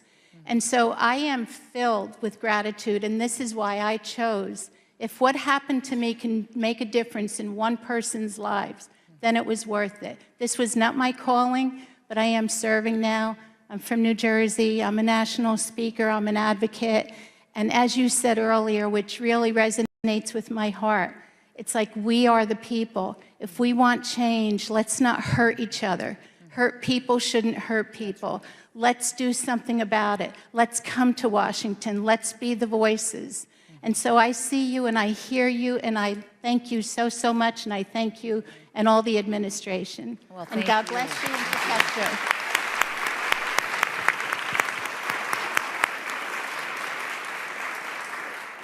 Thank you for telling your story. And I think that's a good reminder to all of us, is that people can stand up and talk about statistics all day long, but people will remember a story, a testimony. Your testimony, when you tell it, will change people's hearts forever and get more of them engaged in helping. I just want to thank Matt and Mercedes for inviting me to be with you this morning. Also Frank for his leadership in bringing all of us together. Absolutely fantastic, the work that they're doing, and I believe God's hand is upon it. So thank you for everything. You have a blessed day. Enjoy.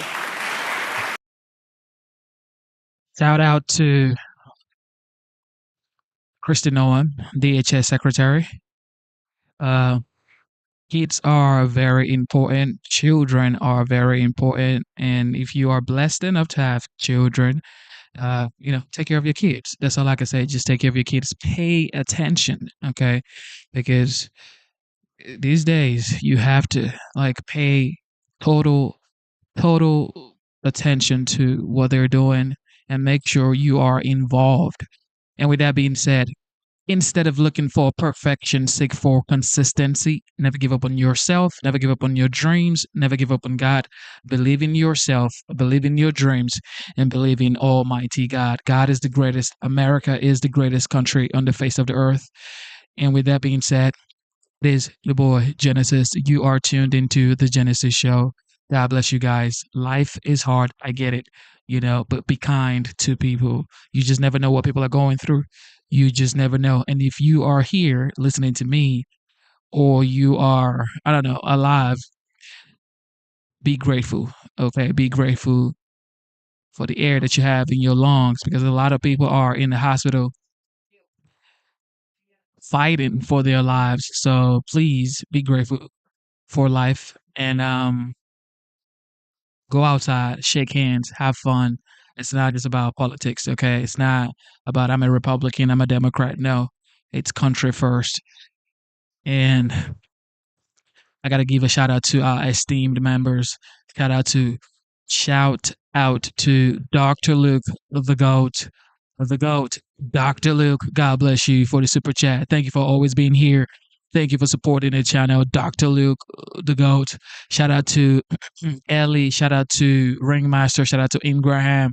Shout out to Sandra. God bless you, Sandra. Also, I got to give a shout out to the moderators.